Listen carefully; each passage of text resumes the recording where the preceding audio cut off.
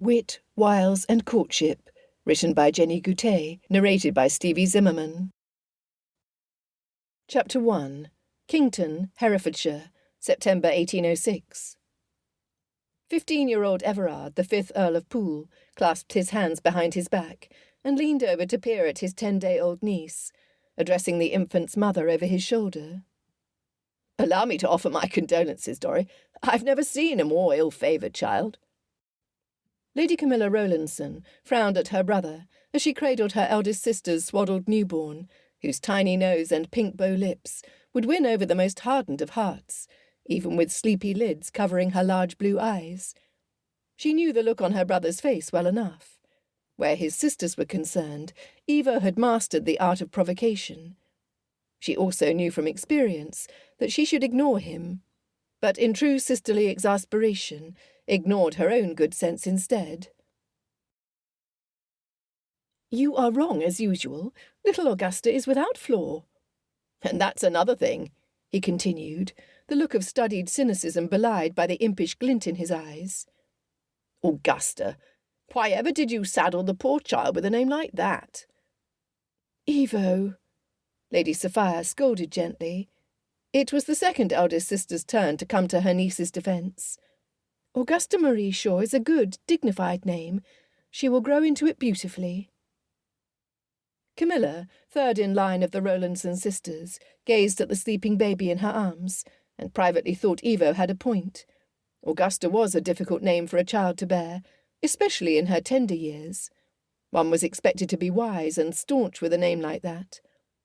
Then again, as the first in what would likely be a long line of cousins, Augusta Marie would probably lead the charge, as her mother did, thereby living up to her name. Elmscote, the estate belonging to the new parents, was situated on the outskirts of Herefordshire, near Hergus Ridge, and the house was comfortable enough to accommodate the 8 guests, with room to spare. Miles and Dorothea had thrown open its doors to celebrate the arrival of their first child, and the occasion of the first grandchild in the Rowlandson family. Evo had arrived that afternoon, the last of the siblings to join the house party that was expected to last into October. At that particular moment, the widowed Lady Poole, mother to the young Earl and his 5 sisters, was at the neighbouring dower house, visiting with Miles's mother, Lady Isabel Shaw. And Sophia, the only other of the sisters to be married, had come with her husband, Felix Harwood. The party was short one guest. Miles's cousin and the baby's godfather, Lord Pembroke, was still absent without sending word. "Which is entirely unsurprising," Camilla grumbled to herself. He was notoriously unpredictable when it came to accepting invitations. Not that she cared a whit about his movements. She had come for her sister and her niece. He could forget to show up at all, and she would be perfectly content. After all, it was not as though she were anything to him. Lady Matilda, their youngest sister at the age of 13, was knitting a second pair of booties in soft wool, the first already adorning the beloved infant's feet. She lifted a finished booty and sought the new mother's attention. "Dorry, I made this one a little larger, but you will still be able to secure it with the ribbons until she grows into it. It will be warm enough for the winter."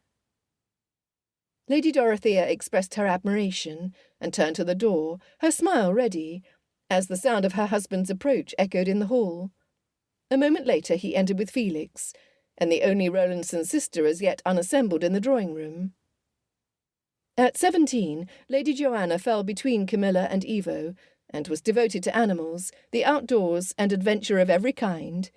She had discovered a litter of kittens in the stables, and could not resist going there to play with them for a quick visit that usually turned into hours. "We found a stray on our way in from the stables and allowed him to enter," Miles announced, his voice lit with humour. Camilla kissed the baby's forehead, then turned to Miles, expecting to see one of the kittens in Joanna's arms. Instead, her gaze landed, and froze, on Lord Pembroke. He had entered the room, still muddied from riding, and was looking her way. In the 2 months since she had seen him, his cheeks had grown tan under his dark curls, so like Miles's, and she noticed that he had trimmed his whiskers back until he scarcely had any. His arms seemed to have grown stronger, or perhaps he was just wearing a more tightly fitted coat. Her mouth went dry. He greeted everyone in the room with casual grace, leaning down to take Dorothea's hand and give his compliments, bowing before Sophia and Tilly, joking with Evo. Camilla wondered if he would even bother to notice her above a cursory greeting. At last, he strolled over to her with a smile that did strange things to her heart. "Lady Camilla, you take well to your role as aunt." His voice sounded deeper than she remembered it. His focused attention, and that smile that always hovered on his lips, made her forget how to respond. She steeled herself, remembering that he was nothing more than a flirt. "I do everything well that I set my mind to," she replied, in a careless manner. Her heart was pounding from the surprise of his appearance and his prolonged attention. Fortunately, he did not seem to notice her nervousness, and peered down at the baby. "So this is Miss Augusta Shaw, a fetching little creature, I must say, and one I am proud to acknowledge as my goddaughter. Miles, you are lucky she takes after Lady Dorothea." His cousin smiled broadly, as if Pembroke had given him the greatest compliment. "I am fortunate indeed." A servant entered the drawing-room to announce that Lord Pembroke's room was ready, and Miles waved his cousin over. "Come, I'll take you there. I've put you in the same room as the last time." Augusta began to fuss, and Camilla brought her to Dorothea, who reached up for the baby. She smiled, murmuring, "Are you hungry again, dear child? How is that possible?" Camilla watched furtively as Pembroke stopped to answer Evo's questions about which way he had come and where he had changed his horses. Then he followed Miles out of the drawing-room, and a blanket of stillness fell. That was when it occurred to her how doubtful it was she looked her best, and felt overcome by a desperate need to discover just how bad it was. Miles had taken his cousin to a different wing, and she walked in the opposite direction to her room. For some reason, Joanna had decided to follow her. "The kittens are growing ever so precious. You ought to come and see them with me." When Camilla didn't respond, Joanna climbed the stairs at her side. "It will do you good to take some air." Camilla wondered if she intended to follow her all the way to her room. Normally she would not mind, but she didn't want her sister to catch her examining herself in the mirror. Unaware of her preoccupation, Joanna kept pace with her, waiting for her answer. "I do take air when it is not too hot. I go walking," Camilla replied. The heat of summer had stretched into the beginning of September. That was a bit of a stretch, though. Truthfully, she easily could be lazy if she let herself. It was much more pleasant to sit indoors and read while sipping tea and nibbling, or devouring, depending on the state of her nerves, the cakes that Miles's cook made.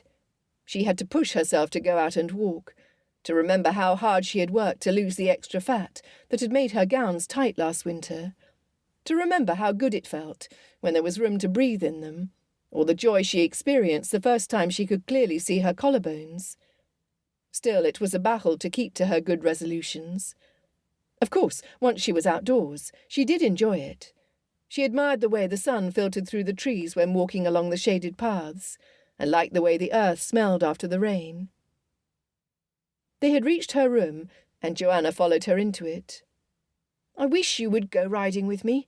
You're the only one I might depend upon to do so. Dorry cannot in her present state, and Sophia was never really skilled at riding. Evo is too competitive and provoking to be a pleasant companion, and Tilly is too frail." Camilla wondered if her sister ever wished they were closer, now that their relationship was not as antagonistic as it once was.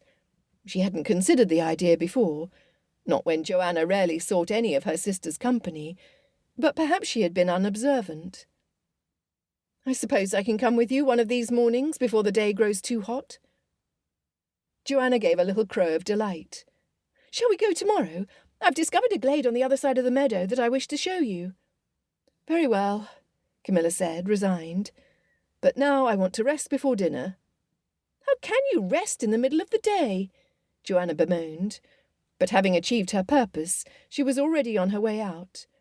She stopped at the door and turned to lift a finger. "Don't think you can wriggle out of tomorrow, for I shall not hesitate to jump on you in bed to wake you." Camilla smiled at the image despite herself, but cocked her head and replied with feigned asperity, If you leave me to rest now, perhaps I shall not need so much of it tomorrow morning." Joanna chuckled and closed the door behind her. Alone in her room at last, Camilla sank into the armchair and exhaled. She dipped her head to see whether her stomach was rounded from the extra cakes she had eaten the day before, but could not tell. She jumped up again and examined her waist in the mirror. "Do I look a fright? What did he see?" The image staring back at her was not particularly reassuring. Her normally thick hair was limp, and strands fell loose around her face, unimproved by a curl. She smoothed her hands over her blue cotton gown, the plainest she owned. The day before had been washing day, and her nicer gowns had not been returned to her. Besides, she had given up expecting Pembroke to show, and could not be said to be trying very hard. In the mirror, Camilla caught sight of the wardrobe behind her, and went over to open it. Her gowns had been restored, and lay neatly folded or hanging, and she stood before them deciding which one to wear for dinner. It must not appear that she was dressing for him, and if she were to wear one of her nicest gowns, her family might wonder at it. Knowing Evo, he would likely even comment on the fact out loud. It would have to be the light green silk. The gown fit well, and would not spark comment, for it was one she often wore. Now, if only she could have some assistance for her hair, then her appearance might be half respectable that evening. They dined at 6:30 at Elmscote. Their lady's maid was spared to fix her hair, but had only the time for a cursory style, because Dorothea needed her. Time spent in solitude had helped to restore Camilla's mind, although it meant missing tea in the drawing-room, and her stomach was grumbling by the time she made her way downstairs. As she turned to enter the hall, Pembroke exited the library, and she couldn't help but smile at him. He returned it and bowed, holding out his arm so she might take it. "We meet again. How long have you been at Elmscote?" His informal, charming manner made her forget she wanted to treat him with distance. Last season, his behaviour made it clear he had viewed her in a friendly light, and nothing more. But now, when his gaze held so much interest, she wondered if his regard for her might have deepened in the months since. "I arrived with my mother and Joanna in August, a week before the baby was born." She hid all signs of nervousness at being so near to him as they entered the drawing-room. They were the only ones there. He frowned and pulled out his pocket-watch. "Miles bid me most strictly not to be late for dinner." "Perhaps he did not expect you to obey him to the letter," she replied, a teasing smile tiptoeing to the surface. He turned to meet her eyes, and although he smiled, a tiny furrow had appeared in his brow. "Because I am the unreliable sort, is that it?" She was tempted to remind him that none of them knew with any certainty when or if he would come to Elmscote, but she hesitated. There was a hint of sincerity in his question, even vulnerability, which was a side he rarely showed. It prompted her to answer him warmly and without guard. "From what I can see, you are most reliable on the things that matter." As soon as these frank words marched out of her mouth, she blushed, certain he would see right through her. She had known, their family could not help but know, that he had given Elmscote to Miles based on an old worthless testament that had decreed Miles's mother should have it.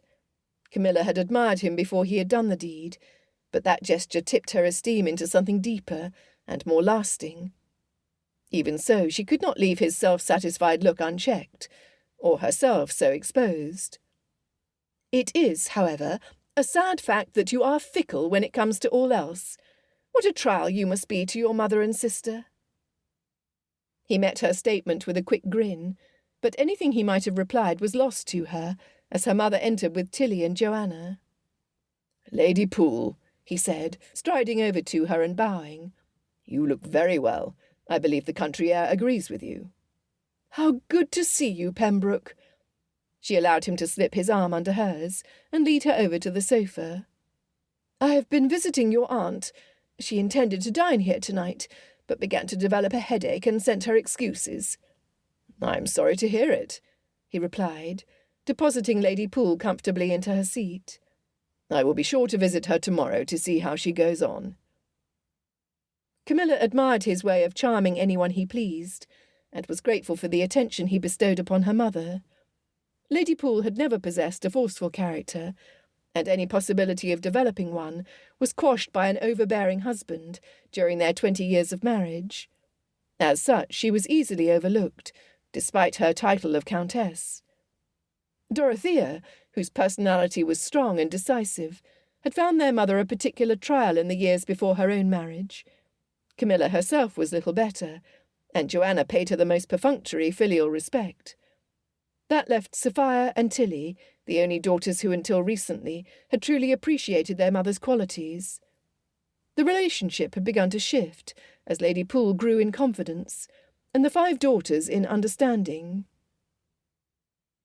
Sophia and Felix entered the room, followed by Evo, and still Lord Pembroke sat beside Lady Poole, listening and asking her questions, giving her his undivided attention. It is his way, Camilla thought. That is why it is easy for young ladies to believe his feelings run deeper than they do. I apologise for our tardiness, Miles said, entering the room with Dorothea on his arm. Augusta was not amenable to adhering to our dinner hour. Let us go directly into the dining room. And here I was most strictly warned not to be late, Pembroke said, coming to his feet and helping Lady Poole to stand. I've been trembling in fear that I might offend my hosts. Remember it for the next time, Miles said over his shoulder. You will not suffer for reminders. They assembled around the dining room, and Camilla found herself across the table from Pembroke, at enough of an angle that the centrepiece did not hinder her view. The development was not entirely fortunate. She would not be able to eat a thing, and if she did, would likely spill food on herself. The servants brought out the dishes and removes for the first course, as a low murmur of conversation rang out in the dining room. During a slight lull, Pembroke helped himself to the fish. So, who is the most devoted of the 4 aunts? He asked, looking at each of them. I am, Tilly replied without hesitation. I'm actually useful, for I knit things for the baby. You are indeed, and I am most grateful. Dorothea, seated beside Tilly, sent her a warm smile of approval. My vote is for Joanna, Evo announced, surprising Camilla and, by the looks of it, everyone else. Really? Joanna turned to him, her eyes wide, but a look of pleasure spreading over her face. Even if you've not held your niece above 2 times, you spend hours practising for the occasion by holding the cats. Joanna scowled at him as everyone laughed. It must be Sophia, Camilla said, turning the conversation from Joanna's embarrassment. She is the most devoted at everything. Oh, no. Sophia dipped her head to hide her natural blush. It is Dorry who is devoted, for she cares for everyone. Then, in a flurry of confusion, added, except that she cannot count since she is the mother and not an aunt. This statement was met with mirth, although gentler this time. Sophia seemed to inspire that in others. Then it must be Camilla, Evo said, looking at her in a way that warned her of what was coming. She would not be so foolish to ask him why, and merely sipped her water. You surprise me. Pembroke brought his napkin to his mouth, his sparkling eyes on her, before he spun his gaze over to Evo. Not that Lady Camilla would be devoted, but that you would notice it. More laughter came. It was easy when they were with Miles and his cousin. Camilla remained frozen from the compliment he had paid her, for he had seemed to speak with sincerity. It is a hard thing to miss when you see something so out of character, Evo retorted. But she's certainly practising at playing the doting aunt more than anyone. You must know it is only because she's next up for barter on the marriage mart. There it was. Camilla would expect nothing less from Evo, but she refused to be cowed, and levelled her gaze on him. If qualities can be practised, Evo, perhaps you might practise at being a gentleman? Her comment provoked a bout of laughter, close to guffaws, wholly inappropriate for the dining table, but which shot darts of pleasure through her heart. Miles lifted his fork and pointed it at the young earl. Evo, I recommend against attempting to cross swords with your sister until you've had more training. Even with training, I doubt him skilled enough to break through her guard. Pembroke raised a glass in Camilla's direction, and it was all she could do to smile and nod her thanks. The spears of happiness she had felt a moment ago were nothing to this bubble of euphoria inside, and she fought to keep her exhilaration hidden. He'd never paid her such an open compliment before. It seemed, could it be, that he had seen her at last? Chapter 2. The morning light was not yet strong enough to break through the patterned white curtains pulled across the windows. Camilla was awake, but too comfortable to move out of bed. Flashes of the dinner conversation from the night before paraded deliciously before her eyes, daring her to believe she had been wrong about Pembroke being completely indifferent to her. After all, he had seemed pleased when she praised him, appreciative when she teased him, and he had defended her against her brother. From the first time she had met Lord Pembroke at the start of Dorothea's season, the Viscount Throckmorton he had been at the time, he had seemed to notice her in a way others had not. Of course, he had only been giving polite attention to a plump, awkward creature, scarcely entered into womanhood. There was not a chance he would have admired her then, but he had noticed her. And he had gone so far as to show her special distinction a number of other times. But it was never enough to let her believe he saw her as anything other than his cousin's sister by marriage. After all, he had once saved her from disgrace by inviting her to attend the opera under his escort after another gentleman had publicly snubbed her. But then he had spoiled the evening by flirting with each of the ladies who approached him, although Camilla was standing beside Dorothea near enough to witness it. He had also told her she looked very pretty at a masquerade in Vauxhall, but didn't ask her to dance, though he had asked other women. As he alternated between teasing familiarity, warmth, and indifference, she could hardly believe him smitten. But surely last night gave proof of his altered sentiments, did it not? Joanna burst into her room with only a semblance of a knock. "Do not tell me you're still sleeping. You must get out of bed. It is looking to be a scorchingly hot day, and we don't want the horses out once the sun is high overhead." "The horses?" Camilla stretched and yawned. "You were worried about the horses being uncomfortable?" "Of course. What else is there to worry about?" Joanna went over to the wardrobe and opened it in search of Camilla's riding habit. "The brown is of a lighter cloth than the grey. Bring me that one." Camilla rose from her bed and went over to sit before the mirror and pull a brush through her hair. Her sister was shaking out the gown and rambling on about Briar needing to be ridden since she had not gone out in 2 days. Camilla stared at her reflection, only half listening, heartened to see that her face seemed thinner and her eyes larger. In fact, she thought she might almost be declared pretty. Taking herself to task for such vanity, she quickly pinned up her hair in a simple style that would be mostly hidden under her hat, until the maid could redo it later. "I hope you don't mean for me to ride Briar if she needs to shake out her fidgets," Camilla replied, knowing that was precisely what her sister meant. "Well, you cannot ride Flea. You wouldn't be able to handle him. And I don't mean for you to ride Basil, for he is a slug, and I will have to wait for you, which I don't intend to do." "I am so pleased you've asked me to join you," Camilla remarked dryly, allowing her sister to tie her stays before she slipped into her riding habit. She tossed the train over one arm and took the riding crop that Joanna handed her and went over to the door. "At least allow me to swallow a sip of tea and a bite of toast before we leave." "Of course, only do hurry." Inside the stables, the groom greeted the sisters, signalling for the stable lad to come and assist them to ready the horses. There were empty stalls where Miles's hunters usually were. She wondered if Pembroke had gone out with Miles, and whether they would meet during the ride. Joanna's chestnut gelding was led out first, and she went to his head, running her hand down his nose to greet him. The groom put the bit in the horse's mouth, and with a practised air, Joanna checked the harness. She led her gelding over to the mounting block, refusing assistance, and leapt nimbly on his back. The stable lad had Camilla's dark bay mare ready, and she allowed him to assist her to mount, then followed her sister out of the stable. Joanna kept the restless gelding at a steady pace, until Camilla was beside her. She sat straight, her leg curled around the pommel, then leaned forward to stroke Briar's neck.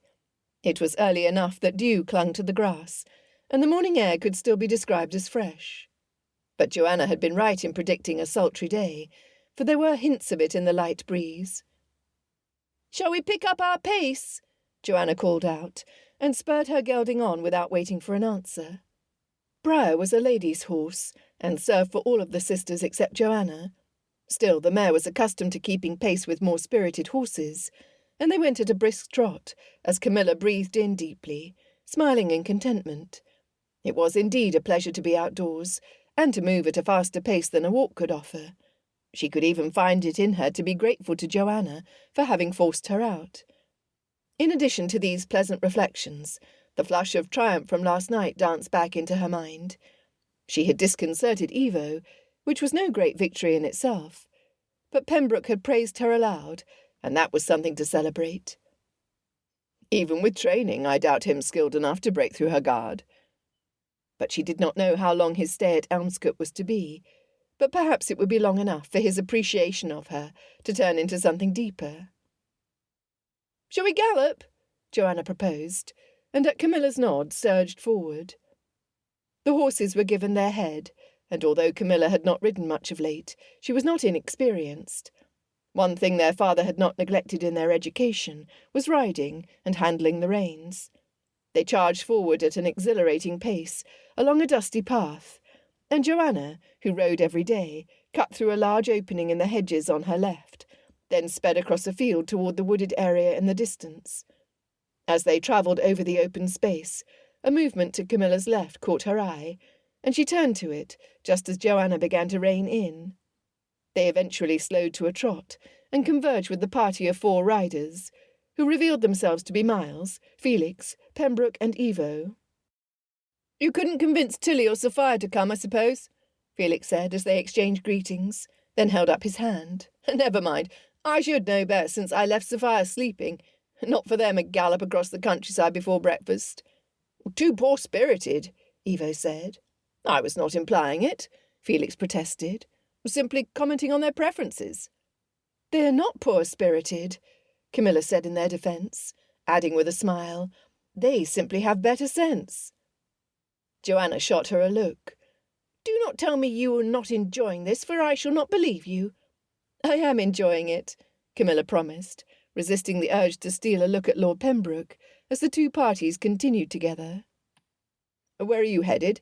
Miles asked Joanna. "To the glade, I suppose?" She nodded. "It is pretty, and the trees surrounding it keep even the unshaded area cool. I wanted to show it to Camilla. Besides, there is that large pond where the horses might drink." "We are going there ourselves. Rock and Felix haven't seen it yet." Miles occasionally slipped into calling his cousin by his old nickname, from when he was merely the Viscount Throckmorton, and not yet the Earl. Pembroke did not seem to notice. They rode ahead, Joanna naturally keeping pace with the gentleman and her brother, and Camilla falling comfortably behind. Pembroke also fell back to ride alongside her, prompting her to sit up straighter. It was imperative that he see her at her best.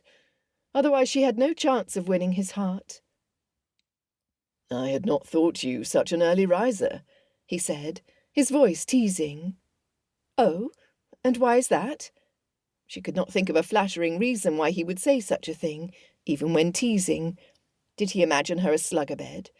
It was the absolute truth, but she would not like for that to be the image he held of her. "I expect you spend your early waking hours in deep contemplation of how you might deliver the perfect witticism, a word aptly spoken and all." Camilla laughed, pleased, and finished the proverb. "Like apples of gold in settings of silver." This opinion of her didn't seem so very poor. At least he thought her witty. But she must not make it too easy by letting the compliment stand. "I do not need to contemplate my retorts. They spring forth on their own without any effort on my part." This was not entirely true, but he did not need to know that. He laughed. "Of course they do. How ignorant of me to have suggested otherwise."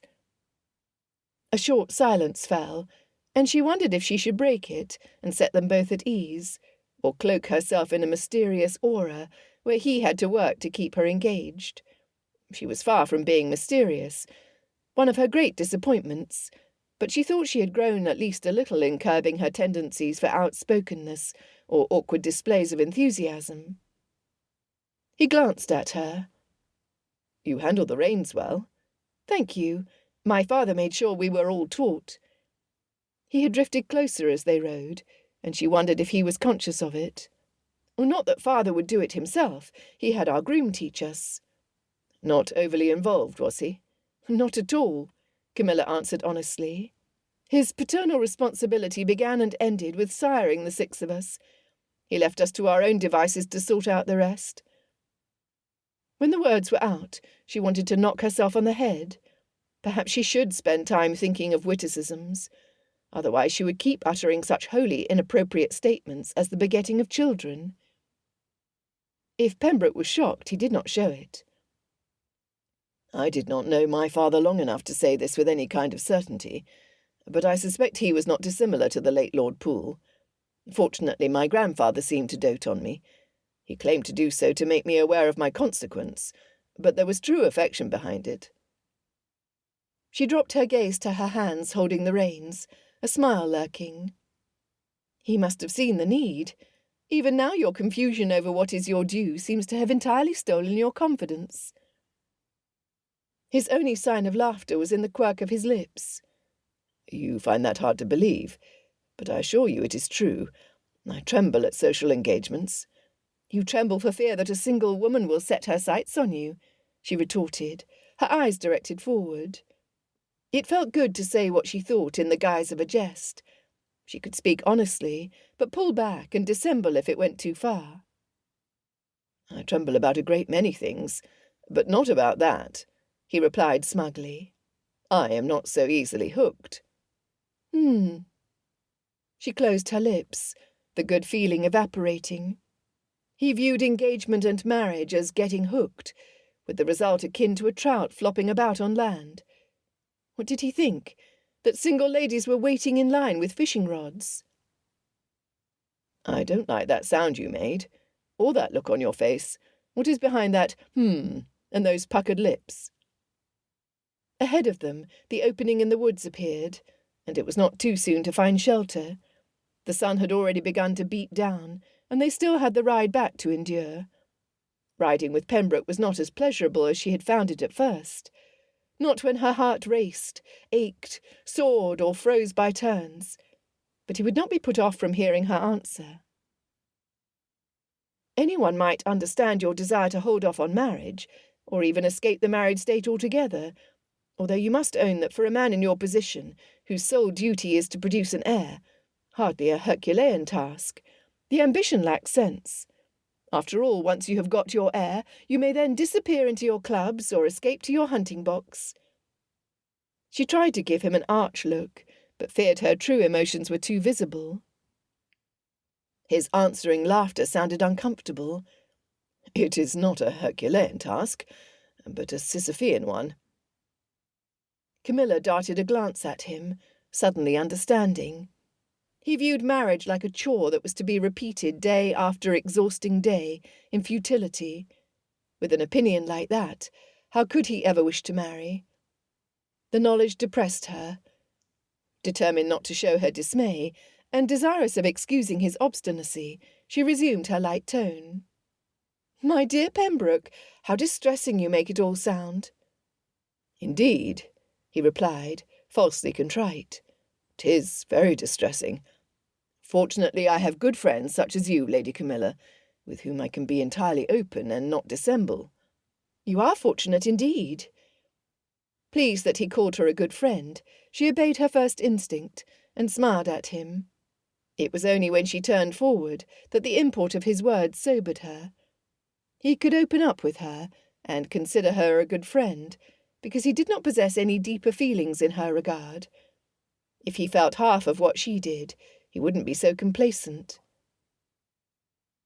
They entered the cool of the woods, the large branches overhead turning the path into a green sanctuary. Rather than finding relief in the cool shelter, she felt chilled.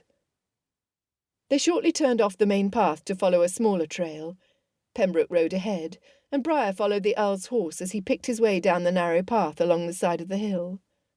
When they reached the bottom, Camilla joined the others and allowed her mare to drink at the water's edge before securing her loosely with the other horses under a tree. The glade was enchanting, with long grass growing in the sunlit opening and light green leaves framing the sky on the outer edges of the clearing. "Pretty, isn't it?" Miles said at her side. "In the springtime this area is filled with bluebells." She murmured her assent. Joanna called him to ask if he didn't think his stallion's forelock to be swollen, and he strode over to examine it. Camilla would be useless to help, and besides, she heard Miles say he did not think it to be affected. She forced herself to turn back and enjoy the scenery, and not worry over whether Pembroke might ever view her as more than a good friend. All thought fled when she was jolted by an icy sensation on her back, followed by a stream of cold water trickling down her spine. She gasped and whirled about to find Evo there, grinning and holding an empty flask. He flicked the remaining drops at her face, and she stared at him in indignation, irritated that she could not retaliate in like fashion, and wishing for once she was a man. "Evo, you maggot!" Beyond her brother's shoulder she saw Pembroke striding in their direction, with his hat in the crook of one arm, and wondered how much of her humiliation at the hands of her brother he had seen. Before she could venture a guess, he knocked Evo's hat off from behind, causing her brother to spin around. Then, in one fluid movement, Pembroke flipped his own hat outwards with two hands, sending the cold water from it, cascading all over Evo's head and chest. His eyes were twinkling as Evo sputtered. "Shall I teach you a lesson?" her brother challenged, wiping his face with one sleeve. She could tell he had not decided whether to be offended or amused. "You can certainly try," Pembroke said, the corner of his lips turned upwards, but a hint of steel evident in his voice. "But I suspect it is my place to teach you a lesson. You are a gentleman, or nearly one, and as such have the freedom of choice. Choose not, if you will, to torment a young lady, not even one who is your sister." Camilla's hope rose, and she stared at Pembroke. He had defended her against her brother again, and this time with actions in addition to his words. "Thank you, Lord Pembroke." "Thank you, Lord Pembroke," Evo imitated, in a falsetto, offence having won over amusement. "Not at all." Pembroke put the soggy hat on his head, then went over to pick up Evo's hat and placed it on the young earl's head. He threw his arm around the boy's shoulders. "Let us attempt an apology, shall we?" "By all means, if you feel called upon to do so," Evo retorted. Pembroke's arm tightened around his shoulder until it became a vice-like grip, and he bowed before Camilla, pulling her brother with him. They stood again, but he did not loosen his hold as he waited.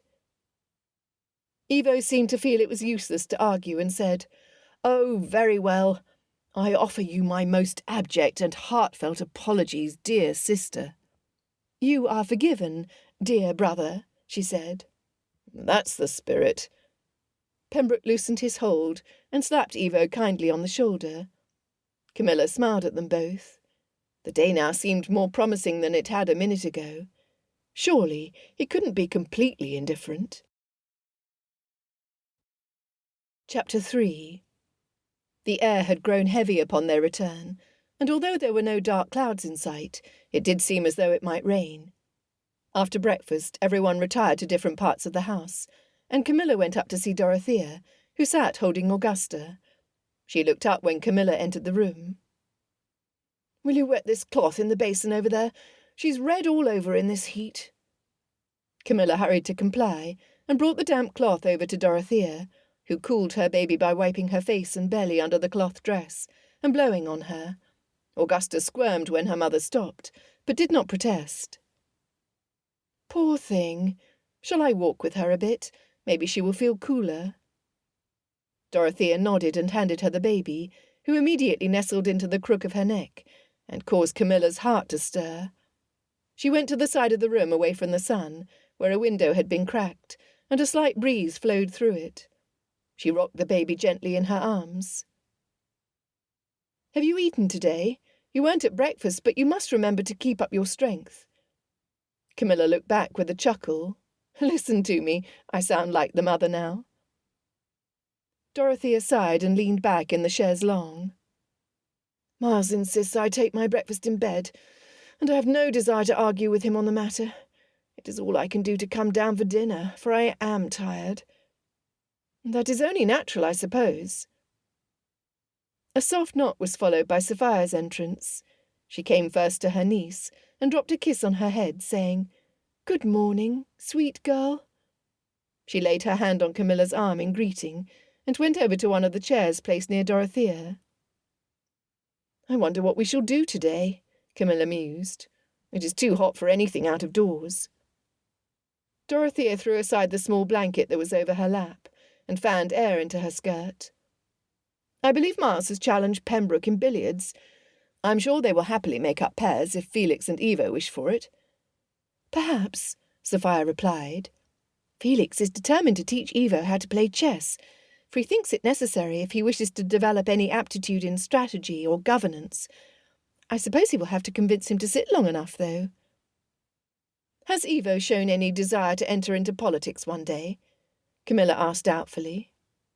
"He has little choice, I should think," Dorothea said, covering her mouth with a yawn. "Excuse me." "Shall I ring for tea?" Sophia asked. Dorothea shook her head. "I had breakfast not long ago. Perhaps I will take a little nap. Will you ring for nurse to come?" Sophia had no sooner agreed than the baby's nurse knocked and entered.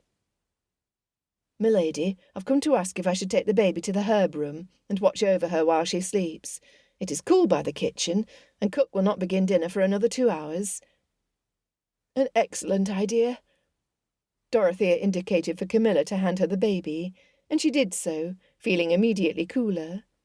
If her sister and niece needed to sleep, there was no reason to stay. "I shall leave you then. Enjoy your rest." As a matter of fact, Camilla thought, a little slumber on such a hot day did not seem a bad idea, even if she had not the excuse of convalescence. "I will join you," Sophia announced, and followed her into the corridor after bidding Dorothea to rest well. "It does seem warm in her room. It must be ideal in the winter when the sunlight keeps out the chill, but 'tis less so in the summer." "Where will you go now? To rest?" Camilla asked hopefully. Sophia shook her head. "As a matter of fact, I should like to talk to you if you're not busy." With regret, Camilla watched her chance for a nap slip away. "Of course. Where shall we go?" "To your room if you'd like." It must be serious then, Camilla thought. Then again, Sophia was so discreet, she scarcely uttered commonplaces even when sitting in the bosom of her family. Perhaps it was just for a cause. They had not really spoken since arriving in Kington, thanks to the excitement of their niece's arrival. Miles had spent the whole week before the birth pacing, and Dorothea laughingly scolded him that the wood floor was not thick enough to endure it. The lying in had lasted nearly 24 hours, which was enough to worry even Joanna, who had the most sanguine nature of the family apart from the Earl. After the birth they were united in their love of Augusta, and spoke of little else. Evo, whom they had thought superfluous for the lying in, had finally arrived, and brought with him a return to some semblance of a daily routine. And now Pembroke was here. They entered Camilla's room, which was only large enough to hold one chair. Sophia took a seat on the bed, and Camilla sat on the armchair, stretching her legs out before sitting more properly. Felix and Miles seemed to be getting on well. The Harwoods had only been married for 2 months, and Miles and Felix had not known each other for long before the wedding. Dorothea's husband had advised Felix on how to approach Sir Timothy, the Earl's guardian, to discuss terms. "Yes, I think they enjoy each other's company." Sophia laughed softly. I suppose it was inevitable. As the only 2 gentlemen in a household of women, well, that is until Evo and Pembroke arrived, they must look upon each other as something of a saving grace. Camilla smiled, the fluttering at hearing Pembroke's name chasing away all fatigue. "How are you finding your time in Herefordshire, now that Pembroke is here?" Camilla looked up in surprise, and with consternation found Sophia regarding her steadily. "Why do you ask me?" As much as she dreaded the answer, she suspected she knew it already. Sophia took her time in responding. When I was in love with Felix, before he had declared his own feelings, you had guessed the state of my heart, did you not? Camilla thought back. Yes, I think I did. I am sure you did, for there were occasions when you left us without chaperonage, and I remain convinced it was to give us a chance to become better acquainted. Well, I knew you were shy, Camilla replied. I wanted to help your cause however I could. So, yes, there were times I made myself invisible. I wanted to be sure he could see your worth, and I'm glad he did.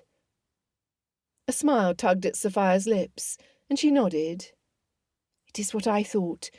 You see, I think when you grow up with someone, you tend to know how they feel, even the parts they keep hidden. Camilla was now certain of where her sister was directing the conversation, as she waited for Sophia to continue. You had guessed the direction of my heart, though I tried hard to hide my feelings. It was therefore not so very hard to guess yours, for you are not as reserved as I am. Sophia's eyes met hers. I wanted to give you an opportunity to talk about your feelings for Pembroke, should you wish to. Camilla froze, as a dreadful thought entered her mind. Did you guess it because I am too obvious? Does everyone know? Or does Felix? She could not bear to ask whether Lord Pembroke might know. I don't think so. Sophia knit her brows, reflecting on the question.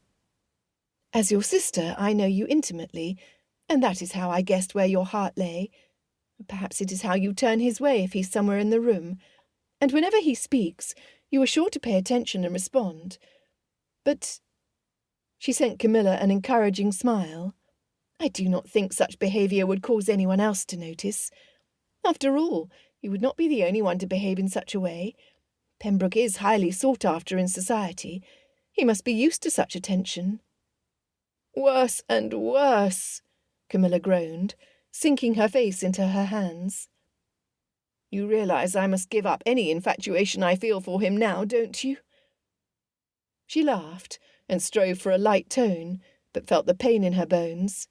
She sounded pathetic to her own ears. Nonsense, Sophia said, in a bracing tone that was new. Why should you give him up, just because you were a bit infatuated? After all, look at how well my infatuation worked out with Felix, and no one was a more hopeless case than I. You mistake me, Camilla said, through a tight throat, though she covered it with more strangled laughter. Even if I own the tendre I feel for him, and I will own it to you, and you alone if you please, do not share it with anyone else. Sophia gave her word, and Camilla went on.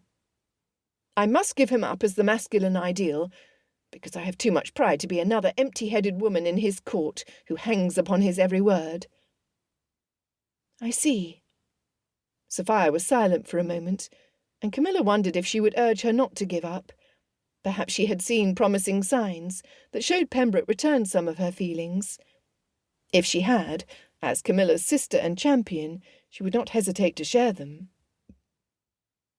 I suppose you are right, Sophia said slowly, quashing the brief hopes that had sprung up. In Felix's case it tended to be other gentlemen who sought his counsel or companionship. My hopes would have been thoroughly dashed had he been constantly surrounded by ladies, providing him temptation at every turn.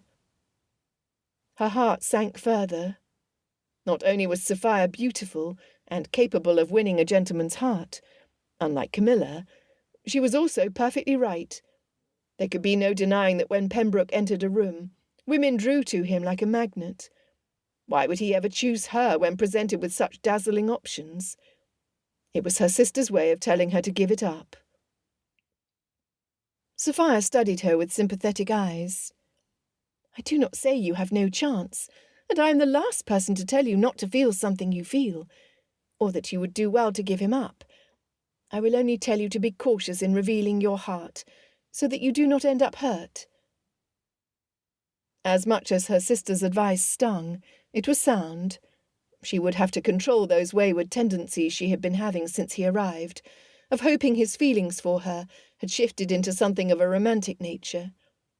To strengthen her resolve, she confirmed that she had correctly understood Sophia. You are telling me you see no signs of interest on his side. I am not seeing enough to encourage you to hope, Sophia clarified. Granted, I do not know him well enough to be sure. Unless he masks his feelings even better than I do, it does not seem as though he has settled upon you as his choice. Camilla dropped her gaze to her hands, and noticed her rounded belly from the extra food she had eaten at Elmscote, and this despite the stays. She would have to have the maid pull them more tightly. Then again, to what purpose? No matter how much she tried, she could not hope to compete with other ladies whose waists were willowy and whose arms were slender. Do not take my words too much to heart, Sophia said, a crinkle of concern lining her eyes as she studied Camilla. I may be completely wrong. He sometimes distinguishes me with his attention, and it leads me to hope, Camilla confessed. But I think you are likely right. It doesn't seem as though he has set me apart in any way. It is those moments of pointed attention that can be misleading, but I must disregard them. I think Pembroke is generally kind and attentive. It is unsurprising that he treats you with distinction, and I can easily see how that would raise your hopes. Sophia did not have a mean bone in her body, and Camilla knew she did not intend to wound. But everything she said made it clear her case was hopeless. It was better to end the conversation and nurse her wounds in private. I will take what you say to heart, and will not allow his displays of attention to affect me. She exhaled and stood. Why do we not see if there are some biscuits in the kitchen? Are you hungry already? Sophia asked doubtfully. We just ate breakfast 2 hours ago. Camilla moved toward the door. I am, actually. I went riding before breakfast and did not eat much when I returned. This was a partial truth. She wasn't really all that hungry. She simply wished to put a clear end to the conversation, and hopefully retire quietly to her room afterwards, so she could be alone with her thoughts. Over the course of the following week, Camilla found plenty of evidence to prove Sophia's belief that Pembroke felt nothing more for her than he would a little sister. But there were conflicting signs that he cared more deeply than that, and she could not ignore those. For one thing, he spoke to her far more than he did her sisters. For another, he had defended her from Evo's teasing on more than one occasion, though never as obviously as he had in the glade, when he had dumped a hatful of water over her brother's head and forced him to apologize. And there were times it seemed he regarded her for a second longer than a man would do had he no romantic interest at all. She could not help but to lean into that regard, to hope, and to allow the flutterings to continue. On other occasions he would behave in a cavalier way, leaving her side if one of the other gentlemen proposed some sport, or teasing her until she grew flustered and had no ready retort.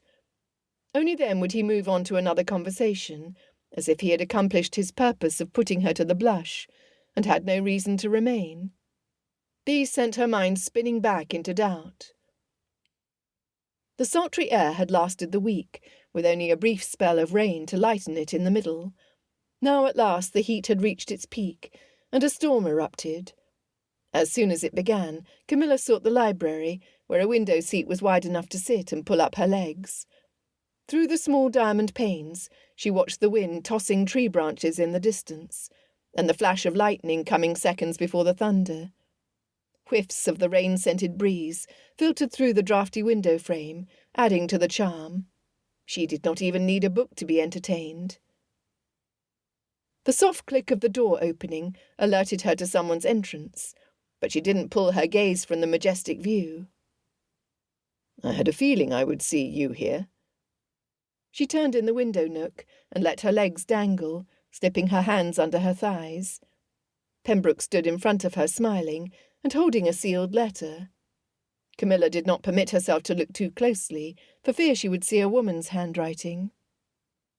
How so? I noticed you're fond of sitting in this window, and I figured you would not give up the chance to see the storm from this vantage point. He peered out as a gust of wind surged and catapulted one of the smaller branches across the lawn. Impressive, isn't it? She nodded, smiling. I like storms. Well, I do not like to be out in them, but I like to watch them, and I love the wind. He sat on the sofa that faced the window on the opposite side of the room and patted the seat next to him. The wind is a nuisance. It makes your aim go awry when you shoot and slows your carriage when you race, and you can hardly keep your hat on your head once it starts blowing. Camilla could tell that there was no heart in his grumbling and came to sit beside him. She crossed her arms and continued to watch the storm. Yes, but the wind is magnificent, and when you stand in it you feel things. She turned to him inquiringly. Don't you think that life can sometimes be dull, that it's impossible to feel anything at all? In the wind, you come alive. He watched her for a moment without answering, and her breath held. Was he thinking of kissing her? Then he grinned and lifted an eyebrow. Shall we put your theory to the test and go out in it? Her pounding heart suffered a pang of disappointment at his shift to a more playful tone, and she strove to hide it. I did not say I lacked sense. Sitting this close to him, she did not dare to keep his gaze, and turned forward. He laughed and crossed one leg easily over the other, close enough that she could feel his warmth. While in this posture of ease, he slit the seal on his letter and began to read it. Camilla looked away, torn between pleasure that he felt comfortable enough to read a personal letter at her side, and suspicion that the letter came from another woman. A discreet glance told her that the penmanship was not of a masculine nature. He sighed loudly and folded up the letter, putting it in his coat pocket. His expression remained sober. Disagreeable news, my lord? He glanced at her. You do not need to my lord me. Do we not know each other better than that by now? Call me Pembroke, like the rest of your family does. He laughed. Or Rock, like Miles still does at times. He still hadn't answered her question, and she waited. After a moment he tapped his fist on the arm of the sofa. Not precisely disagreeable. It is from my mother. I see. Although she didn't see. She was simply glad it was not from some young lady.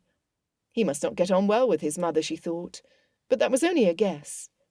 She knew little about his family, other than that his father died when he was a boy, and he had one married sister who had twin boys under the age of 5.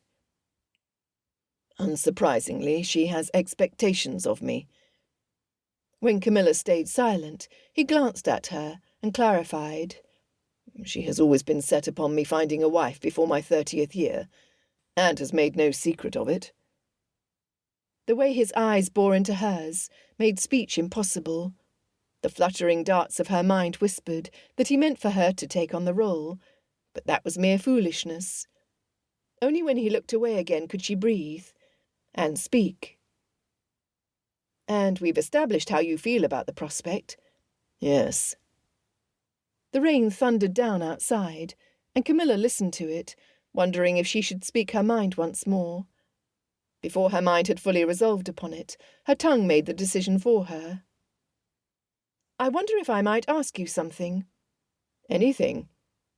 He sat, arms folded, seeming perfectly at ease, a contrast to the way her heart beat violently. What is it about marriage that frightens you so much? Although she knew it was the worst of ideas to ask, it was too late to back out now. She watched the rain falling outdoors instead of looking at him, so he might not see that she cared about the answer. She felt his regard. Frighten is a strong word, he said at last. It is not fear I suffer from, but a dislike of being led by the bit and bridle, which is what entering into matrimony feels like. A feeling for which I sympathize, Camilla responded, now daring to turn to him with a smile. I, for one, should prefer the liberty to choose a path, or if not that, to be drawn to a path that makes sense by gentle coaxing. It might surprise you to know that few women enjoy being led by bit and bridle, as you term it, and as such are not likely to impose such constraints upon a gentleman. The former I can very much believe over the latter, he replied, and dipped his head closer to hers. But then, you are not like other ladies. The rain lessened. A peal of thunder cracked softly in the distance, a sign that the storm had given up the fight. His words rang out in the empty room, stealing Camilla's breath again, and she gathered the courage to see if he was looking at her in a way that matched his words. A sideways glance informed her that he was looking ahead meditatively. A loud boom echoed in the entryway where the front door was thrown open. This was followed by the squeak of wet boots on the marble, and voices, of which Camilla could only distinguish Joanna's. Whatever direction their conversation might have turned, the moment was over. Pembroke stood. "I wonder what's amiss. Let us go and see." "Coming," Camilla said softly, mustering all of her energy for the one word. What if they had not been interrupted? What would he have said next? And had he brought his eyes back to hers, what then? Chapter 4. Roland Pembroke opened the library door to the sight of Joanna soaked through, carrying a kitten and its mother in each arm. The stable lad trailed in her wake with a wool bundle in his hand that moved and mewled at his side. Their muddy tracks snaked across the grey marble floor from the front entrance, and the housekeeper, coming from the morning room, gave a small shriek and snapped her fingers at one of the maids. Joanna turned behind her to scold the stable lad. "Take care how you hold them. They are already frightened, and with you bundling them together in such a way they will scratch each other's eyes out." She caught sight of Roe and went to him. "Is there a fire in the library? I must dry the kittens first before we bring them to the kitchen." Camilla joined him in the doorway and reached her hand out to the stable lad. You had best give me the kittens and go and fetch a maid from downstairs to kindle a fire for us." "Oh, yes, my lady." He bobbed his head and carefully deposited the bundle into her arms. "Careful, the kittens will dart out as soon as you open the bag," Joanna warned, "and Finicky will certainly draw her claws."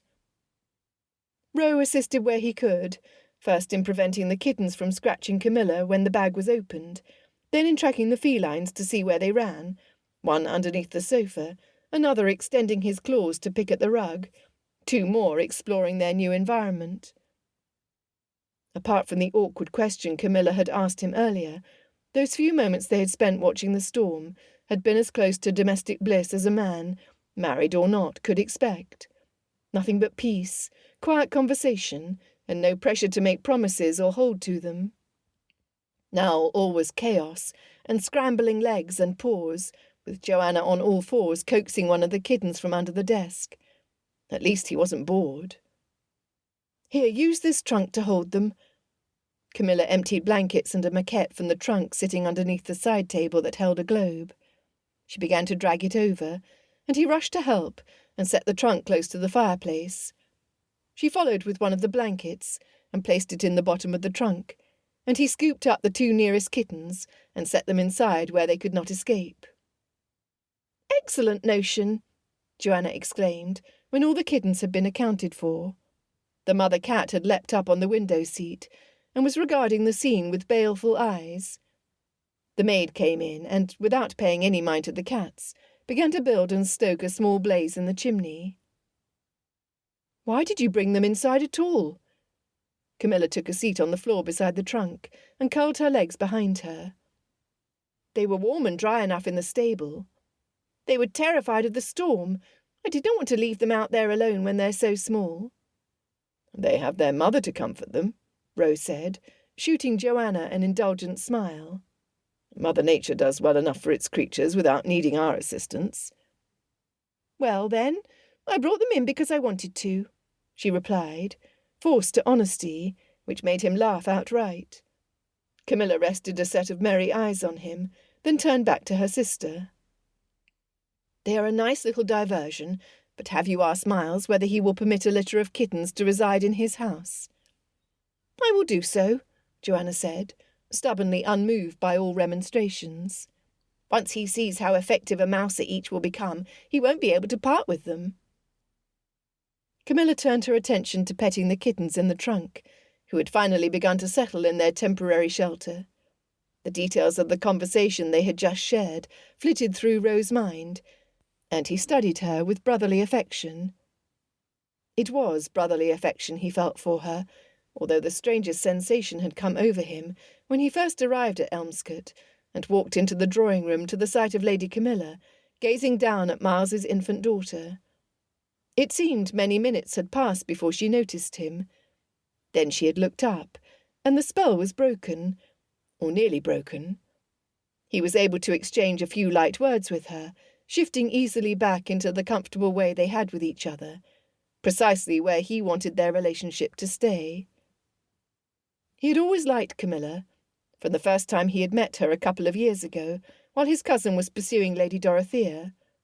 Camilla had been scarcely more than a girl, but she had made some droll remark that seemed clever beyond her years. He had forgotten what. Something about Evo being sent down from school, and no one reacted or even seemed to notice her flash of subtle humour. He, however, had found her amusing. From that time onward, whenever they met, he sought her conversation, curious as to what unfiltered comment she would make. She never disappointed him by falling back on platitudes. Occasionally, her wit was directed at him instead of others, and she hit too close to the mark. One such case was when they had met on horseback and visited the glade. She had told him, of all things, that he was too particular about resisting marriage, since all he had to do was sire an heir. It was just like her to blurt out such a thing without a care for propriety, besides being woefully naive about what marriage did entail. And even that very night, before they had been interrupted, she had had the audacity to ask him what frightened him about marriage. Frightened him, of all things. It was as well she rarely directed her pointed observations or blunt questions his way, for in every other respect Lady Camilla Rowlandson was a comfortable companion and could be relied upon to keep him entertained. Another week passed, with Miles refusing the kittens a permanent home indoors, despite the excellent arguments Joanna brought forth, much to that young lady's indignation. Felix grew pleased with Evo, who showed a surprising aptitude for chess, and Roe enjoyed the morning rides and afternoon conversations with Camilla and her sisters. The evenings were spent all together, playing amusing childhood games, such as fox and geese, and lottery. Dorothea began to bring her baby down to the drawing-room during the day, so she might enjoy their company. Roe was no great hand at children, so when she asked if he wished to hold Augusta, he demurred. There were plenty of others in the room who would be more than glad to have the honour, he reminded her. Her answering smile seemed to see right through him. He and Miles played billiards every day, even when the weather was temperate. They had both decided to improve their game, and having thus set upon this goal, went about achieving it by practising for hours. It was during one of these sessions that he decided to take his cousin into his confidence. Perhaps it was Lady Camilla's words, the night of the storm, that had needled him, and caused him to think more seriously about the prospect of marriage. There might even have been truth in her claim that he was fleeing the marital state without any good reason. My mother included a note of congratulations for the birth of your daughter in the letter she sent. Miles made his shot, then stood. Oh, please extend my gratitude.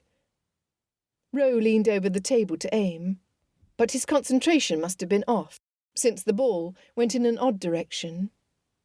She is now encouraging me to pursue Miss Ewbank. Who is she? Oh, yes, a neighbour of yours. Brothers Christopher? That's the one. I think my mother has given up on the idea of a woman who leads society for me, and is now pushing one who would not require a great effort to woo. He shrugged. She's a fair-looking girl, and has a portion. Miles rubbed chalk on his cue, eyeing him. Do you plan to do it? Roe walked around the table, studying the position of the balls on the green cloth as he planned his shot. I haven't decided. We've met at country parties over the years, and once or twice in London. My mother said Sir Arthur Ewbank will extend us all an invitation to Christmas, if I am inclined toward the match. Better not accept unless you're sure, Miles cautioned. Remember the time your mother hosted a house party for you to pursue, I forget which young miss, and you absconded from the party without telling anyone? He rubbed the side of his nose. Not one of my finer moments, I dare say. Will she suit, do you think, this Miss Ewbank? Miles positioned himself for his shot. It was an unusually direct question coming from him, but he must have also thought it time for Roe to settle down. After all, he was evidently happy with his situation, and likely thought everyone should get leg-shackled. She's a comfortable girl. I should say she would. Still, it would not do to rush into things. No, indeed, Miles replied, with such irony that Roe glanced at him. He laughed. It is all well and good for you. You fell for Lady Dorothea almost upon sight. Not all of us are so fortunate. Miles looked smug. I shall leave off troubling you on the matter then, for you are right. It is not easy to settle down to the married state when your heart is not engaged, and you are not so desperate as to need to marry for money. We understand each other then. Roe pointed with his cue to the ball he was aiming for, and they turned the conversation to other matters, as though it were a settled thing. But he was far from set upon his course, and the decision of whether to attend the Eubanks Christmas party continued to plague him. His mother had said something similar to Miles in her letter. Roe could not, under any circumstances, accept the invitation and not come up to scratch. Not again. He was coming to be known throughout all of society as a hardened rake. His past attempts to tell her that her definition of a rake was somewhat faulty had met with no success. She refused to listen. Roe was to leave Elmscote before the rest of the party. He was enjoying himself, but needed to meet with his steward, who had been in his grandfather's employ and would soon retire. He wanted to learn as much as he could from him before choosing a replacement. Tomorrow they would ride to Hurgist Ridge and picnic on its summit, but on this day everyone was left at liberty. Roe went to the drawing-room, where he found Miles and Dorothea, Camilla and the baby.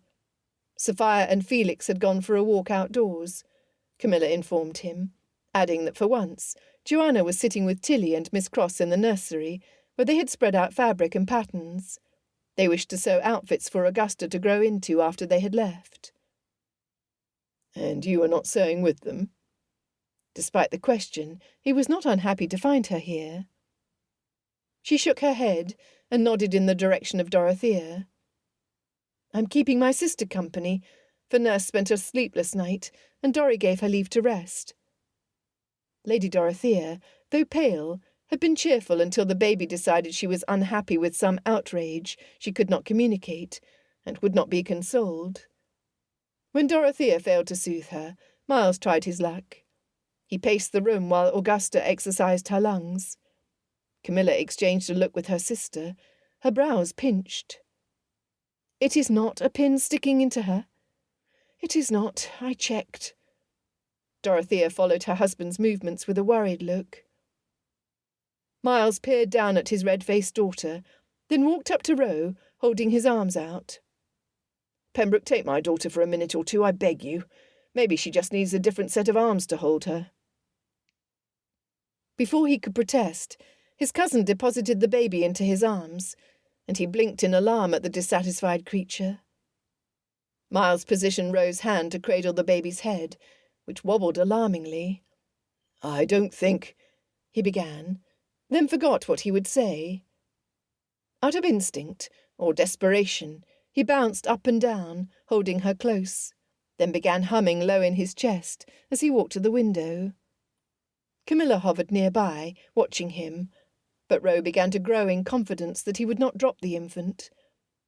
Dorothea watched him complacently and made no move to intervene. I am not a hand at babies. I told your mother as much, he murmured into Augusta's ear. You sense my panic, do you not? But you will be kind to me, I hope. He began a low hum once more as he walked. Then the oddest thing happened. Augusta took a deep breath, let it out in a shuddering exhale, and fell promptly asleep. Roe paused in his steps and stared down at her bluish eyelids and parted lips, her soft breath coming in a steady rhythm. For a long moment he experienced something that, although he was no hand at finer feelings either, felt a little like love. He met his cousin's look in amazement. Miles was grinning. You do yourself a disservice, for you seem adept at handling infants. Camilla, I'm going to take my wife for a walk. I trust you can keep an eye on my cousin while he holds Augusta. What? Roe exclaimed, alarm leaping into his voice. "Shh! You'll wake her," Miles said. "Of course." Camilla looked at Roe, half in affection, half amused. "Send a maid to get nurse if you feel out of your depth," Dorothea warned her sister, as Miles escorted her from the room. Camilla sat on the sofa, apparently deciding she no longer needed to hover. "What if I drop her?" he asked, worried. He could not think such a thing likely, but with a very tiny and dependent human in one's arms, one's imagination conjured up all sorts of frightening possibilities. "Sit, then she will not have far to fall," she said, with a glimmer of her typical humour. He obeyed, then upon finding his posture a bit too rigid, sank back into the sofa with relief, and felt the weight of the sleeping baby against his chest. He watched her small torso rise and fall with each breath. He had heretofore regarded babies as foreign creatures, and one a man such as he should stay far from. Now, here he was, holding his goddaughter, and she had trusted him enough to fall asleep in his arms. Camilla stood and went to a blanket that lay draped across a small table, and folded it over the sofa, then walked to the window to look out. Her movements were unhurried, and he enjoyed the quiet spell they had been afforded. Perhaps there was something to the married state he had not considered. With the right wife, it might not be so terrible. She looked over her shoulder, a smile touching her lips. "I would not have guessed that Augusta would take to you in such a way. You look out of character holding a sleeping baby, but I must say it suits you." "I am as astonished as you are that she consented to fall asleep in my arms." A maid knocked and entered the drawing-room, then faltered when she saw only Roe and Camilla. She curtsied. "Lady Dorothea has asked cook to make cakes and bring them in with the tea. And my sister is out walking, but I do not expect she will be much longer," Camilla said. "You may bring the tray in." The maid went into the corridor, and the footman entered bearing a tray with the cups, saucers and cake. In another minute she returned, carrying the hot water for tea. "Set it here," Camilla said, then went to retrieve the tea leaves from the cupboard. The servants left, and she measured tea leaves and poured them in the hot water to steep. This additional sign of comfort did nothing to mar Roe's contentment, and his eyes rested on her hands as she arranged the cups on saucers. He let out a sigh. "I have given our past conversation some thought, and am of a mind that it is perhaps time for me to contemplate marriage." Camilla had been staring into the teapot, and now picked up a spoon without answering and stirred the leaves. She placed the lid on the pot and sat back, her posture rigid and proper, unlike his sprawl. "Is that so?" she asked, with a small lift of her eyebrow, which he perceived, though she did not turn to him. "What has persuaded you to it in the end?" The sounds of Miles and Dorothea re-entering the house reached his ears, and he gestured with his chin to the sleeping baby in his arms. "Well, this doesn't hurt, I suppose." She smiled warmly at him. "On the contrary, a rather tempting inducement, I should say." The door opened and Dorothea entered, removing her bonnet as she walked directly to the baby. "I told you she would be fine," Miles said. "Oh, I had every confidence in Pembroke and my sister." She peered down at her daughter, and once satisfied took a seat. "I had only to see for myself that she was truly sleeping, and that it was not a lull in the storm." "No storm," Camilla confirmed. "Shall I pour?" Roe allowed the conversation to swirl around him without contributing, refusing any tea for fear of spilling it on the baby. When Dorothea had finished hers, she insisted on taking Augusta from him, so he could have some. His sense of contentment did not diminish, and he supposed it had to do with having made his decision about marriage. Miss Ewbank was fair enough, and would likely take to motherhood. She had not shown any signs of threatening to chew his ear off, and would not likely cut up his peace. It would not be a bad thing to taste a bit more of this novelty, except with one of his own heirs, then continue to spend his evenings and holidays as he pleased. It might serve. And if he made an offer, His mother would leave him alone on the subject at last. Chapter 5. Camilla woke early and went for a walk in the rose garden before breakfast, enjoying the privacy of the morning.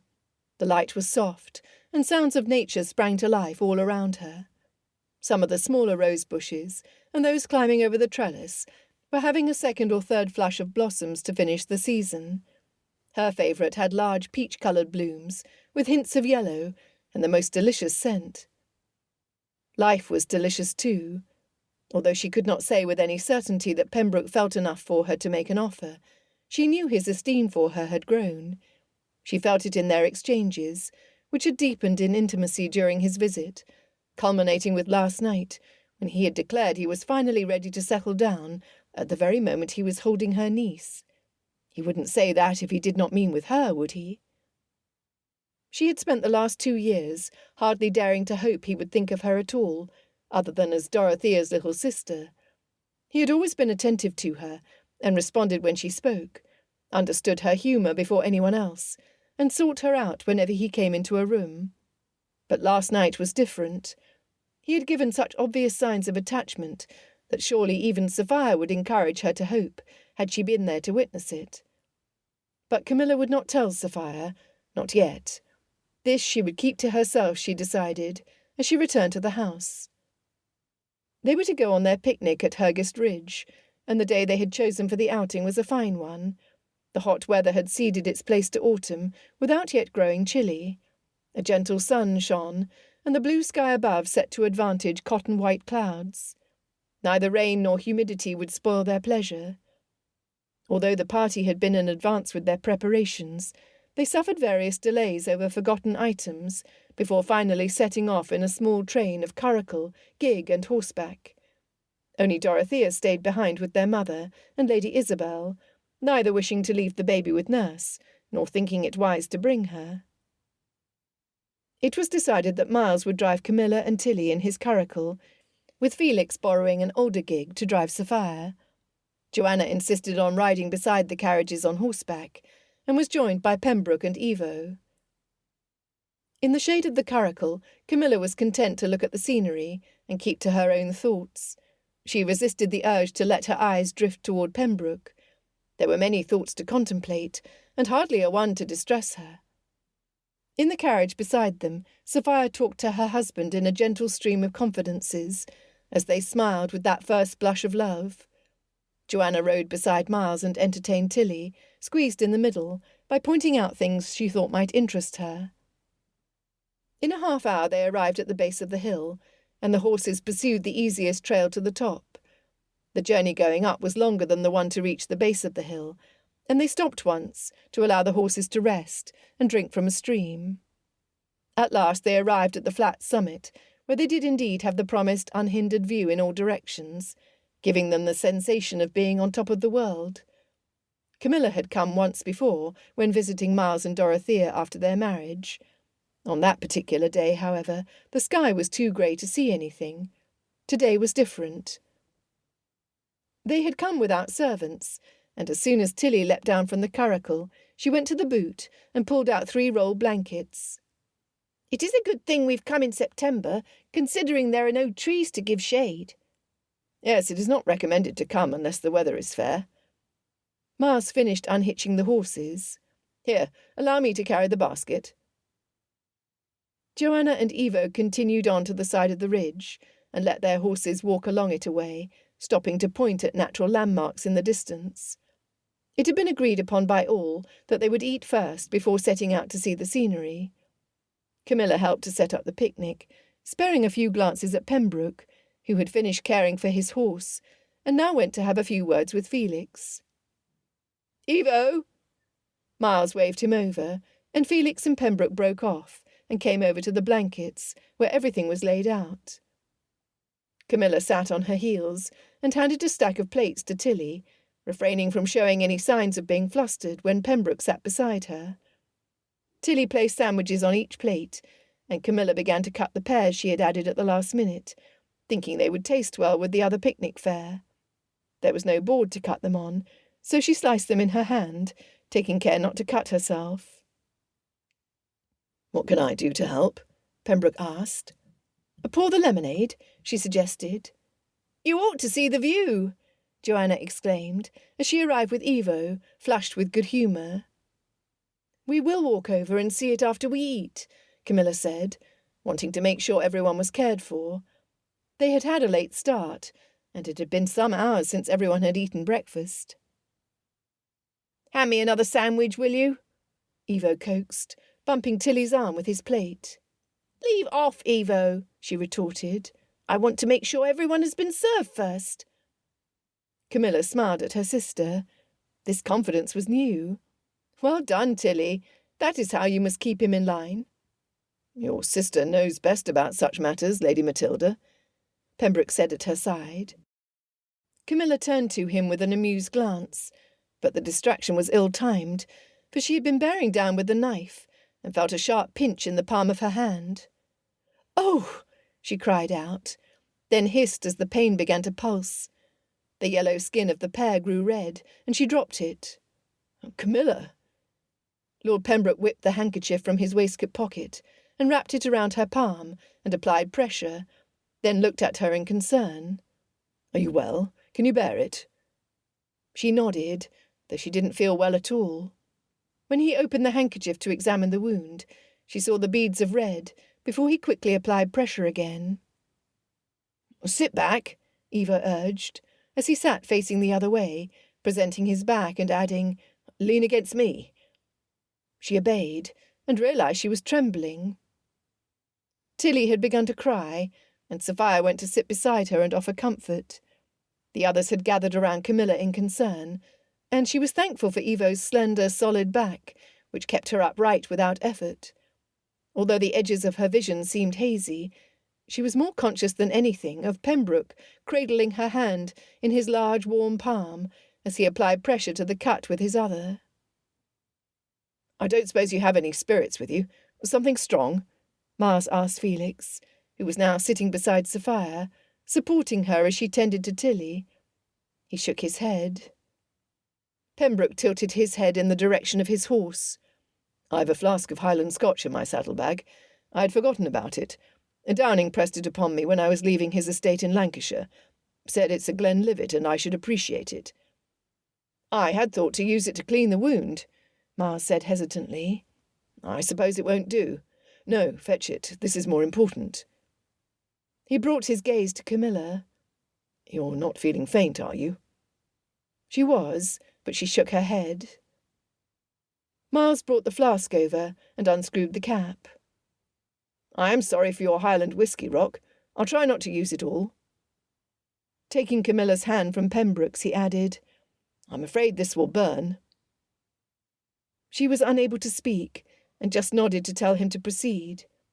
Pembroke lifted the handkerchief, which was now more red than white, and Mars poured the scotch over the cut. She cried out as fire seared through her palm, stealing her breath. Use this. Mars pulled out his own handkerchief and tossed it to his cousin, who caught it. Pembroke reapplied the pressure to her palm with the clean handkerchief, and Camilla squeezed her eyes shut, though tears leaked out. I believe you should lie down, Pembroke said. You are looking pale. Evo, help your sister. With an alacrity Camilla had not thought possible, Evo turned and helped her gently to lie down. The sight of his face full of concern made the tears well up again. Then she looked on her other side and saw a similar look of worry in Lord Pembroke's, and fought to keep her emotions from flying out in all directions. She sniffed, then reached for the usual habit she employed for coping, besides cake. Evo, I think I need my legs raised. Do you think you could go on all fours and serve as a footrest? He almost obeyed, but the sight of Camilla's lip twitching, and truly she was astonished that she could find anything funny at that moment, brought him up short. He sat back on his heels and looked down at her, his face resuming a more normal expression of haughty irony. I've done more for you than you deserve already, and you forget yourself, for I am the head of this family, Tilly finished quickly, causing everyone to laugh, and breaking the spell of anguish that had been cast over them. Camilla was beginning to feel better in a prone position, with the breeze skimming her cheeks. The worst of the pain had subsided in her palm, and Lord Pembroke had not released her hand, but still held it with both of his own, creating a cocoon of warm comfort. He lessened the pressure of the handkerchief just slightly, and looked at the wound again. Daring herself to look, Camilla brought her eyes to it as well. The cut was not as big as she had feared. Blood beaded along its edges, but did not come out as quickly as before. He showed it to Miles. "What shall we do? We will need to get her to a surgeon for stitches." Miles cast a quick glance. "I suppose we will." "Stitches?" she asked in trepidation, seeking reassurance from either of them. Pembroke reapplied the pressure. "It may not be necessary," Miles assured her, patting her arm. "But it is better to see a surgeon and be certain." She willed herself not to show how frightened the idea made her, and Pembroke sent her a bracing smile. "Stitches are unpleasant, but quick. They sting a bit, stitches do, but then it's over." She nodded, thinking that sting a bit didn't sound like anything nice. Not anything she wanted to go through. The day was not turning out like she had anticipated, when contemplating it during the early morning stroll in the rose garden. The discussion then turned to whether they ought to leave straight away, or let everyone eat. Camilla urged everyone to have their picnic, though she had lost her appetite. "Perhaps you might tie the handkerchief around my hand," she suggested to Pembroke. "Then you will be able to eat as well. Right now you're using both your hands and cannot do anything else." He shook his head. "The longer I apply the pressure, the more likely the wound is to set. Besides, I feel to blame. I called your attention away from what you were doing, causing you to cut yourself." She shook her head. "You are not to blame." Tilly and Sophia sprang into action, bringing everyone the plates that had been laid out, while Joanna removed the offending pair and tucked Pembroke's soiled handkerchief out of sight. Camilla shook her head when Tilly brought her a plate, but Pembroke finally consented to holding Camilla's wound with only one hand, so he might eat with the other. Tilly poured water over his free hand to rinse it, and he brushed it on the grass, in a weak attempt to clean it. It was mostly silent as everyone ate the simple meal. After a whispered conference with Sophia, Felix stood.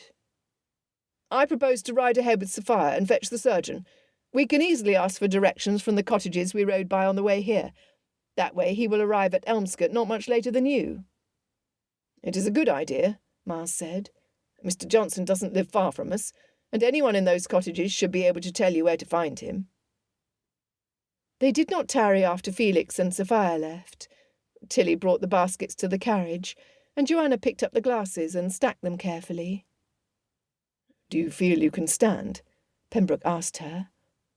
Camilla didn't feel she could, but would not admit it. Her hesitation gave her answer. "Start by sitting," he coaxed. She obeyed, and he lifted the handkerchief again. This time she didn't look. Tilly returned, carrying a slender piece of twine. "This had been used to tie the blankets, Lord Pembroke, and I thought you might use it to tie the wound." "It might serve." He took the rope, then said to Tilly, "Can you hold this handkerchief in place?" She nodded, and he wound the rope around Camilla's hand, working around Tilly's fingers and tying the handkerchief securely. Pembroke's hands were still stained with dried blood despite his attempt to wash. "Come," he said.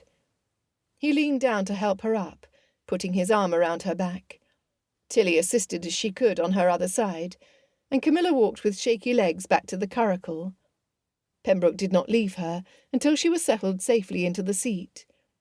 He took her hand in his once again, turning it to see the knot, then flipping it back to look at the folded handkerchief. Satisfied, he smiled at her and placed his hand on her arm. "Let us get you taken care of, then, shall we?" Camilla nodded and watched him walk over to his horse, wondering if any of her sisters had noticed what extraordinary attention he had paid her. She was now sure of his feelings, but he was leaving tomorrow. It was probably too soon for him to propose, wasn't it?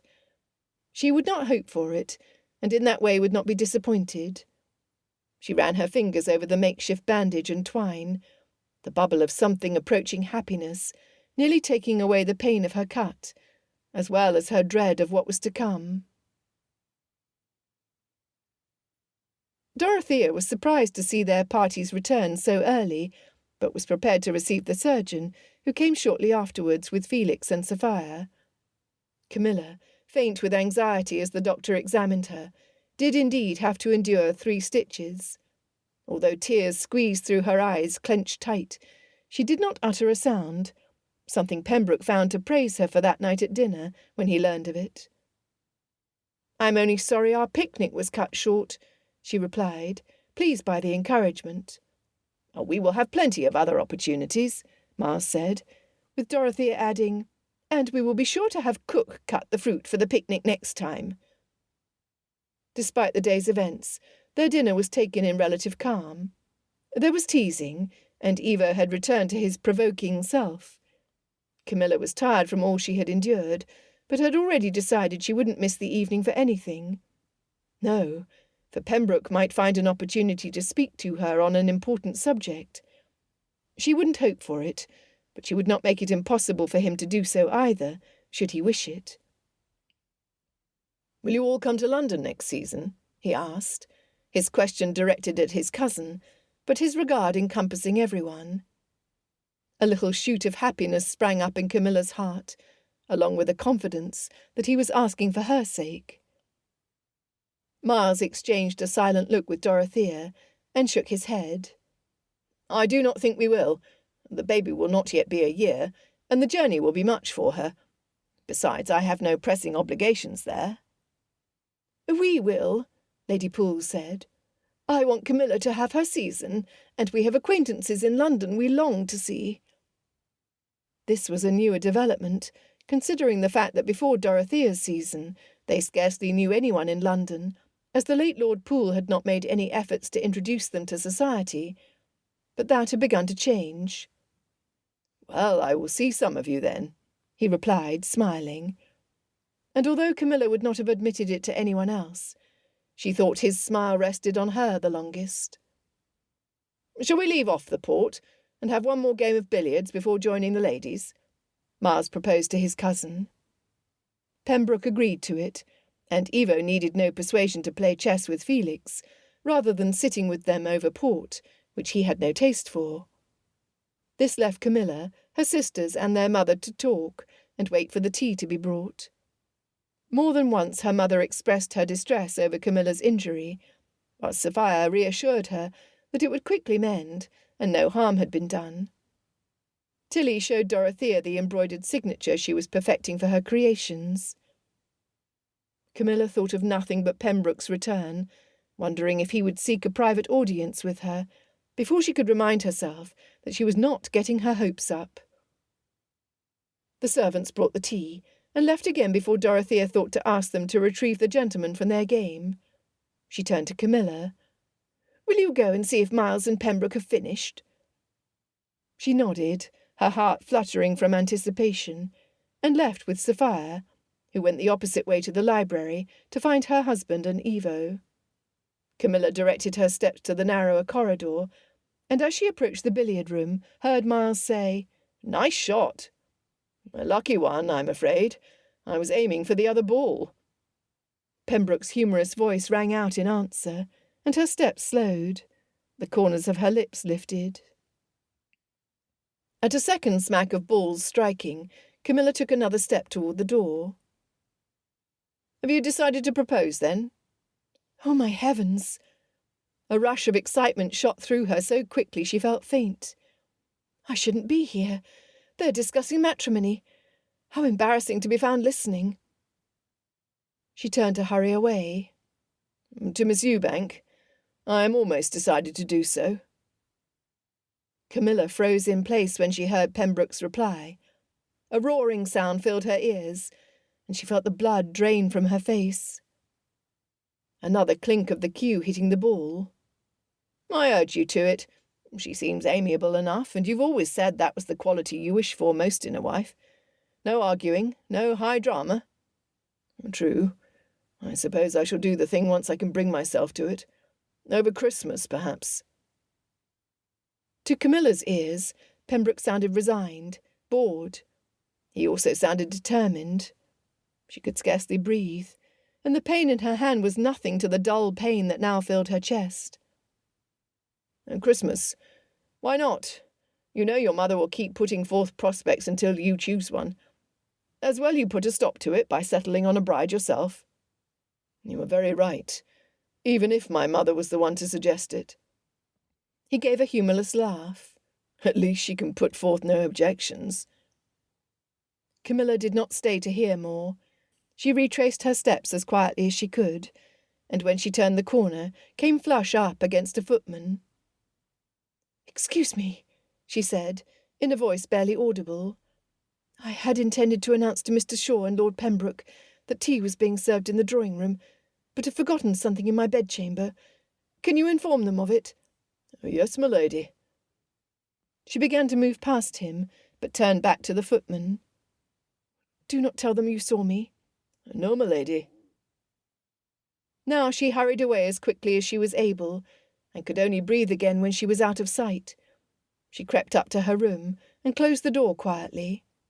There were only a few minutes to spare before she would need to make an appearance in the drawing-room. She used them by sitting on the bed and covering her face with her hands, the bump of the cotton pad pressing against her cheek. She tried in vain to keep the tears from leaking out. No one must notice her distress.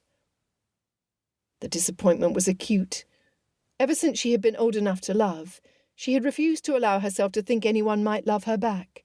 Why would they? But she had let down her guard with Pembroke, and allowed herself to believe.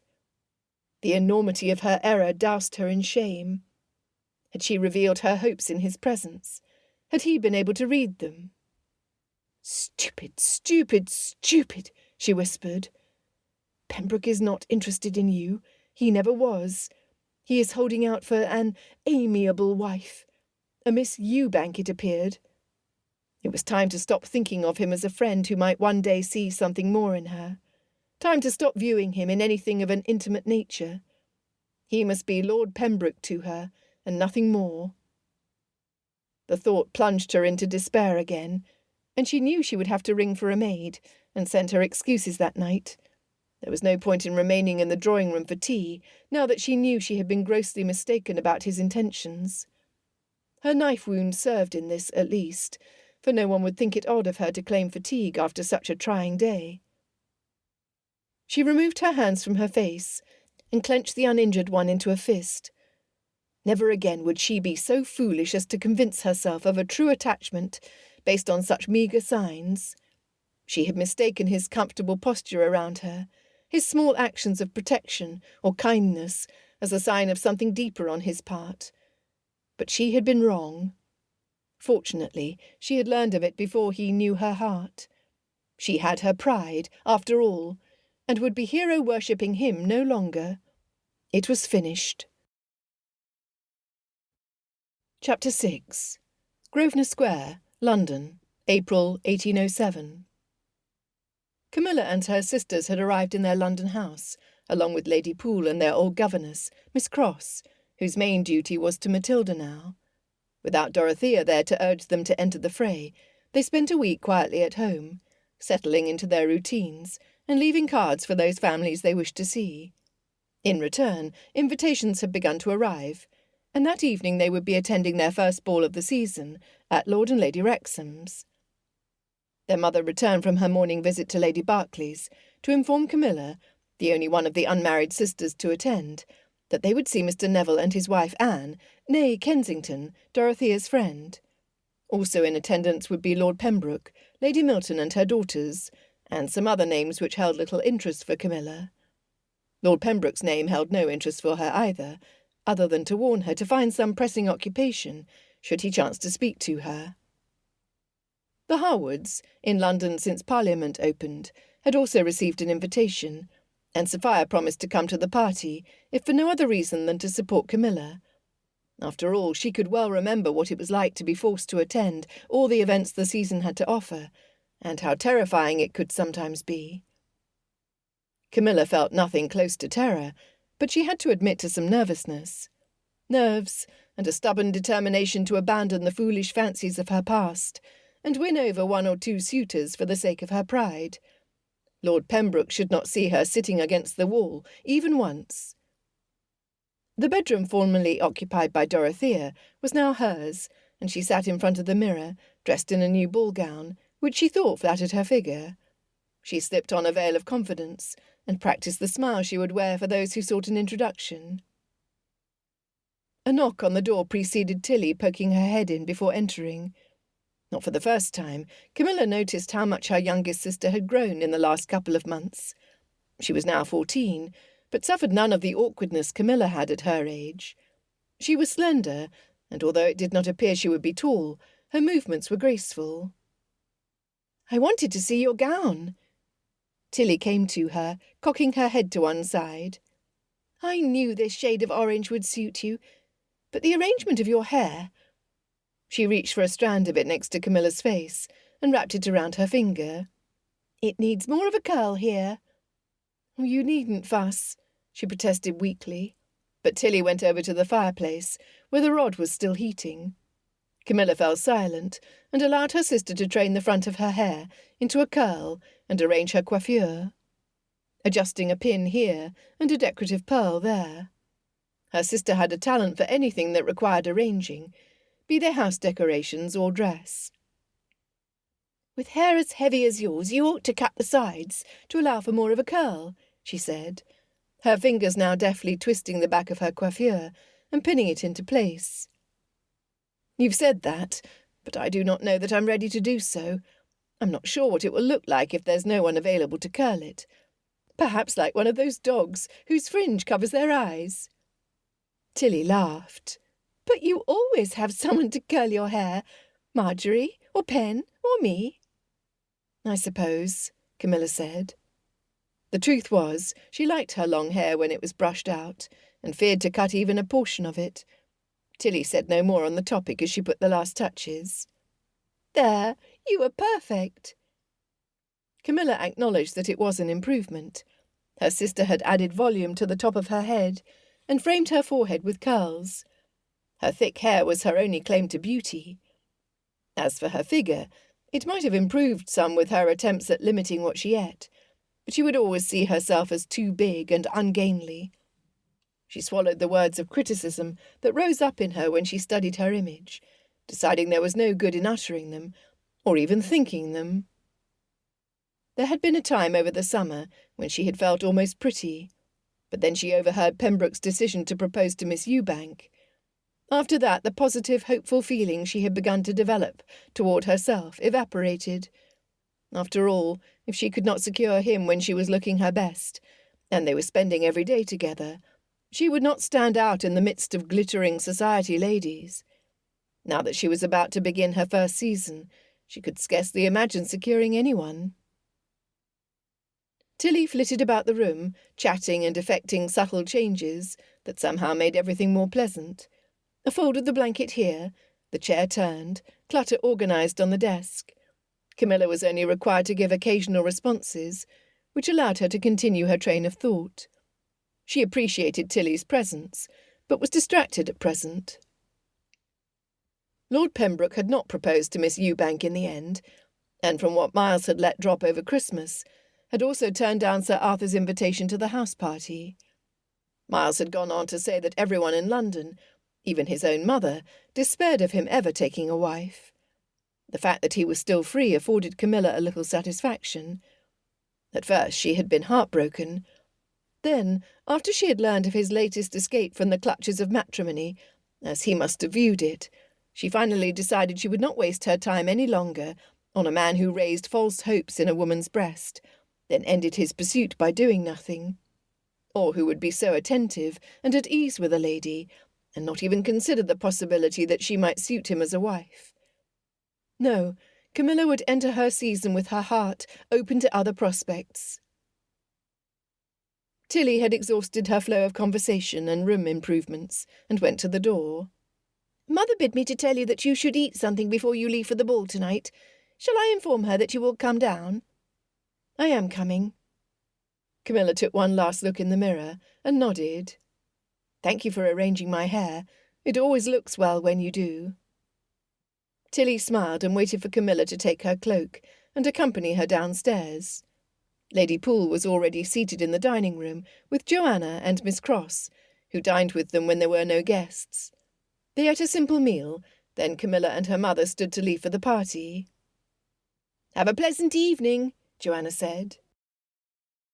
Camilla, wishing she was not leaving without one of her sisters, could not resist expressing what she had been thinking.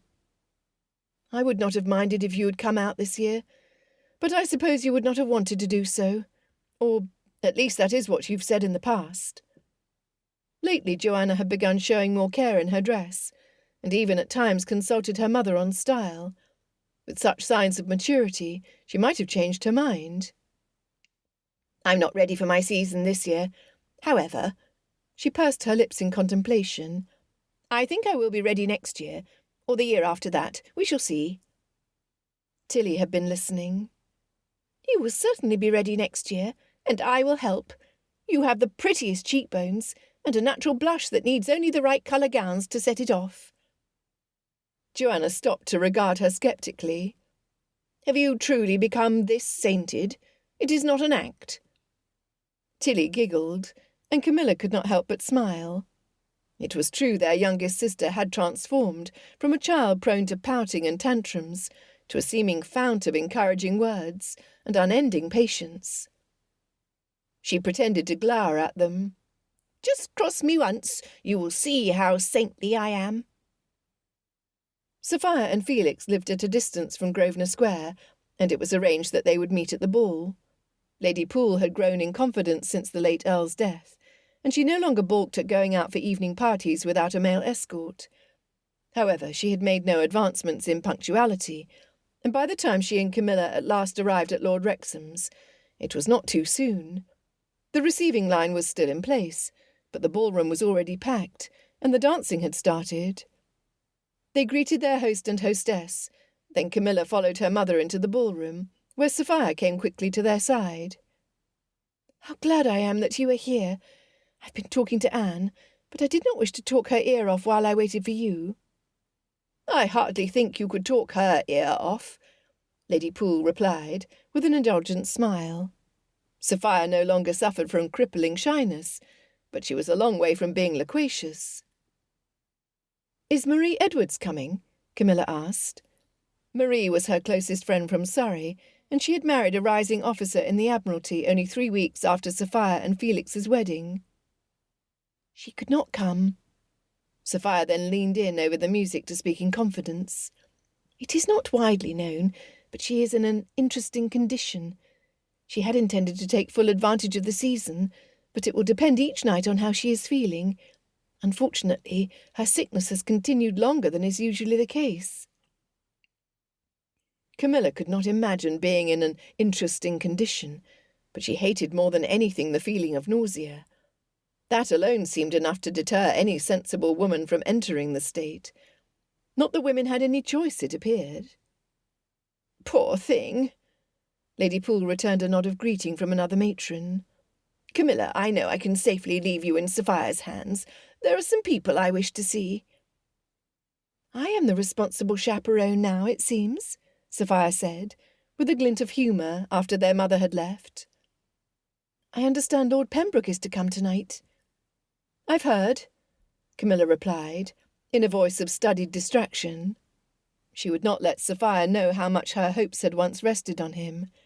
They had never again spoken of the subject, and she would rather that her sister simply assume she had given him up as an object of interest.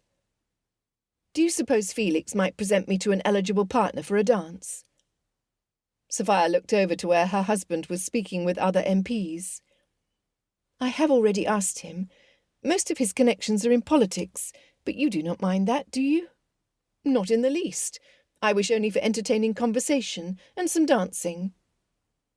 From the corner of her eye, Camilla caught a glimpse of Lord Pembroke entering the ballroom, and her heart gave a wild flutter. She clamped the feeling down and turned to face the other way. "Shall we speak to him now?" Felix had finished his conversation and smiled as Sophia approached, bending down as she whispered in his ear. His ensuing glance at Camilla though benevolent, gave her the odd sensation of being like a horse for sale on the market. "Good evening, Camilla. I believe Mr. Islip will be happy to partner you."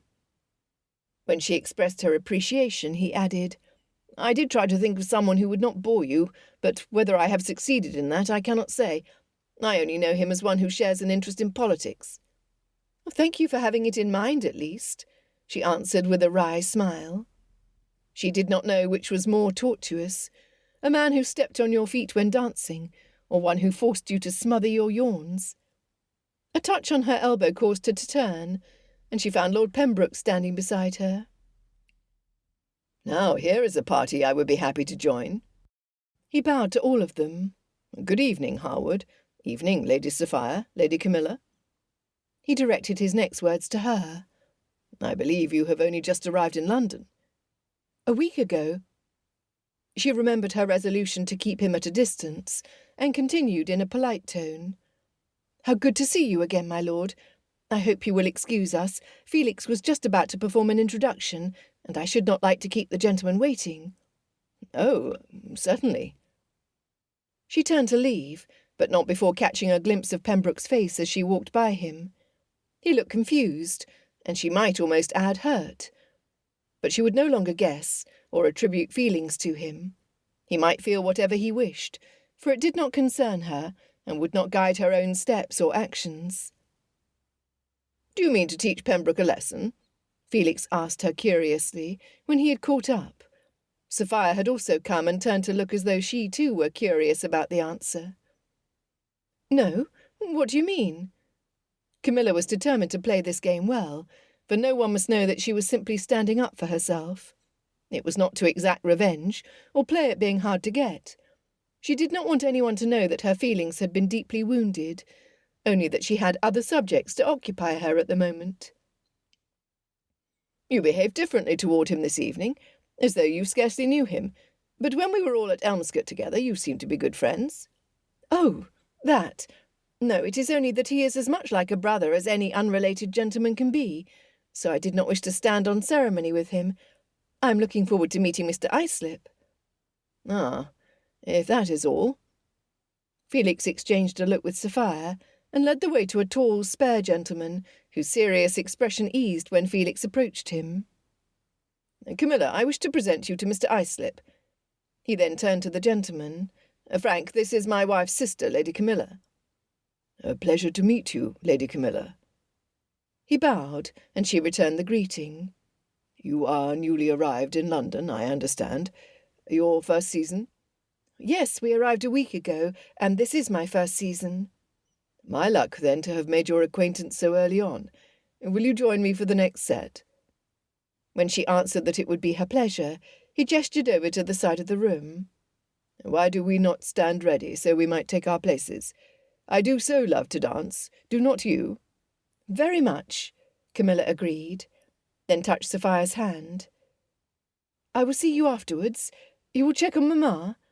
Do not worry. She is surrounded by several ladies, and they are deep in conversation," Sophia reassured her. Camilla, now walking beside Mr. Islip, was determined to give him every sign of attention.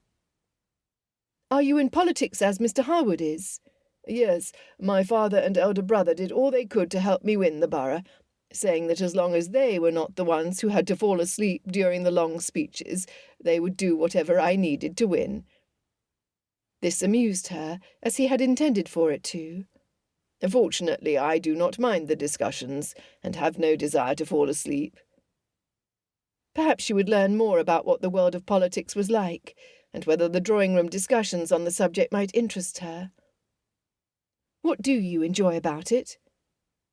Mr. Islip sent her a look of approval, apparently pleased with her sensible question. "As a member of Parliament, I have more recourse to change history than anyone, save the King." "Is that so?" Camilla said, thinking that surely he overstated the matter.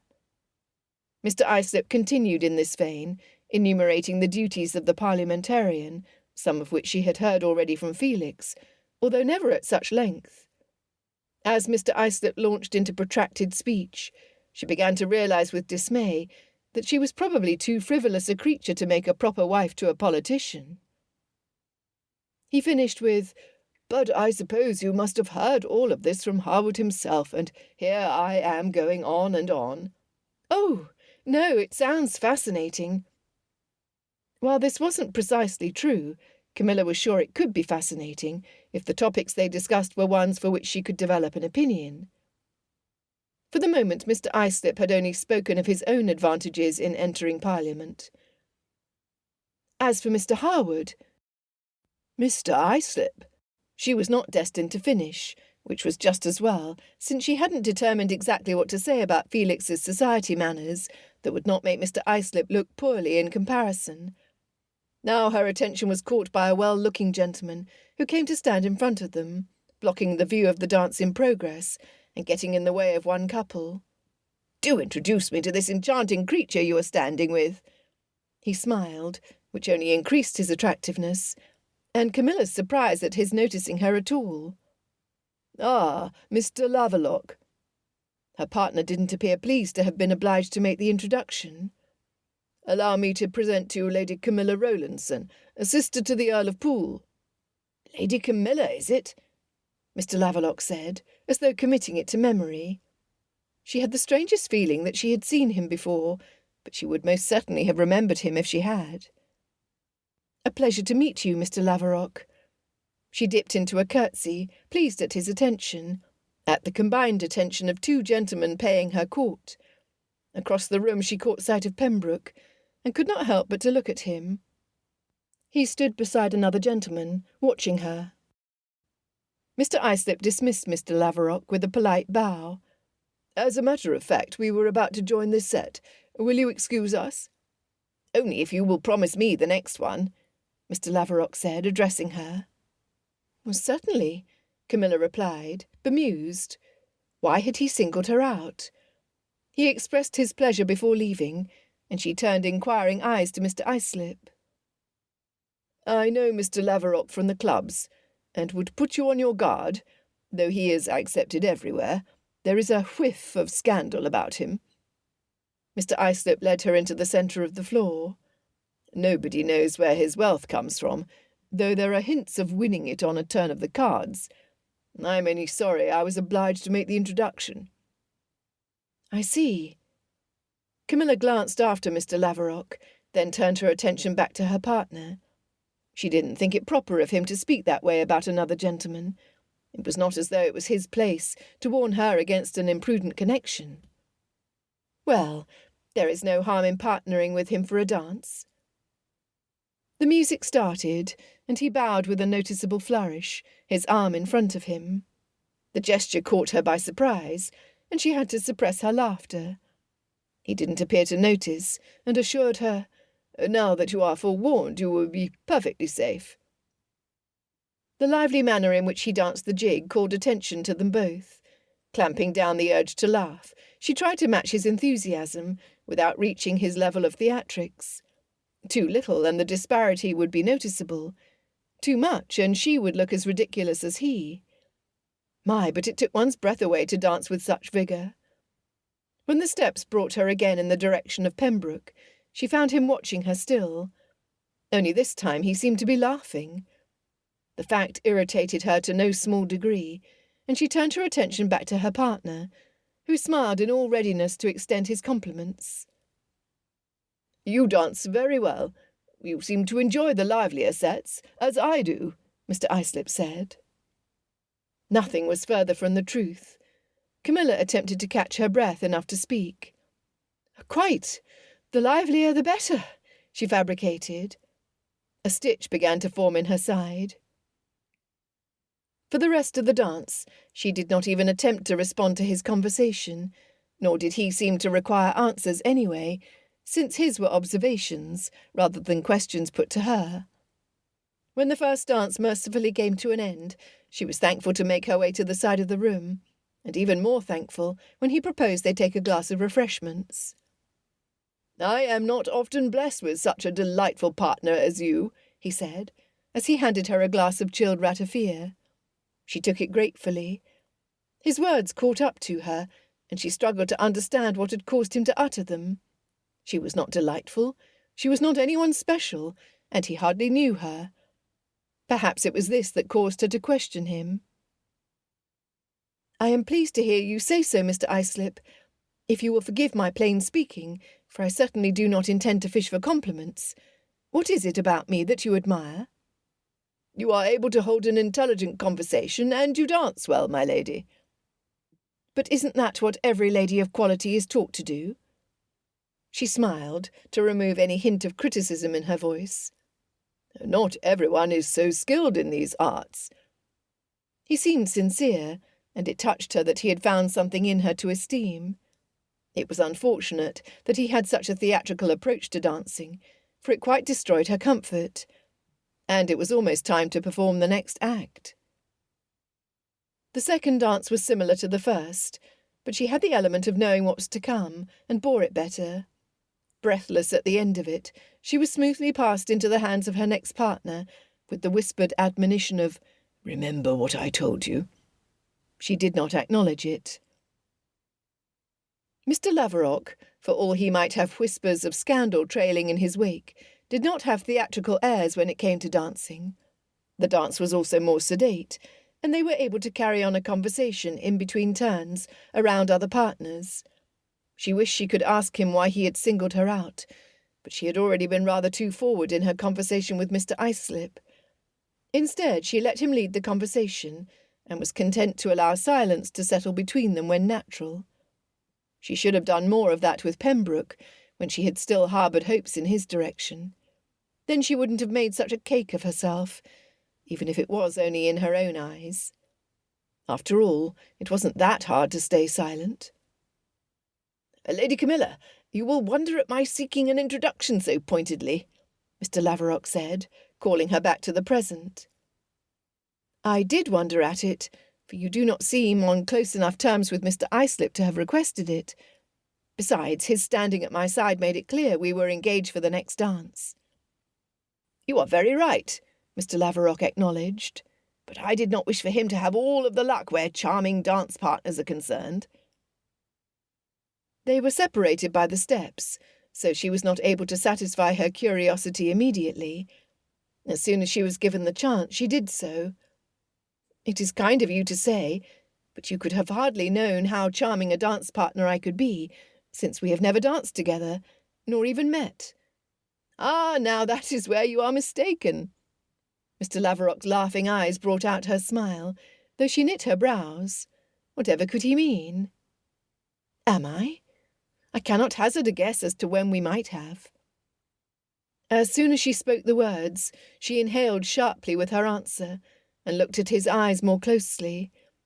There had been a masquerade ball in Vauxhall at the end of last season, and she had danced with an unknown gentleman in a loo mask and domino, who could only be distinguished by his voice, his stature and his eyes. The latter bore a marked resemblance to the man now standing before her. "You are correct, Lady Minerva," he replied, addressing her by the character she had assumed at the masquerade. "Now we have met face to face, allow me to tell you what an enchanting one you have." Chapter 7. It was Roe's 8th London season, and he had not enjoyed a society ball less than this one. He was no very great fan of balls as a general rule, so this was saying something. Although Pollard, a comfortable fellow, was in attendance, he was not particularly talkative. Jerry Wilmot was not to arrive in London for another week. Weatherby had simply not felt like attending that night, and Miles wasn't coming to London at all. At the start of the evening, Roe had high expectations for the ball, for he had learned from Felix that Lady Camilla would be attending, and he was looking forward to seeing her after many months. She generally entertained him with her conversation, but that night the unenthusiastic manner in which she received him had given him a shock. It was as though she could not have escaped his presence quickly enough. What could have possessed her to behave in such a way? In the 2 years since he had first met Camilla, they had fallen into an easy friendship. She had always been completely candid in his presence, and if, in response to some mystical feminine humour that women fell prey to, she was aloof, he could coax her back into a good humour. They understood each other, or so he had thought. Tonight he found her inaccessible, and his only consolation was the flash of amusement he had felt watching her try to keep steps with her ridiculous partner, a beanpole of a gentleman who danced with a showy flourish. Next, she was smiling and laughing with Laverock, a man whose origins were difficult to prove. He was wealthy and accepted everywhere, but Roe wasn't sure anyone really liked him. How had he gained an introduction to Lady Camilla? And now here she was, dancing with yet another partner. Roe was not one to give up easily, however, and he was sure it was a matter of some small misunderstanding between them that could be rectified by a simple conversation between sets. Having made the resolution, he waited until she had returned to her mother's side, and wasted no time in going over to her. "Lady Poole, I hope you are well this evening," he began, addressing the matron, with a quick glance at Lady Camilla. "Lord Pembroke, it is good to see you again," she answered with a pleased smile. "It has not been since Elmscott that we've had this pleasure." The older woman seemed to grow surer of herself with each season.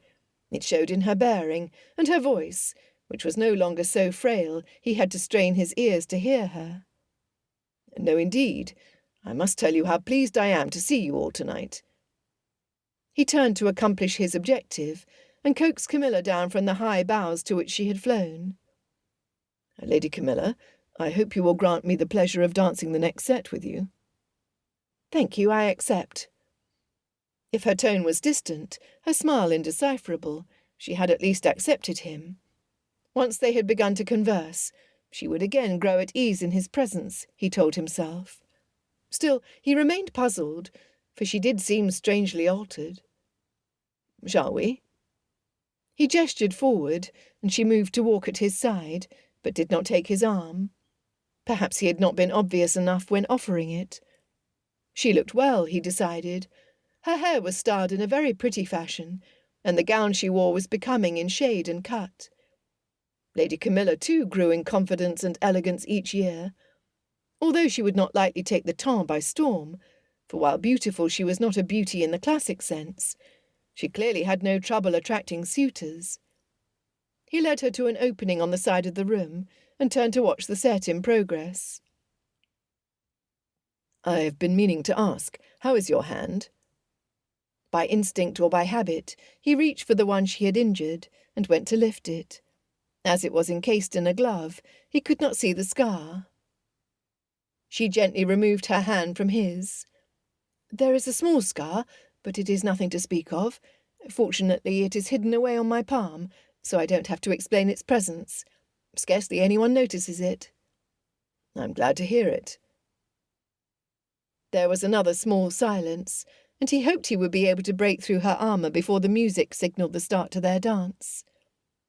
"How are all of your sisters, Lady Joanna, Tilly, and how is Evo?" "They are all well. Joanna and Tilly are in London, and you have already seen Sophia. Evo will come down as usual for the Easter break, wreak havoc upon the household, then leave us to gather the pieces." This was the Camilla he was accustomed to, and he laughed, relief adding to his gaiety. At his sign of appreciation, she unbent a little, but showed no more than a slight turning up of the lips. What would it take to coax her to respond in her usual way once again? "How have you been spending your months since we last met?" he asked, attempting another foray into conversation. "Were you in Surrey for Christmas?" "We were. There had been talk of returning to Elmscott, but in the end Dorothea and Miles felt they could make the journey with Augusta, for she is a rather hearty baby. They kept the carriage warm enough for her." "It must have been an agreeable winter holiday," he said, not without a pang of envy. He had spent it with his mother and sister. Neither made any attempt to hide their dissatisfaction that he was a bachelor still, and therefore shirking his obligation to the Pembroke line. It could only be due to his obstinacy, they were sure. "Most agreeable. And what did you do for Christmas?" Now Camilla turned to look at him fully, but there was still that distance he wished to remove. "I went to my estate, and spent it with my family, as I had no other engagements." He paused, thinking that he had had an invitation, but at the last minute had chosen not to accept it. "Strange," she said, a crease between her eyes. "What is?" Strange that you had no other invitations. You, a gentleman who is so well liked by all." The dance had ended, and the partners performed their reverences and left the floor to allow the new couples to enter. She moved forward, and he hurried to follow, catching her words. "But then I am sure your mother was most gratified to have you at home." "True, and my sister's family as well." The words fell flat as he remembered the dull atmosphere in his house. His sister Mary was married to a Mr. Richard Moffat, with whom he had nothing in common. Moffat was older in years, but that wasn't it. It didn't seem possible that he had ever been interesting, not even in his youth. The only reason Roe didn't send his excuses was because his mother would have mentioned it every time she saw him for the next 6 months. Besides, he did not have another place to go. Theirs was a country line dance, and the gentleman at the head called for "Speed the Plough." The first notes immediately followed, and Roe and Camilla performed the honours from the opposite side of the line. When the steps brought them close, he asked, "How did you make Mr. Laverock's acquaintance?" "Mr. Islip performed the introduction," she added after a space, "although I had met him before, in Vauxhall at the masquerade ball." "Had you?" He was forced to wait until the dance gave them the opportunity to speak. "So you were presented there. He is a tolerable fellow, but a bit difficult to predict. There is a secretiveness to him that one cannot quite like." "So I am to understand, but I do not mind it." She turned around Roe as their palms touched. "And we were not presented at Vauxhall. We were both masked, and he asked me to dance." To his frustration, he could make no immediate reply to that, and had to wait before voicing his protest. "You accepted to dance with a fellow you did not know?" "Why, yes." Lady Camilla gave him that same enigmatic smile. "That is how masquerade balls function, you see.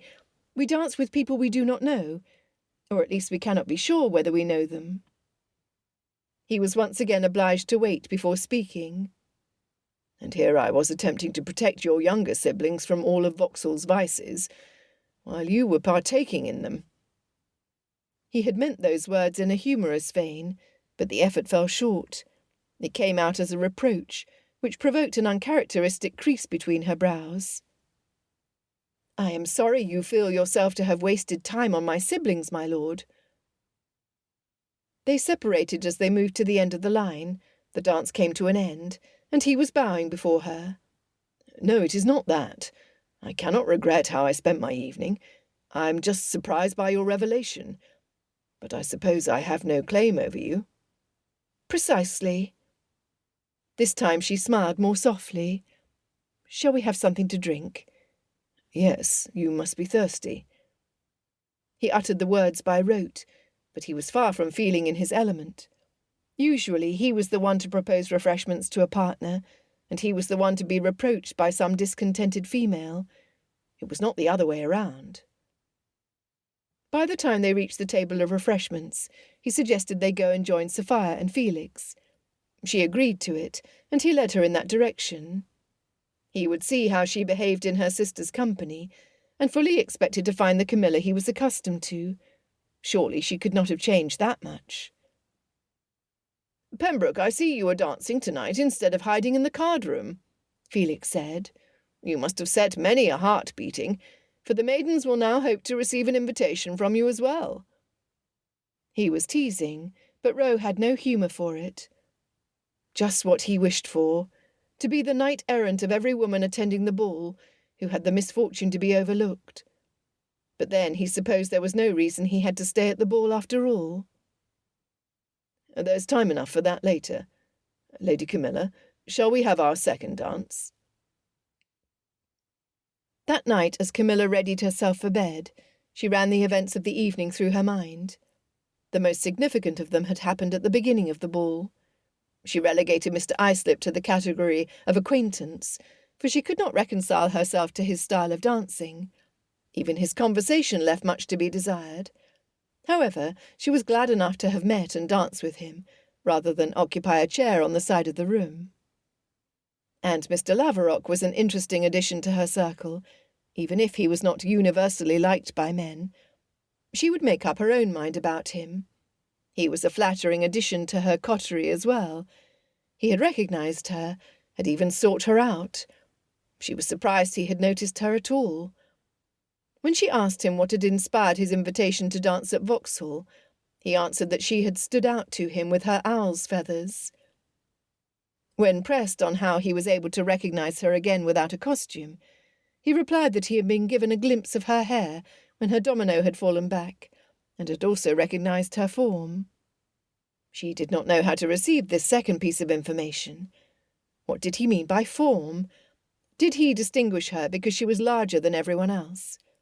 But then, he could not have been very put off by her form, since he had decided to approach her again. She could not make heads or tails of his intentions. Despite her confusion over his motives, he was an amusing gentleman, easy to converse with, able to make her laugh, and pleasing to look upon. It had felt like a coup. But the greater triumph was in having resisted Pembroke's charm. She had truly been able to keep to her decision not to fawn all over him, and she could see that it unsettled him. She must simply hold to her decision where he was concerned. One thing she was missing at these balls was a friend. Dorothea had begun her season friendless, but quickly managed to make one of Anne. Sophia had Marie Mowbray from Surrey, who had been in London with her, and of course she and Dorry had each other. Camilla had come to the conclusion that Bernice Milton, her neighbour from Surrey, might be her best chance for a friendship in London. After all, they had met on more than one occasion over the winter, and conversed comfortably.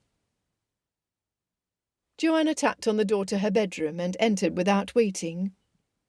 "You had better rise. Perhaps there will be callers today." Camilla blinked up at her. "It is not like you to anticipate callers. You may be right, but will you be there to receive them with me if there are?" "Certainly, if you wish it." Camilla raised both knees to her chest, bringing her blankets with her. "Do you know, I was just thinking that it might be a lonely season having to attend all of the balls on my own." "But you are not alone. You have Mamma, and you have Sophia." Joanna came and sat beside her on the bed. "Yes, but it is not the same. They spend their time talking to the married women. I wish I had a friend to stand with me. You will see what I mean when you are out, and will wish for it too." She laughed suddenly. "However, I will surely be standing beside you next year, since I'm unlikely to secure a match in my first season." "Why do you think you will not?" Joanna asked. Camilla was not ready to be so vulnerable, so she settled for a generality. "Many young ladies far more beautiful than I do not find husbands in their first season. It is therefore unlikely that I will." Joanna didn't look convinced, then asked suddenly, "Do you care so much about being married?" "Well, yes, as a matter of fact." Camilla had always wanted to be married, to be loved, but it wouldn't do to talk about that. "It is the only path for us women if we don't wish to end our career as a servant to someone else, or living alone as an eccentric." Joanna looked down at her fingers. "For all that, I'm not sure I wish to marry." "Truly?" Camilla could hardly believe it, even coming from Joanna. "Is it because our parents provided such a poor model? You shouldn't set too much store by it." "Partially, and also because I do not want to resign myself to living at home with a packetful of babies, while my portly husband goes off to the club to smoke and dine. I think I will go mad with such a life." Camilla did not know how to respond. She wanted her sister to find happiness, but knew it was difficult for a lady who wished to swim against the stream. "Well, perhaps you will find a gentleman who wants the kind of life that you do. It is always possible, isn't it?" Joanna shrugged. "In any case, it is not something I have to worry about right away. You, on the other hand," she threw the blankets off Camilla's legs, "are having your season now, and you must go and eat breakfast and wait for all those flowers to come, as Dorry did in her season." "Yes, though, if I remember correctly, the only person to give her any was Miles." "Oh, she had others, but Miles was the only one she cared about." Joanna sat on the bed watching Camilla as she went over to the wardrobe. "But I did not ask you how the evening was. And you said nothing about it apart from feeling lonely. I dance most of the dances, Camilla reminisced with satisfaction. Felix introduced me to one partner, and another came to seek an introduction from him. There was Pembroke. How is he? Joanna asked quickly.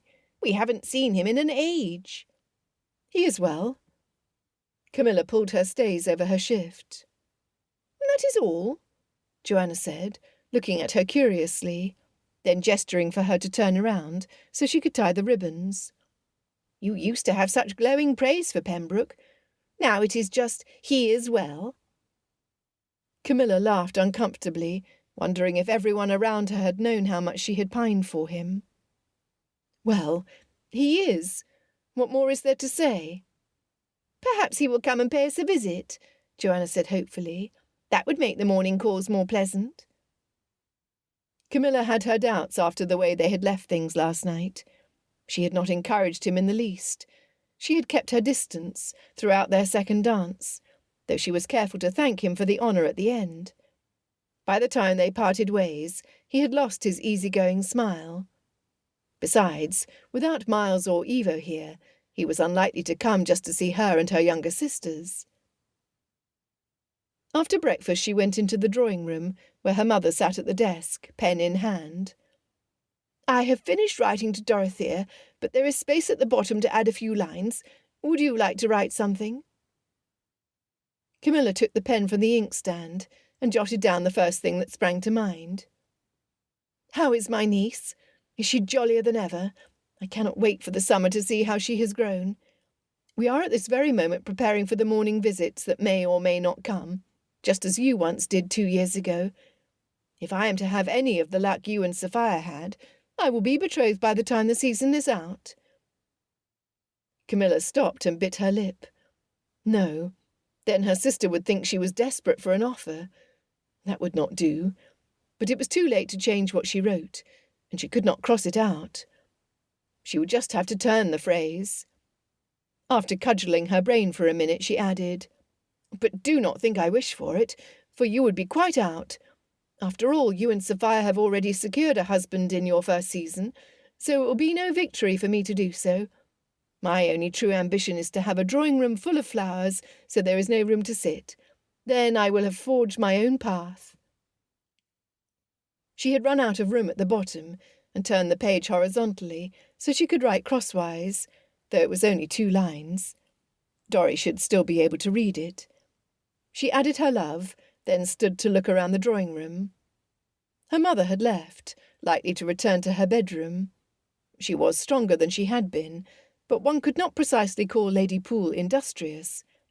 It was up to Camilla to direct things now, she supposed, on the very slim chance that they were to receive callers. At noon she sat in the drawing-room with a book in hand. Joanna was also reading, and Tilly sat on the sofa and embroidered. Their mother would join them in a bit, she had promised, and the housekeeper was prepared to bring tea at the right time. A loud knock on the front door brought Camilla's eyes to Joanna's. "It appears we are to have visitors after all."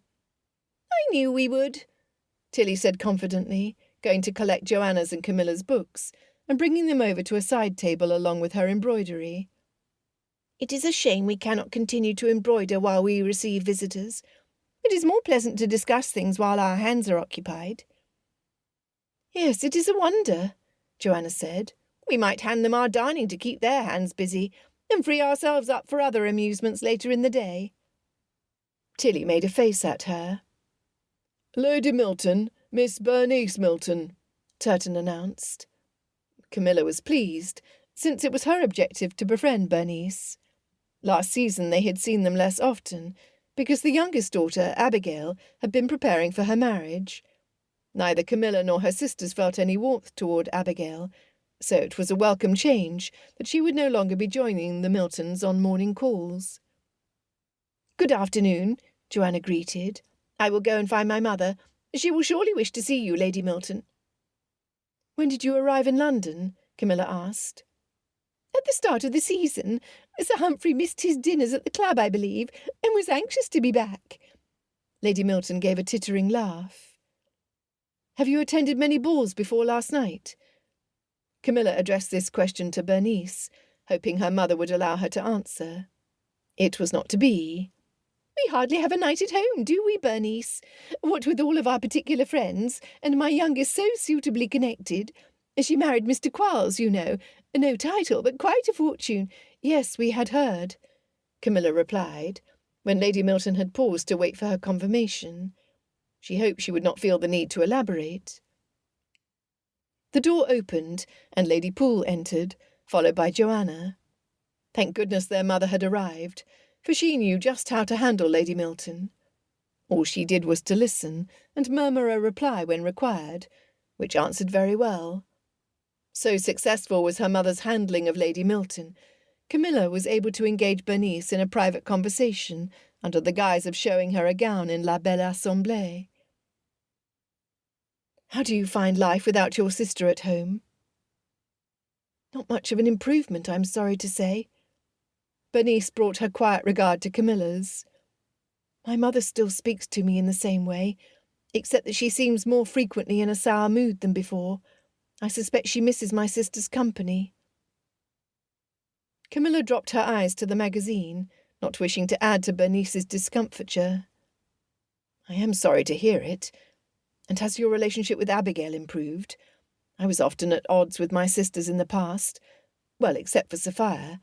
No one can be at odds with her. But my sisters and I have all grown closer in the years since." Bernice shook her head. "Abigail is not like your sisters. My mother has spoiled her for her whole life, and as a result I do not think she knows how to be kind. Whenever I see her now, she takes pains to remind me that she has married before me, and that her husband is very wealthy." Camilla sighed and glanced at Lady Milton before leaning in to speak.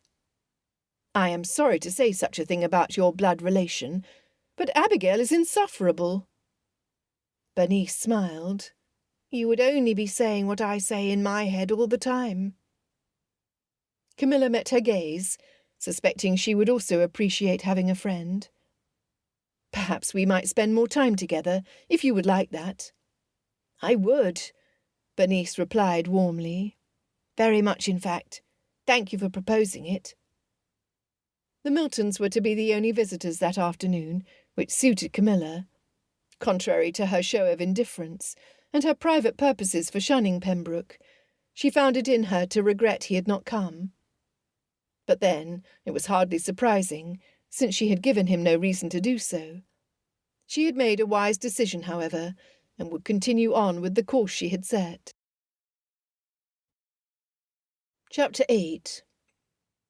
Roe decided to give no more thought to Lady Camilla's strange ways.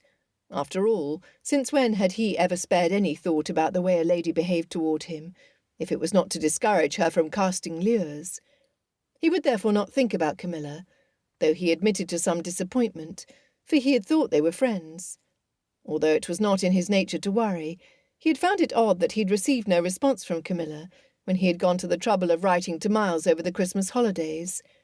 He had made it a point to include the Rowlandson sisters in his greeting. Did she not know that by doing so he was paying her and her sisters a signal honour? But it was futile to think this way.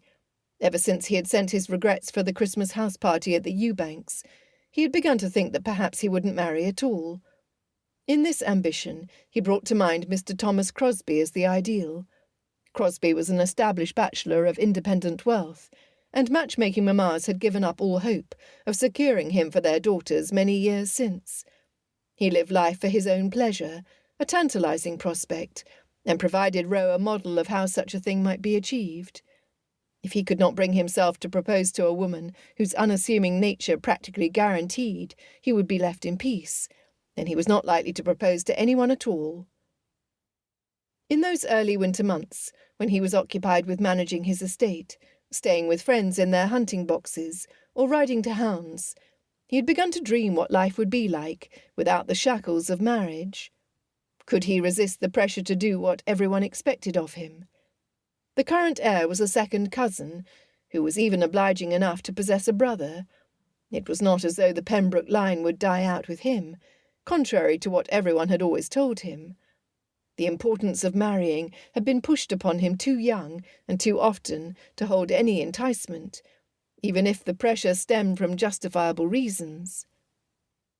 His grandfather had often expressed his disappointment to have fathered only one son, and he wouldn't even speak of the daughter who had displeased him enough over an imprudent marriage that he had cast her off. Ro's mother echoed his grandfather's dictums, adding her own entreaties that sprang from her perceived failings. She had only been able to have one daughter and a son before his father suffered a sudden collapse at a young age, abruptly leaving this world. It was up to Ro, he was told, to marry and fill his nursery with as many heirs and spares of spares, as he could, so that the line would not die out.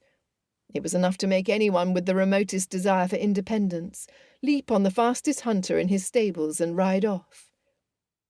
However, Lady Camilla could not have been far from his mind, for when he spotted her brother-in-law during his early morning ride in Hyde Park, he picked up his pace to go and ride alongside him. "Morning, Harwood."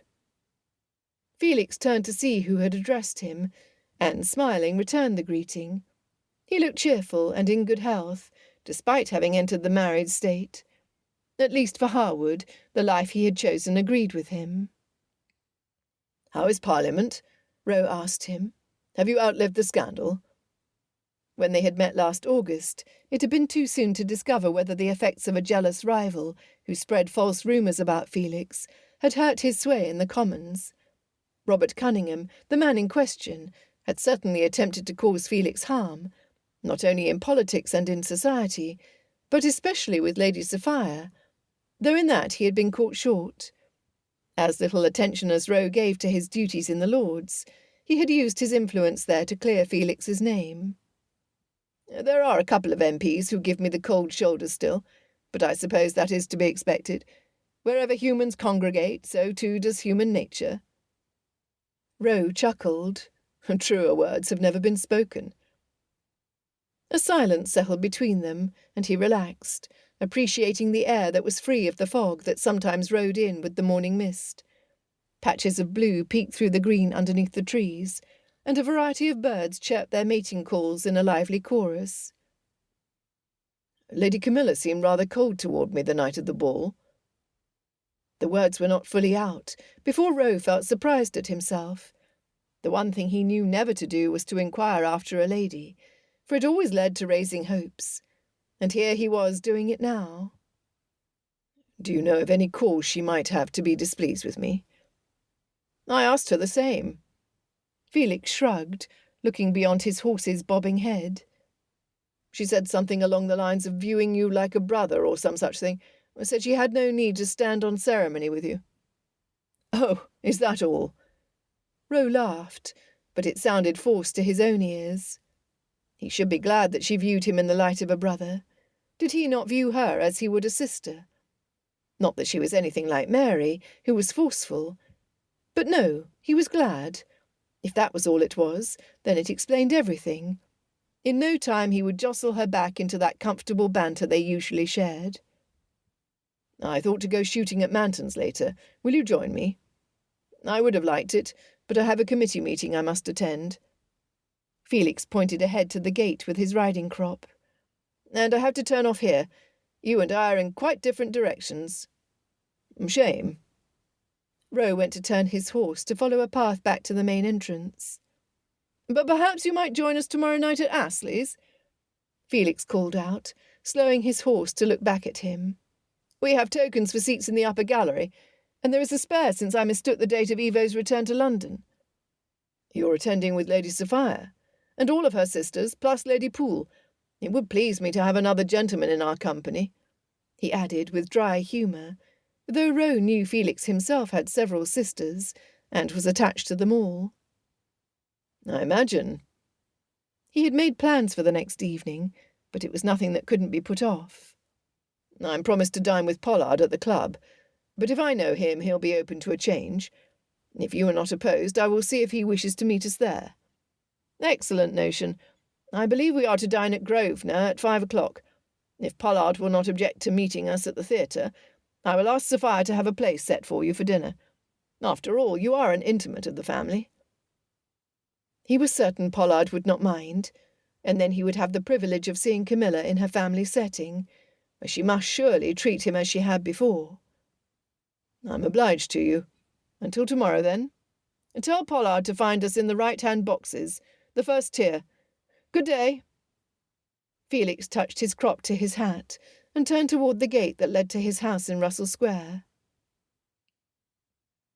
Pollard was always amenable to any entertainment while in London, and Roe was easily able to convince him to meet at Astley's for an evening's diversion. Despite his love of diversion, one would be mistaken to believe Pollard an idle man. He was devoted to experimenting with various agricultural methods on his estate, and when in London, he spent every morning going over letters from his steward, studying his accounts, and reading books on how he might improve his yield.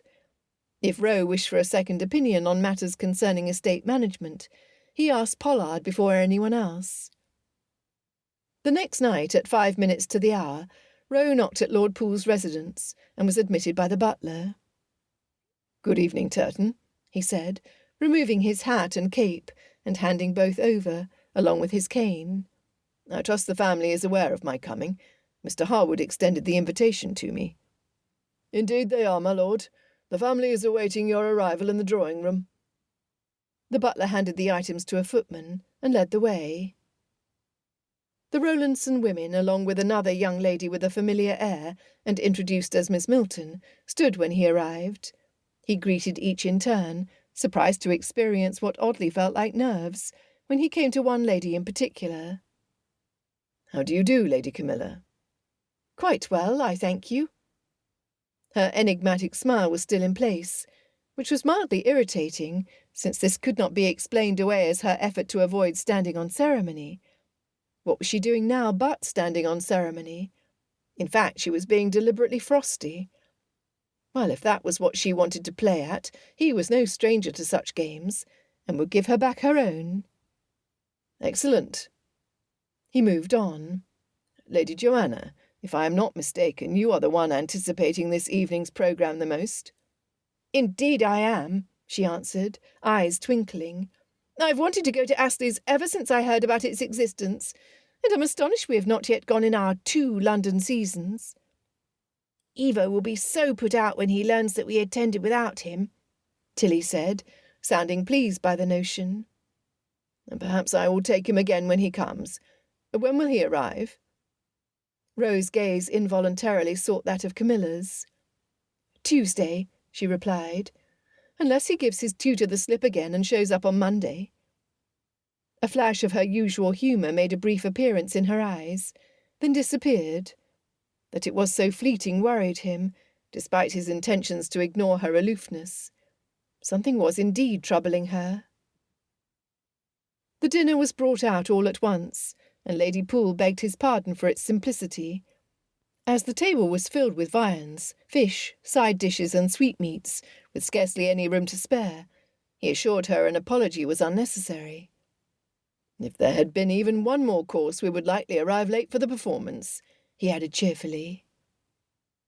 Camilla picked at her food, and he wondered if she was not feeling well. She usually had a hearty appetite, which was something he appreciated about her.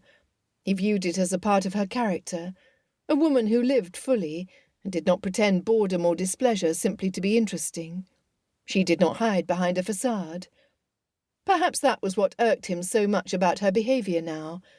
She was pretending boredom, was hiding behind a facade, and had been doing so at the ball as well.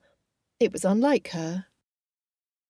When the meal was over, they settled the travel arrangements between them, as the servants brought their cloaks. The inside of the amphitheatre would be chilly. "Pembroke, if it's all the same to you, Sophia and I will travel in your carriage and leave ours here," Felix said. Roe agreed to it, and Lady Poole considered the remaining passengers. "Our carriage will not hold 5 of us comfortably. Camilla, I think you had better ride in Pembroke's carriage as well." She turned to him. "That is, if you do not mind." He shook his head, inexplicably pleased with the arrangement, until Camilla protested that she had thought to ride with Miss Milton. When this was overborne, she answered with a wooden expression that made her displeasure clear. "Yes, mamma." His groom was waiting for him, and Roe held open the door while Felix helped his wife and her sister into the forward-facing seat, then climbed in across from Sophia. Roe was last to take his seat across from Camilla, and when he reached over to pull the door shut, his knees touched hers. He immediately pulled back to avoid repeating the intimacy, although he was more conscious of her than he usually was. What had come over him? Felix and Sophia kept up a light and steady conversation, and Camilla would interject a word here and there. Roe, preoccupied by this new Camilla he was encountering, did not attempt to do more than add to the conversation when applied to. They encountered little traffic on their way to Newcastle Street, and before long were dropped off in front of the large theatre, with Poole's crested carriage pulling up ahead of them. Roe stepped out first, and held out his hand to assist Camilla. When she paused as though to refuse, he knew with a certainty that something was wrong, and wondered how to discover what it was. But then she placed her hand in his and alighted. He decided to throw his usual behaviour to the wind and ask her what was amiss, but he was given no chance to do so, because the two groups joined and turned to enter the theatre. He contrived to walk beside her, but apart from acknowledging his presence with a brief glance, she turned to talk to Miss Milton. He wasn't precisely frustrated at her obstinacy, for that would be taking things too far, but he had not thought her to be the sort to display such feminine wiles. They climbed the stairs to the first-tier gallery, where they had seats, and where Pollard was already waiting for him. Beside him sat Weatherby and Jerry Wilmot, and they all stood and turned as the large party entered. "I proposed the idea to these two, and they were keen to attend," Pollard explained. Roe was glad to see his friends, until he watched each of them bowing over Lady Camilla's hand, and coaxing her into those smiles usually reserved for him, and now denied. He would most certainly have to speak to her. He made little attempt to join the conversation that swirled around him, which was eventually brought short by a spectacular opening piece, the fast La Réjouissance of Handel's music for the royal fireworks. A circle of silver bay mares with tall feathered headdresses entered the ring led by riders of the same height, wearing costumes of the previous century, with shiny pale blue justaucorps, breeches and satin slippers. The horses pranced in a circle at a smart pace, and performed the steps in unison. This was a thrilling sight, even to Roe, who had seen the act before. When the riders stood on horseback, one after the other, and rode in perfectly balanced symmetry, the audience thundered with applause. He glanced at Camilla, who sat at an angle in the row in front of him, her eyes shining with pleasure. He watched her enjoyment, thinking that this look suited her much better than the ennui she had shown him since arriving in London. The atmosphere remained lively throughout the performance, and the conversation and refreshments taken between the acts allowed a degree of informality to settle upon the party. Jerry and Weatherby became better acquainted with Felix and Sophia. Then Jerry drew Camilla into conversation. Pollard seemed to enjoy speaking to Miss Milton, and Roe did his best to entertain Lady Poole and her youngest two daughters. At times he could not resist listening in when Camilla spoke, and noticing how natural she was with everyone but him. The chance to have private words with her he had been waiting for came after the performance, while they waited for the carriage to be brought. Lady Sophia and her husband were caught up in a discussion, leaving Roe at liberty to pursue his own. He let his eyes rest on Camilla's face, searching it for that warmth he had seen earlier with his friends, but which was once again hidden. "You seem to have enjoyed yourself," he said, watching her reaction. "It is easy to be pleased in such a lively environment. I must be very dull to have found fault with it." "You also seem to enjoy your conversations with my friends." Oh, devil take it. Now he sounded jealous. "I did." She cocked her head with a look that seemed to challenge him to come to the point. The look was not precisely arrogant, but rather assured. This was new. "And yet, ever since you've arrived in London, you have not seemed to enjoy mine." Well, he had planned on opening the budget, so he might as well do it. "Do you mean the 2 times we have met?" Her smile was not quite mocking, but almost. Yes, in those 2 times. He would not be deterred by pretense, since he longed to get to the bottom of her behaviour. And that would not be remarkable with another woman, but in the nearly 3 years we have known each other, we have always been good friends, have we not? We are connected through your sister's marriage to my cousin, and we have spent weeks together at Elmscote. True, but then we have gone 7 months without seeing each other at all, so perhaps we are not as good friends as you suggest. So you are put out because I did not keep up a correspondence with you over the winter. I did write to Miles, and included all of his wife's family. How generous of you! I received but one reply, and it was from Tilly. Confound it! He had betrayed himself with that last line. Steady, Row. This is most unlike you. The almost mocking smile had returned. I hardly expected that you would notice whether or not I replied to a letter addressed to my brother-in-law, all of my sisters and my mother. He did not like the expression in her eyes that seemed to see too much in him. You would have preferred me to write to you directly, then? He said, cynicism colouring his own words. I have no expectation that you should write to a lady at all with whom you have no understanding, my lord. Precisely. So I am at a loss to understand your behaviour now. He hardly knew why he was speaking to her in such a tense manner. What had come over him? She let out a silent breath and trained her eyes at some point over his shoulder. There is truly nothing to understand. Without wishing to sound either grasping or pathetic, I'm in London in the hopes of securing a suitable match. You will therefore understand why I do not fix myself at your side, lest I give other gentlemen the wrong impression. I do not expect you to be glued to my side, Lady Camilla, but I believe I have cause to expect a hint of your former friendship. Your nature has always been without guile. Perhaps I have grown. She levelled him with her gaze. And wished to reserve my friendship for my suitors. Why can I not be a suitor?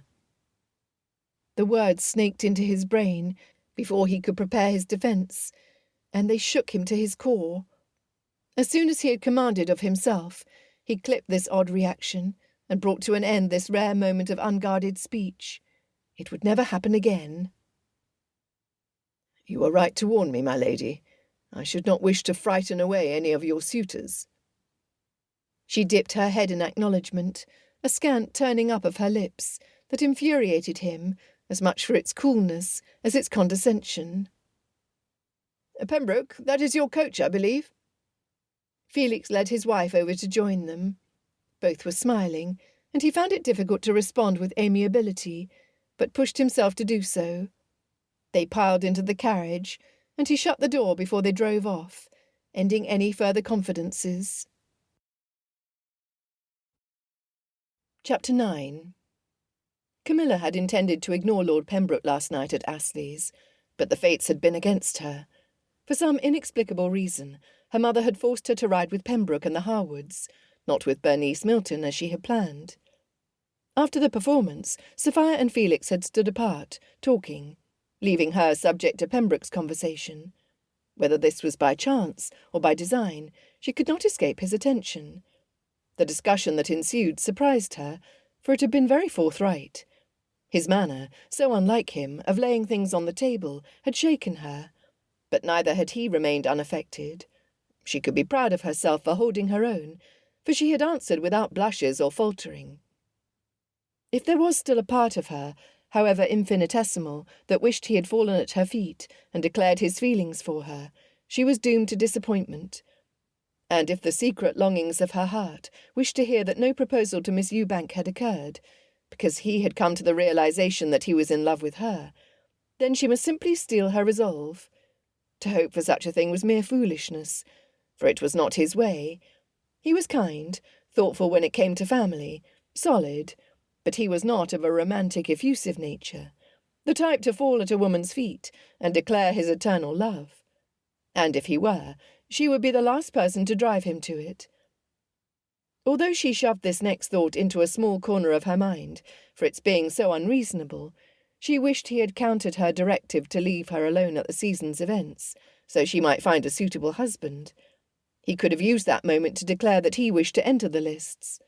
The fact he had not made it plain that he was thoroughly and utterly not an option. She understood it, she accepted it, and yet her throat ached with unshed tears whenever she thought of it. A loud clamour sounded downstairs, followed by voices. Camilla, dressed and seated before the mirror in her room, did not need to listen further to know that it was Evo returning from school. Her cheeks were still pink from unexpressed emotion, so she fanned herself, then smoothed her dress before going to the stairwell. Before she had descended halfway, Evo looked up. "Camilla, you needn't come down as well. I will see you at dinner." He looked around at his 3 sisters and mother, who had all gathered to welcome him. "Females," he said, shaking his head in feigned disgust. "You should not be so disdainful," Joanna said. "You will one day marry one." "I should hardly think so. Or if I do, not before I'm 50, he retorted. "And perhaps not even then, for you will have to convince one to accept you first." Tilly smiled, proud that she had scored a hit. He rolled his eyes at her.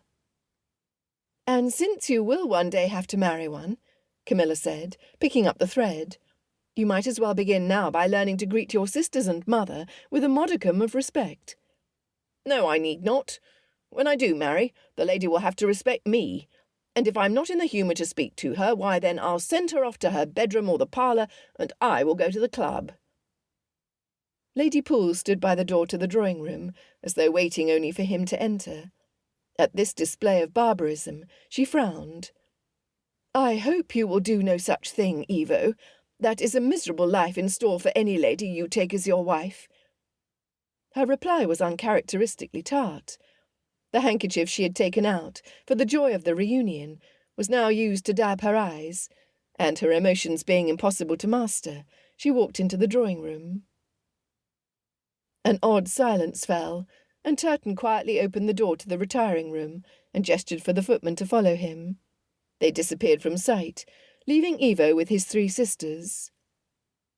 "You never seem to learn. You are incorrigible," Joanna said, with a glance after their mother. "You made Mamma cry," Tilly added, her voice tinged with gentle accusation. "Mother always cries," he shot back flippantly, but it was weak. He seemed affected by the emotions he had provoked in his mother and sisters, and Camilla tried to bring it to good use. "You must learn one day that just because you will have all of the power in a marriage does not mean you need to wield it. There is a different kind of power, a more honourable kind, in setting an example to your peers by treating women with respect. You are young still," she went on inexorably, "but one day people will look to you as a model." "If they choose to do such a crack-brained thing, it is only their fault," he mumbled. "Mother's marriage was particularly unhappy," she went on, "and our father was entirely to blame. Do not consign some poor soul to a life of misery by repeating father's mistakes." He scoffed, but it carried no conviction. "There is no need to read me a lecture, Cam, especially not about a marriage which, if I marry at all, will not be for another 20 or 30 years. Tilly quietly slipped into the drawing-room, presumably to see if their mother needed consolation. As for Camilla, she had said enough. Evo was young, it was true, only 15, and though it was too soon to speak of his future marital state, he had to start changing his ways now. How could he grow up with 5 sisters and still be so obtuse? If he continued in this vein, there was truly no hope for him. She turned to climb the stairs, thankful once again to seek refuge in her room. "Welcome home, Evo," Joanna said, with heavy irony, then stalked off to the library, leaving the young Earl alone in the hall. It was a day to receive callers, and Evo joined Camilla and her sisters and mother, surprising all of them, but giving pleasure only to Lady Poole. When a knock sounded on the door, Turton entered to announce the visitors. "Lord Pembroke, Mr. Weatherby, Mr. Pollard." Camilla stood, her breath leaving her at the sound of Pembroke's name. Despite her resolve, she was as weak as ever. At least she now understood what had brought Evo to the drawing-room. Pembroke led the way in greeting everyone, and when he came to her, scarcely acknowledged her, which she had to own stung. He turned to Evo. Poole, you have grown more still. Do you suppose you will stop? Not until I've surpassed you in height, Evo replied, arms akimbo, and a grin to split his face. Noted. You have a few inches yet until you achieve your purpose. Since Pembroke was a gentleman of only average height, it seemed likely his pronouncement would come true. "Please do sit. I will ring for tea," Lady Poole said, in a cheerful, clear voice. This small detail consoled Camilla, who had never realised how much she had wished for her mother to speak up more when company came, a mother who would engage in society and take an active interest in her offspring's affairs. She was doing so now. Another knock sounded, and this was soon followed by Bernice and her mother. As glad as Camilla was to see Bernice, she was less so to see Lady Milton. In the way that was characteristic to the Baronetess, she immediately took charge of the conversation, declaring how busy she would be that day with calls. It might have been difficult for anyone else to get a word in, but once again Lady Poole showed she was worth her salt by calling their Surrey neighbour to come and sit beside her. "Lady Milton, I wish you would tell me where you have had that fetching bonnet made." She was only too happy to do so, and Camilla patted the seat beside her for Bernice to sit. Mr. Pollard forestalled her. "Ah, forgive me, Lady Camilla. I had not realised you were about to speak to Miss Milton. My subject is not so urgent, it cannot wait." "Nor is mine, Mr. Pollard," she replied, her eyes crinkling, especially when she saw how much it brought Bernice pleasure that he should seek her attention. She had noticed them speaking at Astley's as well, and they appeared to converse comfortably. "Please enjoy Miss Milton's conversation. I must fetch the tea leaves." It was just an excuse, but in the next instant the servants entered carrying the trays and hot water, and rendered her excuse valid. She walked over to the tea-chest, and, satisfied, turned and took in the sight of their company. Well, satisfied until her gaze met that of Pembroke's, who happened to look up and see her eyes cast his way. Leaving Evo to continue talking to Mr. Weatherby, he crossed the room to her. "I was just thinking what a fortunate circumstance it is that we have come when you have no suitors for me to frighten away," he said, with a saintly look, adding, "unless you mean to have Mr. Pollard or Mr. Weatherby." Camilla so longed to give him a set-down that she fixed him with an unflinching stare while she tried to think of one. It did not come. Another knock sounded on the door, and she held her breath, waiting to see who had arrived. Pembroke also turned to look. "Mr. Loverock," Turton announced, and Camilla had the satisfaction of seeing the smug look leave Pembroke's face. She chose a canister of tea and closed the tea-chest with a click. "I have no interest in Mr. Pollard or Mr. Weatherby," she said, with an innocent mien, before turning to their newest guest with a delighted smile. Let him make of that what he would. "Good afternoon, Mr. Loverock." She walked over and held out her free hand to him. He took it in his and bowed, his lips skimming her gloves. This elaborate display was a bit much, but the timing could not have been better. "Won't you please sit down?" "How unfortunate that the drawing-room is full," he said, leaning in as though he were saying something of a private nature. "Although I suppose I should have expected it." Camilla made some light reply, then indicated a chair that was free. Tilly was hovering by the tea-tray, obviously wishing to prepare it, so she handed her the tea, then took the seat by Mr. Loverock. If Pembroke felt any jealousy, he did not show it, and went back to speak to Evo, laughing and joking with him, in the way he had sometimes done with her in the past. Lady Milton, unable to resist the pull of boasting an eligible earl as one of the party, made some pointed and awkward suggestions about the young people improving their friendship by enjoying a quiet evening of cards in her home. And how would this Thursday do? Camilla murmured some half-promise, feeling Mr. Laverock's regard at her side. She turned, a question in her eyes, wondering at his focused attention. "I'm waiting for some pearls of wisdom to fall from your lips." "From my lips?" Surprise made her reply louder than intended, and Pembroke turned their way with a frown. After a belated moment, she understood his meaning. Sir, you must not think that because I dressed as Minerva once, that I embody her character. She certainly hoped he was playing his part in good fun, and was not simply odd. He was a little odd, for all that, but it helped that he was a handsome man, and for whatever reason had decided to give her his attention. From all I have seen, you have a ready answer whenever anyone speaks to you, he explained, leaning in so far she felt a desire to pull back. Should I aspire to an exchange of wit, you are not likely to disappoint. Oh, but It is only when Lady Camilla is fully at ease with a person that she distributes her pearls of wisdom. Lord Pembroke had been following their conversation, and she brought her eyes to him in surprise. If you try to force her to it, she will thwart your desire. You seem to know Lady Camilla well. I do. Meeting her gaze, he added, I know all of the family well, having the honour to be frequently in their company. Lord Pembroke, this reminds me of a bone I wish to pick with you. Evo stood to make his point, rigid with indignation, whether conjured or true, his voice carrying. You accompany my sisters to Astley's without waiting for my return. How could you play such a mean trick? Pembroke sent Evo a conciliatory look. I wasn't intending to tell you about it until I had arranged to bring you at another moment. Weatherby, did you betray me? It was I, Tilly said from her seat, flushed and smiling. I knew he would be green with jealousy, and I could not wait to spring it on him. Tilly! The cold voice of Lady Poole carried a warning, and Camilla knew exactly what the warning was.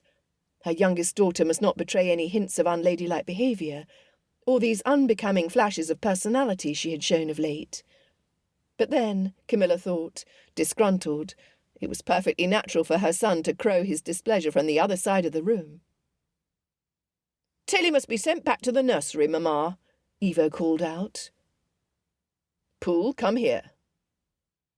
Her brother walked to Pembroke's side, a mix of confidence and wariness.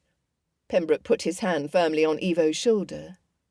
If you are going to betray an unbecoming, vulgar side by raising your voice in the drawing-room, even your own drawing-room, I shall have no choice but to give you the cut direct next time I see you in public. You would not, the young Earl said, his voice rippling with doubt. Lord Pembroke sent him a pointed look, with only a faint upward tick to his lips to soften it. Evo frowned, and Camilla could see the words had hit home. She might not want Lord Pembroke for a romantic suitor. He did not know his mind, and likely never would. But she had to be grateful he had taken her brother under his wing, for Evo needed the lessons in conduct. Surely, in the history of time, there had never before existed a young man more stubborn than Everard Poole. Only a gentleman he admired could have any hopes of inspiring him to reform his ways. Lord Pembroke did that excellently, and for that alone she must be beholden to him. One benefit Roe had in owning a house in London was that his mother would not arrive for a visit without his learning of it in advance. Even before he became the Earl, he had purchased a little pied-à-terre in London, with only 2 rooms, for when he needed to be away from his mother, and the inevitable visits of his sister whenever she grew bored with her husband. Unsurprisingly, this occurred on a regular basis. It was therefore with a sense of the inevitable that he returned from visiting Poole's house, and found a letter waiting for him with his mother's handwriting. He cracked the seal, and apprised himself of the news that she intended to arrive in London on Thursday, and hoped to have the pleasure of expecting his welcome at his London house. This was all a formality, for it was out of the question that he should turn her away. He remembered Lady Milton's promised invitation to her card party, and although he had not intended to go, suddenly bethought himself of a need to accept the invitation. If his friends and Camilla were present, it would be a tolerable evening. He would leave his mother very comfortably situated in the room she liked to occupy, and would put every thought to her comfort. Then he would express his regrets that he had already made plans to go out that evening. His mother always stayed in the Countess's bedchamber. He hadn't previously given the matter much thought. After all, she was accustomed to her role as mistress of his house. Besides, the 2 rooms were separated by a small connecting space that served as a sort of wardrobe or washroom, and each room could be locked with a key. For the first time since inheriting the earldom, however, It was driven home to him that she was occupying the room intended for whichever wife he chose, if he should take that irreversible step. If he married, his mother would have to take the next best room, and on a different floor. That was an advantage worth thinking about. But then one couldn't get riveted just to force one's mother to occupy a room on a different floor of the house. He penned a quick reply, franked it, and called for a servant to put it with the outgoing post. Then he cast about for what he might do that evening, and settled on whites.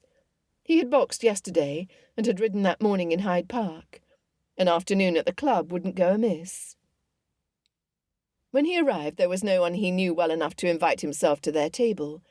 He was about to take a table by himself, but Thomas Crosby sat alone and glanced up, then gestured to the chair beside him. "Pembroke, if you're not meeting anyone, why not join me? We might get up a rubber of piquet." "Very well." Rogue could not help but think that this might be his chance to gain a more intimate glimpse into the life of an inveterate bachelor. "I've come without any particular purpose in mind, so that suits me." He sat and looked about the comfortable room, wishing he could shake whatever this feeling of dissatisfaction was that had taken hold of him. Crosby was in his late 50s, and still in excellent shape, not shying away from any sporting endeavour despite his age. He was also charming, as evidenced by the constant stream of inamoratas on his arm at social events. His income exceeded $8,000 a year, it was said, and as he was not addicted to gambling, he more than lived within his means. What was more to the point was that Crosby had succeeded in holding out against the pressure to give up his freedom and take a wife. He called the servant over for a deck of piquet cards and counters, and Rowe ordered a glass of Burgundy. "Not at Westminster today, I take it," Crosby said, as he shuffled the cards and dealt. "No, I intend to follow the Committee on Turnpike Roads out of Warwick as soon as they are formed. There is little else that interests me at present. I held a seat for a year or two in my youth." Rowe looked at him curiously. It was hard to imagine Crosby exerting himself in such a way. "Oh, yes, you stare." Crosby gave a careless grin, and laid the talon of 8 cards face down on the table. "Surprised, are you?" "I will not deny it." Rowe looked down at his hand, thinking through the cards he would exchange. "I'm more easily able to picture you at the club or races than Parliament." "I was young enough once to have all manner of ambition. It did not take me long to give it up, however, for it is a tiresome thing to exert oneself. All that toiling just to hand over one's estate to someone else." He swapped 5 of his cards, adding, "Now I live for my own pleasure." "And how do you find the lifestyle?" he asked, his eyes on the older man, as he swapped his own cards from the talon. That was precisely what he wished to learn. "I would not change it for the world." Rowe pretended to study his cards, but he was more interested in Crosby's answer. "And your estate? Do you run it or leave it in the hands of your steward?" Crosby laid down 2 tricks, taking his time to answer. "I only get involved if I cannot avoid it. I consider myself fortunate in my choice of steward, for he has shown himself to be an honest and capable man. Truly," he drawled, "I should only be getting in the way should I attempt to shove my nose in the estate's affairs now." "I see." Rowe's attention was only partially on the game. He couldn't imagine giving his steward complete control over his estate. As much as he enjoyed the freedom that came from having an independent source of wealth, and the time to enjoy it, he suspected he wouldn't truly be happy if he didn't put his hand to anything. A man might give himself over to a life of pleasure, fearing that the alternative was to toil fruitlessly, only to leave it for others to enjoy. But the alternative was to live an empty existence and make no mark in the world, bring about no improvement. So strong was his aversion to the notion, he actually shook his head as he laid down a card. "Your trick, I believe," Crosby said gently. "Ah, so it is." Rowe reached over to pull the trick toward him and force his mind back to the game, but he could not stay wholly absorbed in it. It was being borne upon him that his life, such as it was hollow, at least to a degree. When he dared to examine the pleasure he felt while spending time with Miles's family and the Rowlandsons, he was forced to conclude that a life of home and hearth had more appeal than he had always led himself to believe. Chapter 10. "Do you suppose anyone will come?" Bernice asked. "After all, my mother all but forced the gentleman's hands when she delivered the invitation in such an obvious way." Camilla, accompanied by her maid, had gone to the Miltons' house on Berkeley Square, her first endeavour in seeking Bernice's company without the excuse of paying morning calls.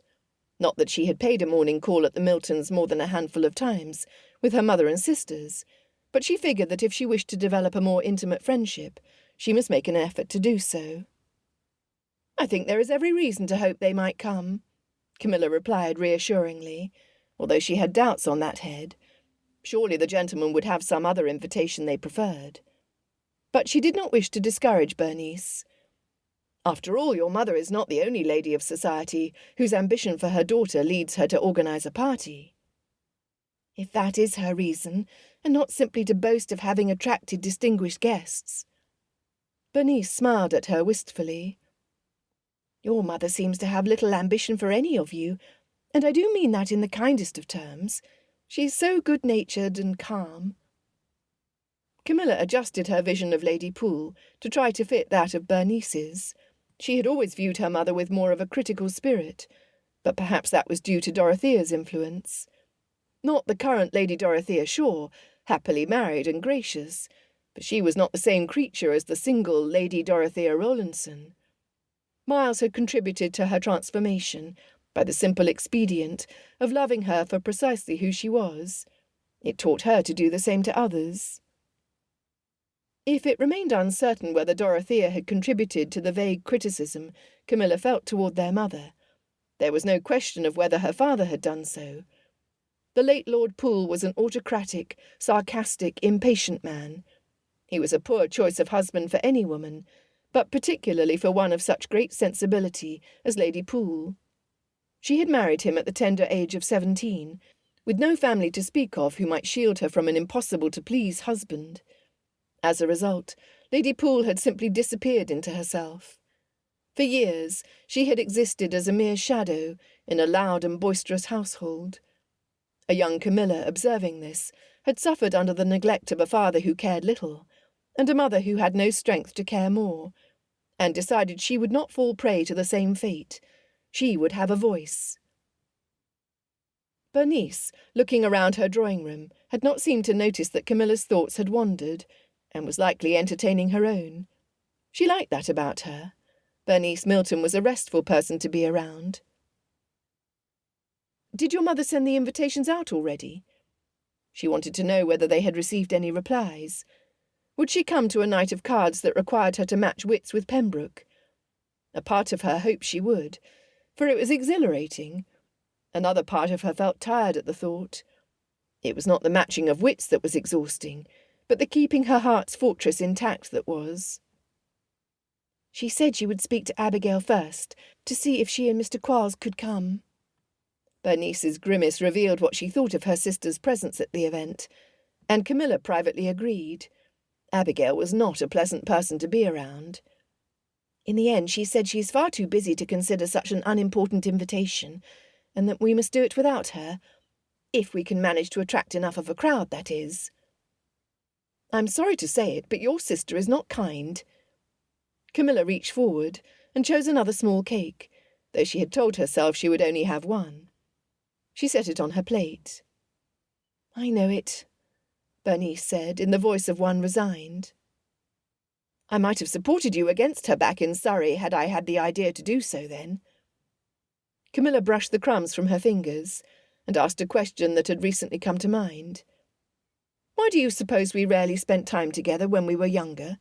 We are only coming to know each other now." "I always assumed it was because you were higher in status than we were."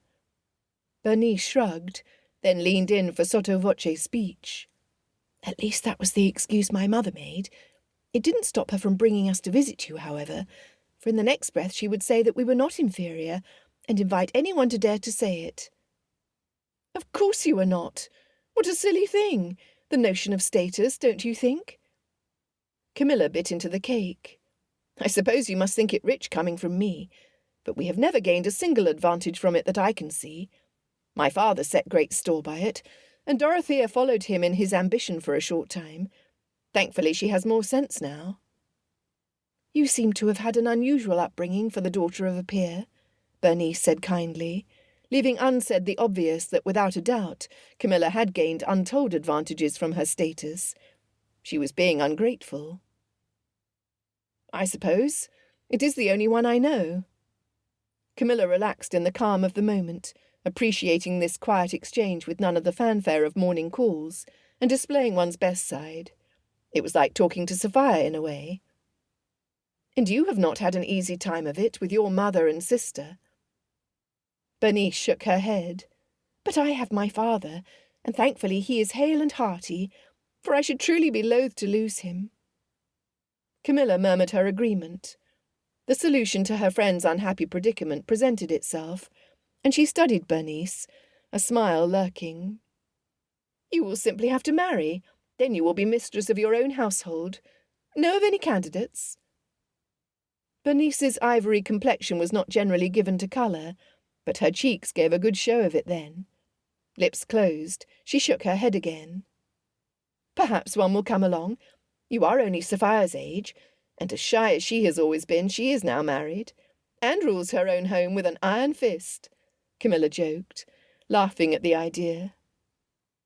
Bernice joined her in her mirth, but only briefly before her face fell. "She is also beautiful." Camilla was unable to return an answer because Lady Milton entered the drawing-room and exclaimed at the ill luck of not having been at home earlier to receive their visitor. She assured Lady Milton that she had spent a delightful hour with Bernice and had not minded it at all. The open conversation they had shared was all they were to have, because Lady Milton began to discuss plans, in a way that gave no one a chance to speak, for the card party that would take place on Thursday night. That was the party that would take place, if they could convince Lord Pembroke to join them, along with his gentleman friends. A note delivered by messenger from Bernice informed Camilla that the card party scheduled for the following evening was to happen. There would be a group of Sir Humphrey and Lady Milton's friends, and they would set up their own table for card games, with a separate table for the younger set. Meanwhile, Lord Pembroke had graciously accepted to come, along with his friends, Mr. Pollard, Mr. Wilmot, and Mr. Weatherby. In addition, Bernice wrote, her sister Abigail had suddenly claimed she was free after all. She would come with her husband and a young protégée of hers, a Miss Alice Winkley. Lady Joanna was also invited if she wished it, for she was of an age to enjoy such a thing. Bernice added as an aside that it would provide the younger set an even number if her sister was willing to condescend to coming. So Pembroke would attend after all.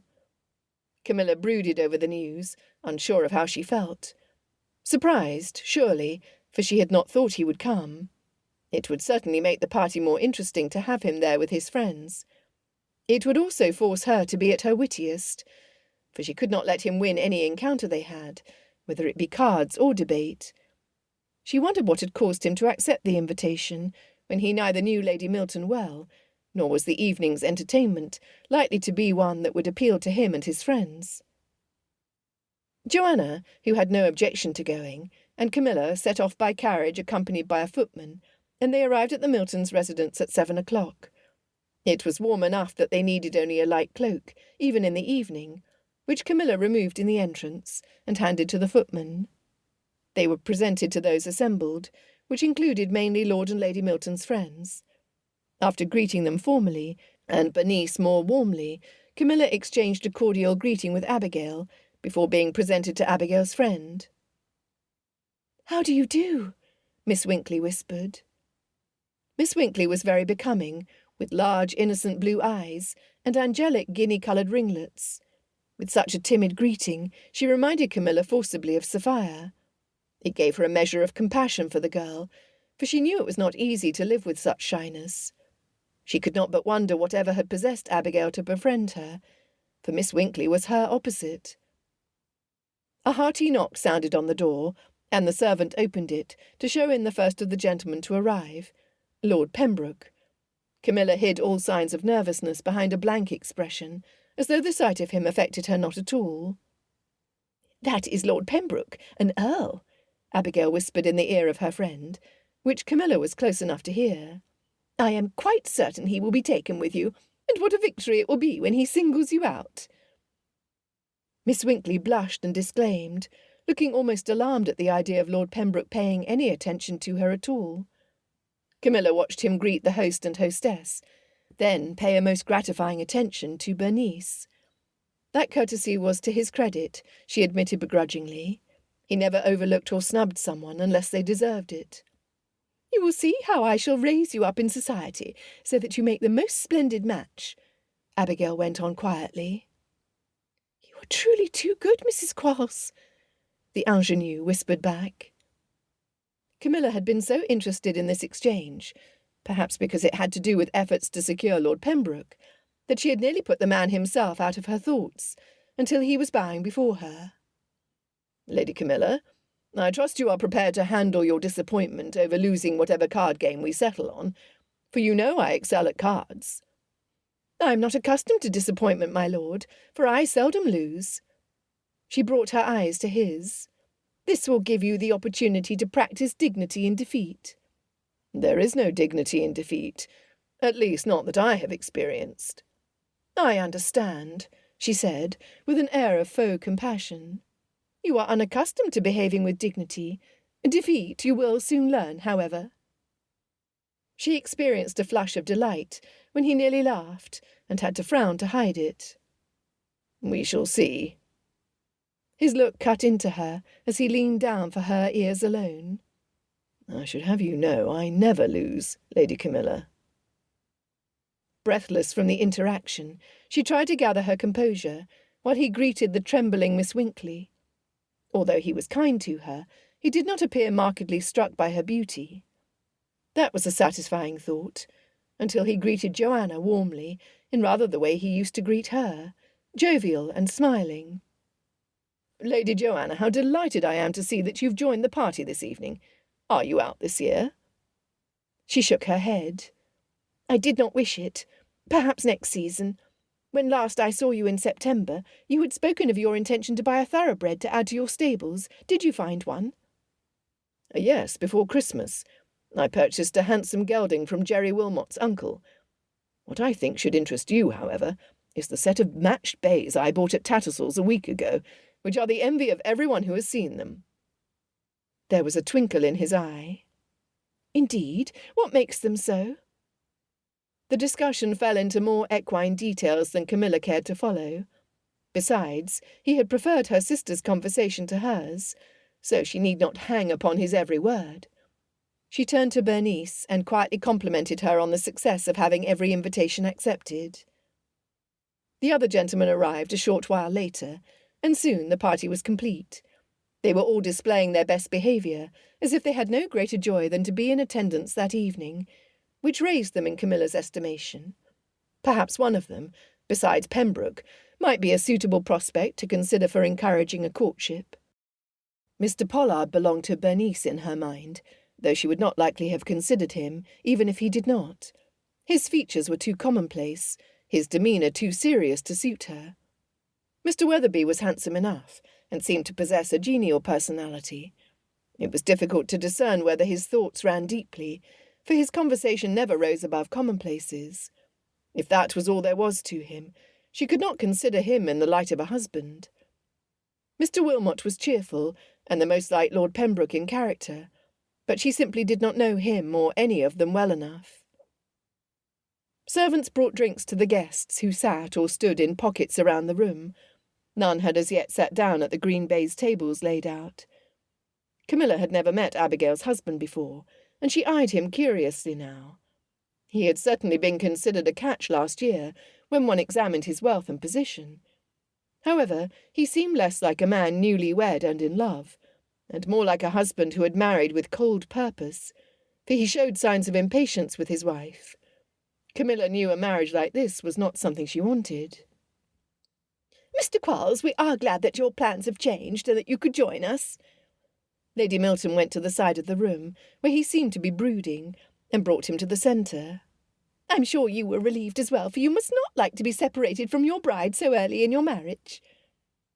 As this was rather unanswerable, he replied what was expected of him, in an expression that looked less than pleased.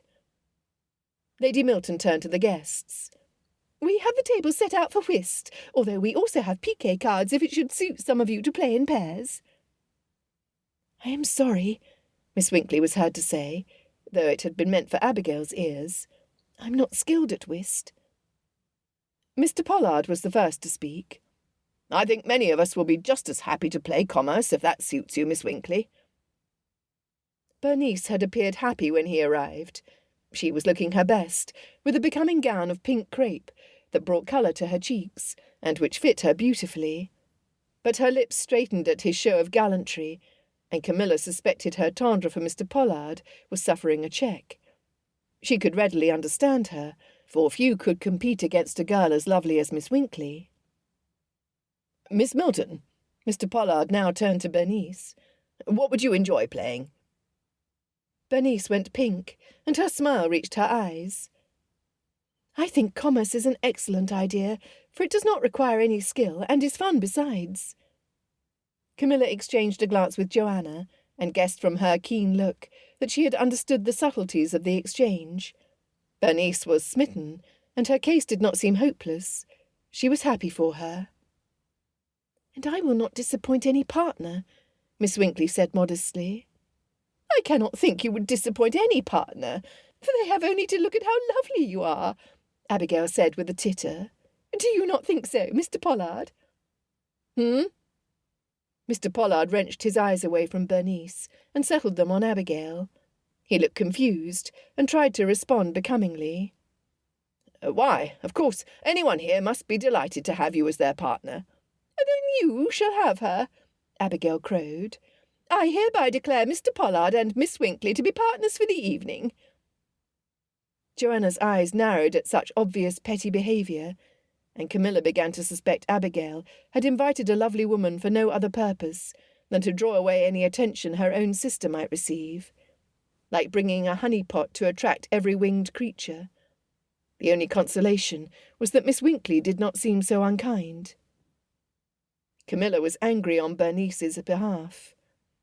"There is more to a woman than her appearance," she muttered under her breath. Pembroke had been standing beside her, and he heard. "I agree with you, Lady Camilla." She glanced quickly at him. Neither his tone nor expression held any mocking, but for reasons she could not explain to herself, she was unreasonably cross with him. "Is that so? And yet you always seem to set a great store by a pretty face, given how you flit from one to another at society events." The words were out, and it was too late to retract them. His face took on an expression of faint surprise, and she feared the look of hard irony that would follow. Besides the fact that it was extremely improper of her to comment on any tendency he might have with the fairer sex, she had revealed her jealousy. The hard look never came. Instead, it was something akin to curiosity. "You speak as though you have been observing me." Suddenly a flash of his teasing returned, as if he wished to lift the heavy curtain that had come between them. "Have you been observing me, Lady Camilla?" She would have apologized for her lapse, had he not gone on to tease her. To do so now would bring the serious tone to the conversation back. "I observe you as much as I might any other gentleman," she assured him. "You must not imagine I am studying you any more than any other specimen of your race." His regard held, and she felt his lurking smile underneath. To her frustration, she wanted to smile back. Then he cut through the rumble of various conversations to address the crowd. "Well, Mr. Pollard will have to enjoy the opportunity to partner with Miss Winkley at another time, for I do believe a game of commerce will permit everyone to play, and at any skill level." He smiled at Bernice. "And, of course, it needs no partners." Chapter 11. Before Rowe entered Lady Milton's house that night, he had been regretting not only having accepted the invitation, but pushing his friends into accepting it as well. His mother had arrived later than anticipated, and was in a mellow mood due to her fatigue from the journey, She expressed her desire to take soup in her room and retire early. He hadn't needed the invitation to the card party as an excuse, had he but known it, for he could have easily slipped off to the club without giving offence. However, accept the invitation he had done, and could not pull out now, particularly not after he had had to cajole the others not to leave him alone and prey to Lady Milton's clutches. He could not pull such a mean trick by condemning them to the same. These were his thoughts as he stood in front of the door. Then he had stepped into the drawing-room and caught sight of Lady Camilla. Why a glimpse of her should change his prospect for the evening, he could not say. After all, he had known she would be there. But there she stood with that stubborn moue of haughtiness on her face that he wanted to persuade into something brighter. Surely he could remove it and get a glimpse of her smile. Never mind that coaxing a smile from her had lately seemed an insurmountable feat. Had she not eagerly met his friendship with an open nature, up until and throughout Elmscote? If her tongue was sharp at times, it only delighted him, never disturbed, and it was never directed his way except to tease. How he missed that now that he was left with only the aloof, indifferent Lady Camilla. Perhaps it was the attraction of her family, full of life and laughter in such contrast to his own.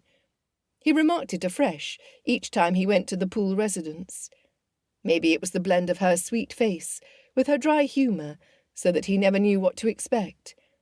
He could not say what it was that made him want to be near her, only that he missed what they had had before. As he greeted his hosts and the other guests, his mind was partially engaged in puzzling this out. He remembered holding her hand while he tended to her wound. It had fit perfectly in his own, and if that thought had struck him at the time, it was only to dismiss it. When he leaned down to help her to stand and walk with the support of his arm around her waist, he had become aware of something else. She was not like the London society twigs. The feel of her beside him, solid and warm, had been comforting, and it was with regret that he had settled her into the carriage, with no more excuse to have his arm around her. This he had put out of his mind, for it was not a thought he was ready to dwell on then. Now it came rushing back, with all of the remembered sensations, and with these came the pleasure of sparring with her. This medley of Camilla's attractions was a curious thing for his mind to fixate on now, since he was not intent on wooing her. It was time to bring his attention to the party, and crowing victory over a certain young lady. He gestured to Sam Weatherby. "You had better let me shuffle those cards. You're an ill hand at it." His grin softened the autocratic words. "If you will shuffle, then you will deal." Weatherby handed the pack over and turned to sit beside the beauty, but Jerry had outstripped him. "Allow me to assist you with the game, Miss Winkley." Weatherby shot his friend a speaking look that made Roe want to laugh. There was an empty seat beside Camilla, and he would take it. If they played trade and barter, he would of course give her his lowest card, and enjoy doing it. "Here are the counters," Miss Milton said, coming to the table with a tube of metal gaming tokens, and distributing some to everyone. "We should use the ivory counters," Mrs. Quarles said. "Where are they, Bernice?" "Mamma has them," she said shortly, and finished handing out the last of the tokens. For the first round, Roe placed 3 cards for the widow in the centre of the table, deciding they wouldn't bargain yet. The game began with decorum. "I'll take 1 card." "I'll stand." After a couple of rounds, it moved on to more lively exclamations. "No, how could you, Lady Joanna? That was the very card I wanted." "Ah, Mr. Weatherby, I cannot help it if you run contrary to luck." "Did you not hesitate over that card, Mr. Wilmot?" This was said in the shy voice of Miss Winkley. "You seem to be angling for it, and I wish to be gentlemanly." Camilla appeared to be enjoying herself immensely, for gone was her stiff expression and posture. She followed everyone's movement with intelligent eyes, studying their faces, even his, to see if she could read the success of their hands. Her turn came again, and she chose a card from the widow, her eyes lighting up.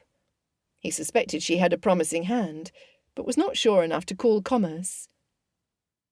A few plays later, Mrs. Quarles knocked on the table, her face smug as she looked around. "Commerce, is it?" Mr. Charles stated, sounding bored as he looked down at his hand. Rose studied his own.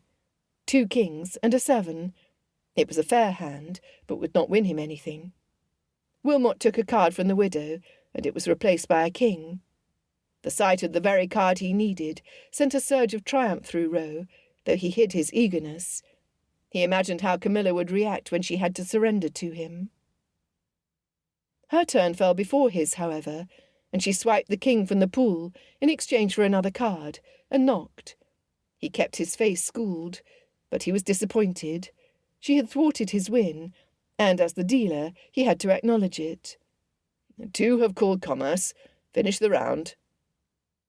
He was next in the circle, and pulled the best card from the widow, a jack of hearts, which did him no good at all. With 2 kings he would have only a pair, even if it was a high pair. The round at an end, he called out, "Display your hands." His eyes went immediately to Camilla's cards, and saw the high flush. A jack, queen, and king, the clear winner. "Lady Camilla takes the pool," he intoned, hiding his odd frustration at having lost to her. After all, it was just a friendly game, played with worthless counters. Her eyes were shining with victory, her smile broad. She scooped up the counters and moved them in front of her. Then she leaned in close to him, and when he turned to look at her, was caught by her direct gaze, boring into his.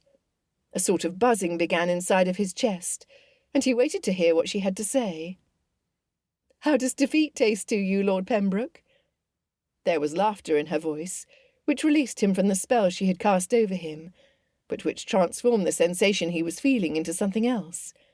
Delight at her teasing? Competition? Was it attraction? "You are precipitous," he replied. "The evening is not yet over." His luck did not immediately improve. They played 3 more rounds, then moved to the version of trade and barter with higher stakes. When it was his turn to choose, he was forced to barter, since he had no more counters in which to trade. Everything had gone into the pool.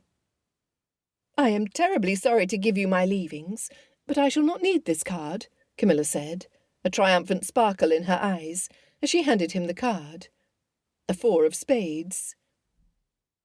Roe kept his expression masked, despite his delight at her cast-off. He had been bemoaning his low cards, but with a 5 and a 6 of spades he now had a sequence. "Thank you, my lady," he said with a downcast air, allowing her to think she had beaten him. Then he knocked on the table, and she shot him a narrow-eyed look of surprise. He returned a benign smile. The second player knocked, and the round completed its course. When everyone laid out their cards, Roe had won the pool. Despite the sequence of low cards, no other had managed a tricorn or a higher point sequence. Now he leaned in, waiting for her to turn his way. He knew she sensed his regard, but she only tilted her head in his direction without looking. "Yes, Lord Pembroke?" she asked, in a voice of false insouciance. He reached over to the pool, which had grown to significant proportions, and pulled it toward him, then murmured in her ear, "I never claim not to suffer a setback, only that I never lose." He grinned as he felt her breath come unevenly, and only when he was sure of having made his point did he pull away. The noise of their party had increased, and Lady Milton begged them to bring their voices down. He almost missed what Camilla replied, for it was said in a soft voice, and not at all at him, except that he had been listening. "Perhaps you have not yet encountered an opponent who is your match." The sound rose again, as Mr. Pollard engaged in a friendly dispute with Miss Milton over whether the counters between them all belonged to her, or whether she had not pilfered some. Roe hardly paid heed, for he was still musing over what Camilla had said. It wasn't about cards, he knew that. And although her comment intrigued him, he wasn't ready to examine it further. It might lead him to a realization he had no wish to contemplate at present. Camilla left the card party prey to mixed feelings. On one hand, she had put Lord Pembroke in his place. and she was delighted with herself for her timely repartee. However, she also had to own that he had won the bigger hand, and the bigger display of wit. He had also won points for causing her mask to slip, when he leaned in to whisper in such an intimate way into her ear. How could she not be affected by his nearness, which was all masculine scent and strength? It was unfair, because he had not seemed affected by her at all. Going forward, she had one choice before her, and that was to fix her mask firmly back in place and parry more efficiently, so he did not get through her guard again.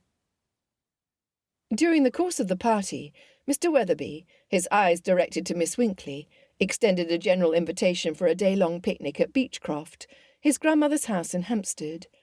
He promised such treats as boating and archery, declaring that his grandmother longed to have young people about her, and would provide everything needed for their pleasure excursion once they arrived.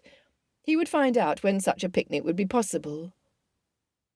Camilla had not really made much effort to distinguish Lord Pembroke's friends before the card party, not having had enough occasion to do so.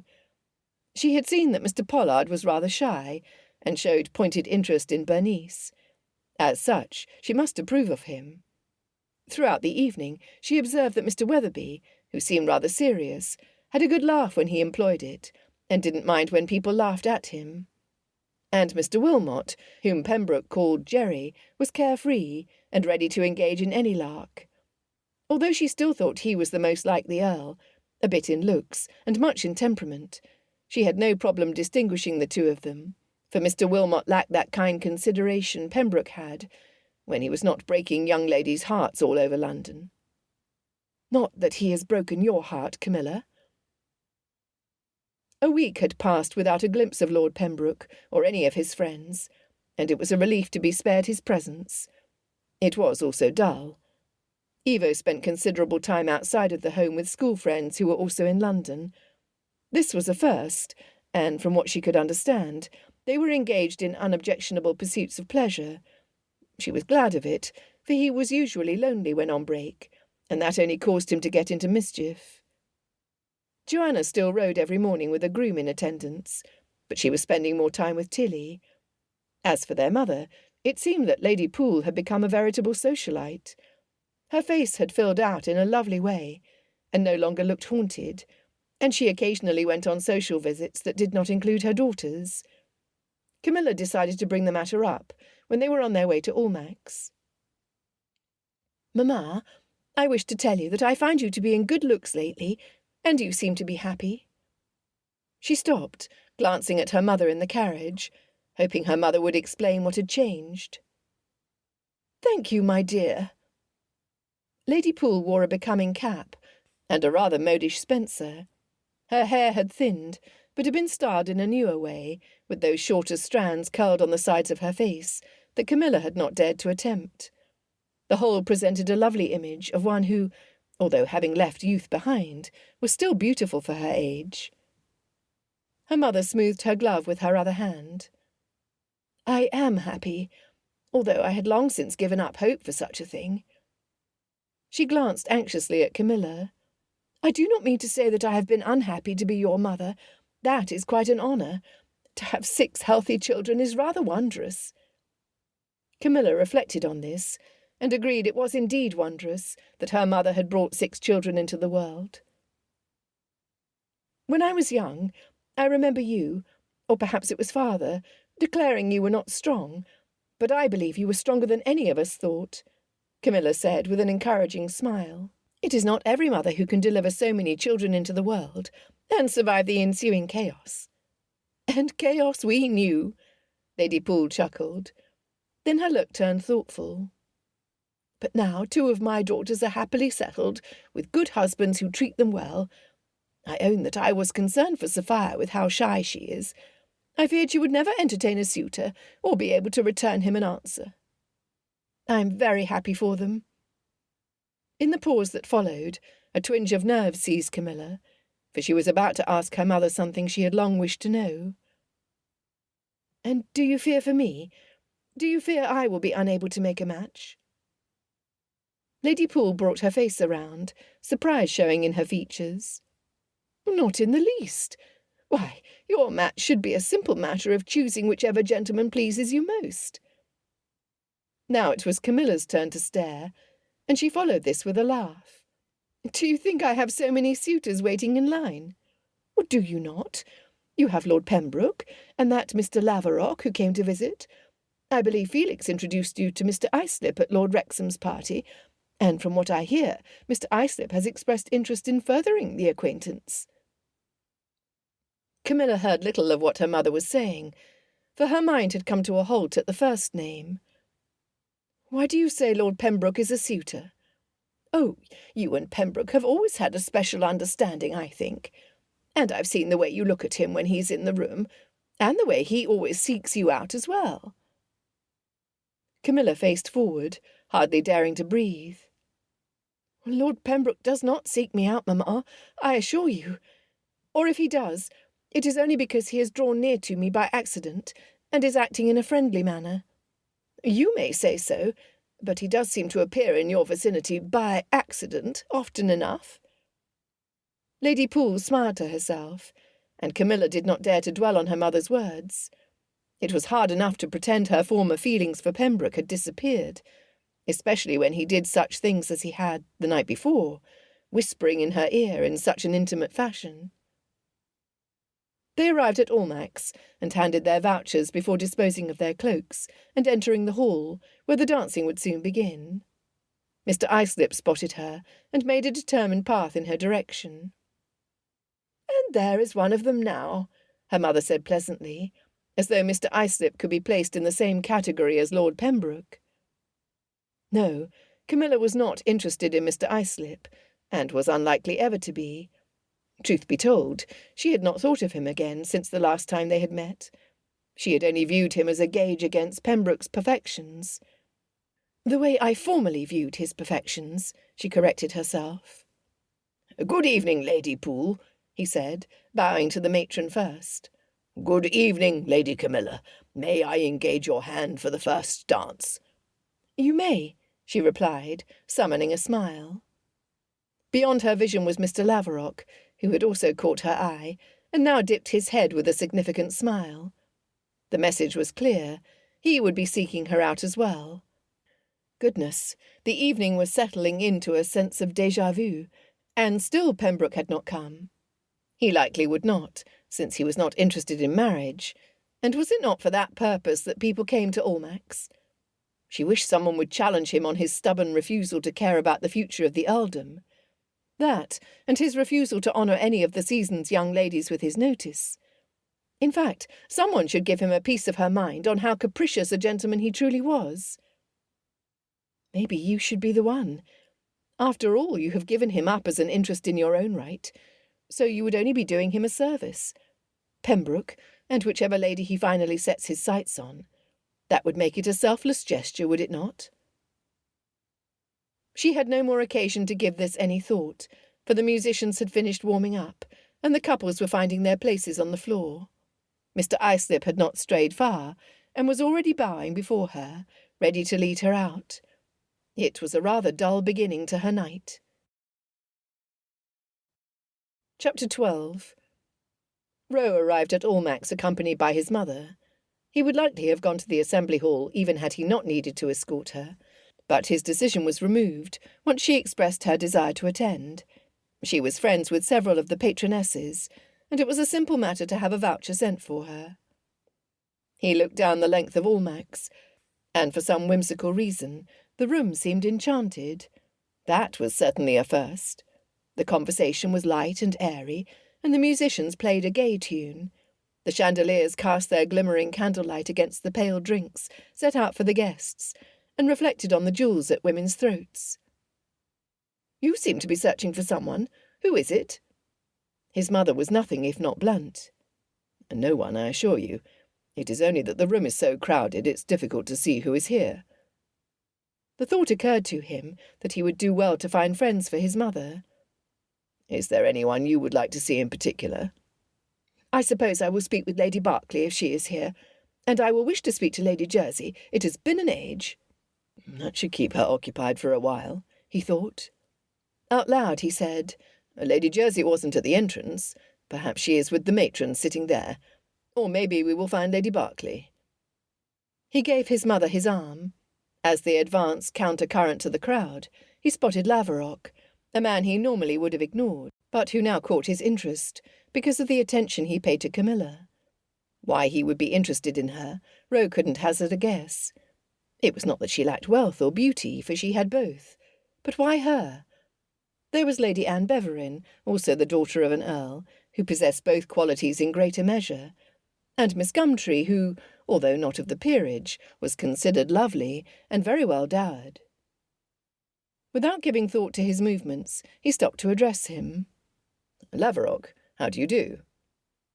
The man showed surprise that he should be addressed by someone he did not know well, and who generally took pains to avoid him. Ro also wondered what had possessed him to speak to the man suddenly like that, and was still wondering at his own behaviour, when Mr. Laverock stopped and bowed. "I'm very well, I thank you, Lord Pembroke." Ro now had to scramble for a reason for having stopped him. Desperation sharpened his wits, and he remembered the friend he often saw Laverock in company with. "I was wondering if Mr. Keyworth has come this evening. I have a matter to discuss with him." Keyworth was a Parliament man, and he could ask him about the vote coming through both houses. "Ah, no, I believe he's not here this evening." When Ro murmured his thanks, Mr. Laverock hesitated only a moment longer before taking his leave. "If you will excuse me, I must find Lady Camilla, for we are engaged for a dance." He bowed and walked off, leaving Ro with a sense of irritation that he could only turn against himself. Whatever had possessed him to address Laverock in that spontaneous way? Now he would have to formulate some question to put to Keyworth on a vote he did not care about, just to save face. "Who is he?" his mother asked at his side. It was not an idle question. She would wish to know if he was worth knowing, and what had possessed Ro to speak to him. "No one of consequence.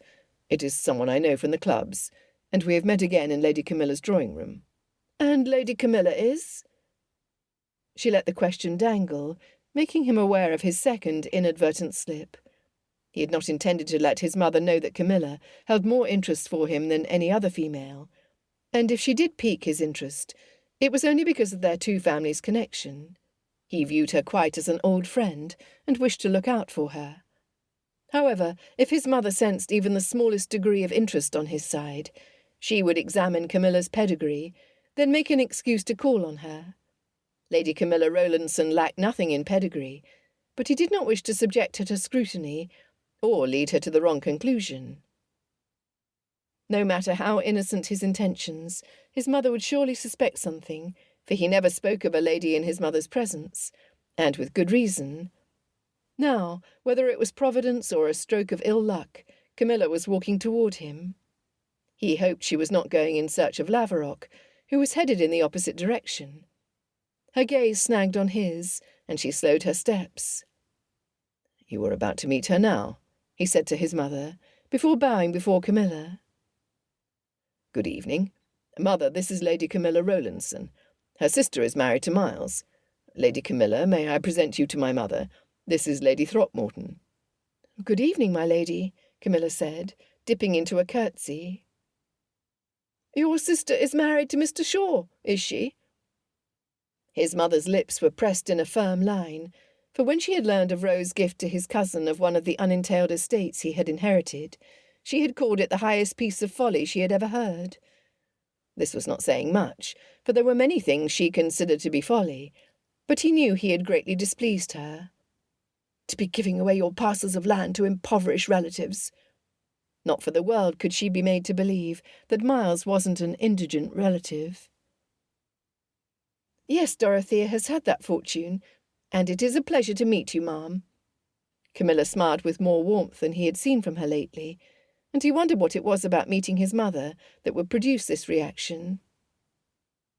"Indeed, a pleasure," his mother replied, although he could see that she had unbent a little at Camilla's frank nature.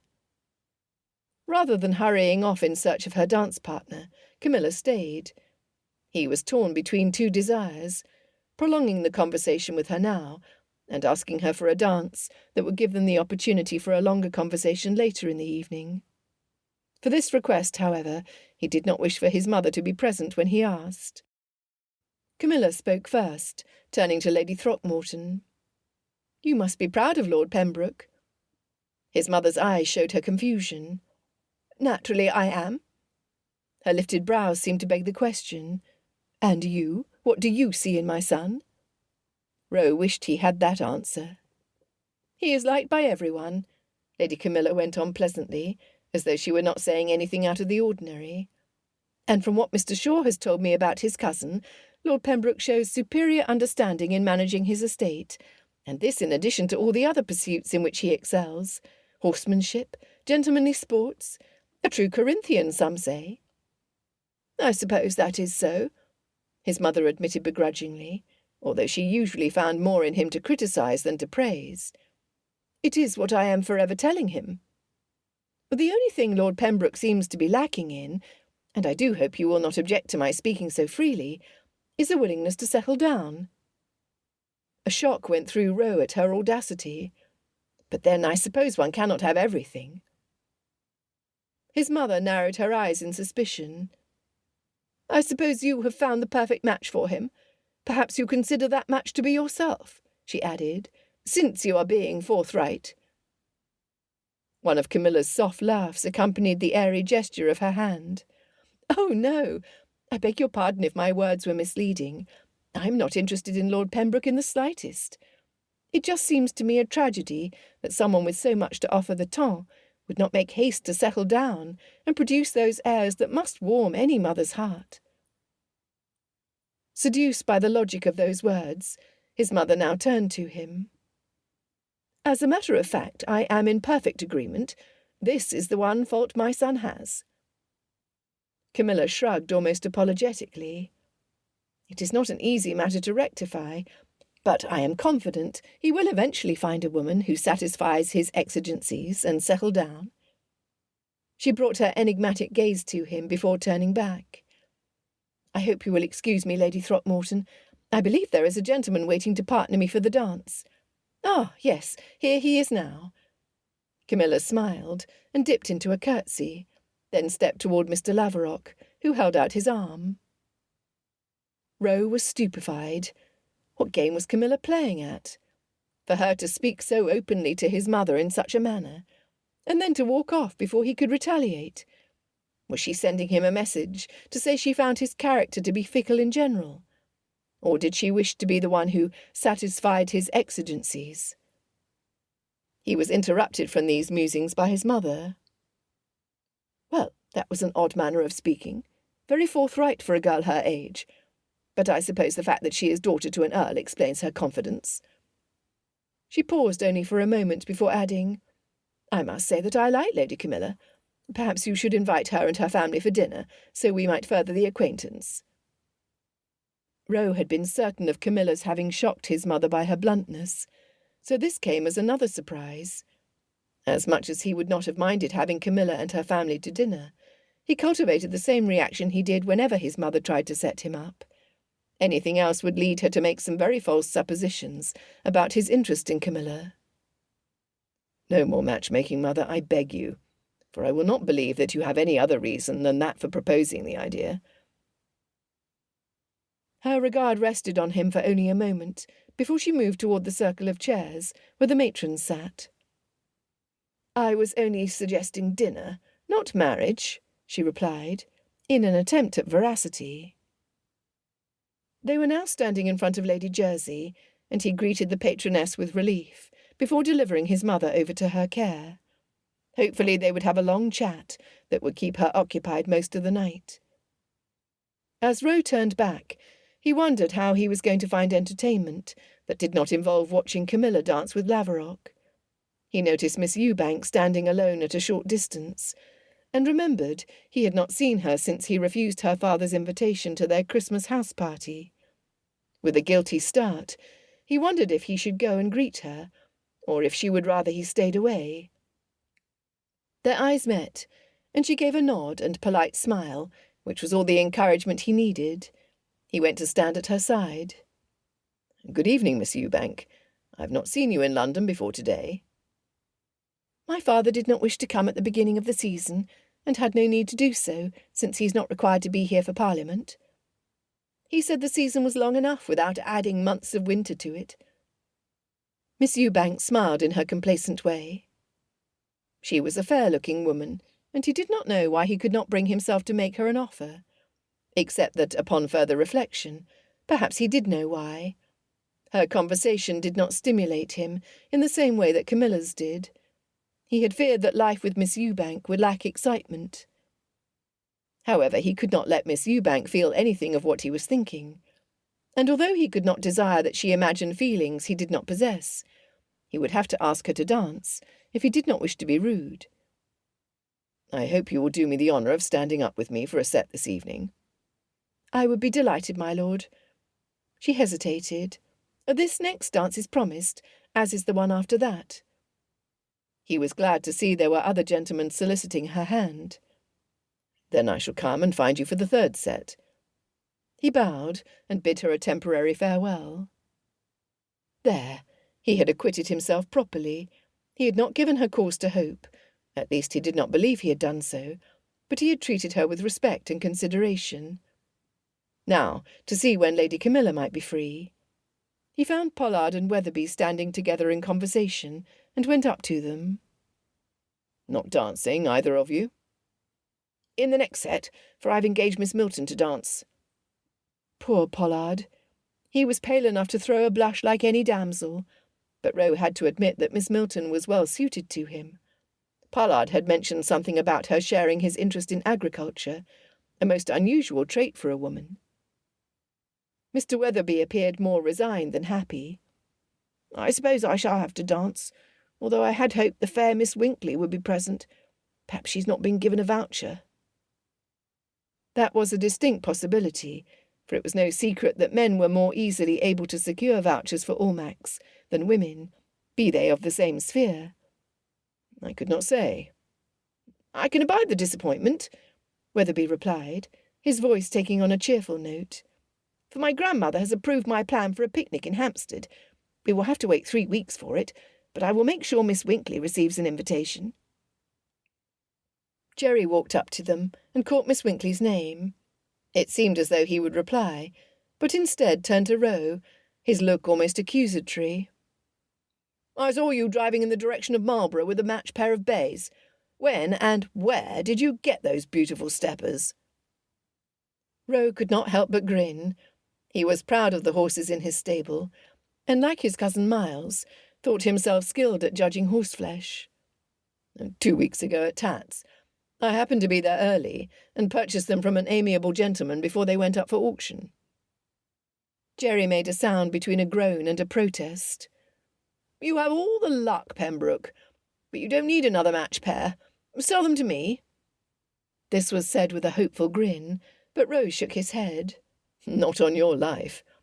Perhaps I shall start a stud farm to rival that of your uncle's." He was only teasing, but the ensuing argument kept them entertained for a few minutes.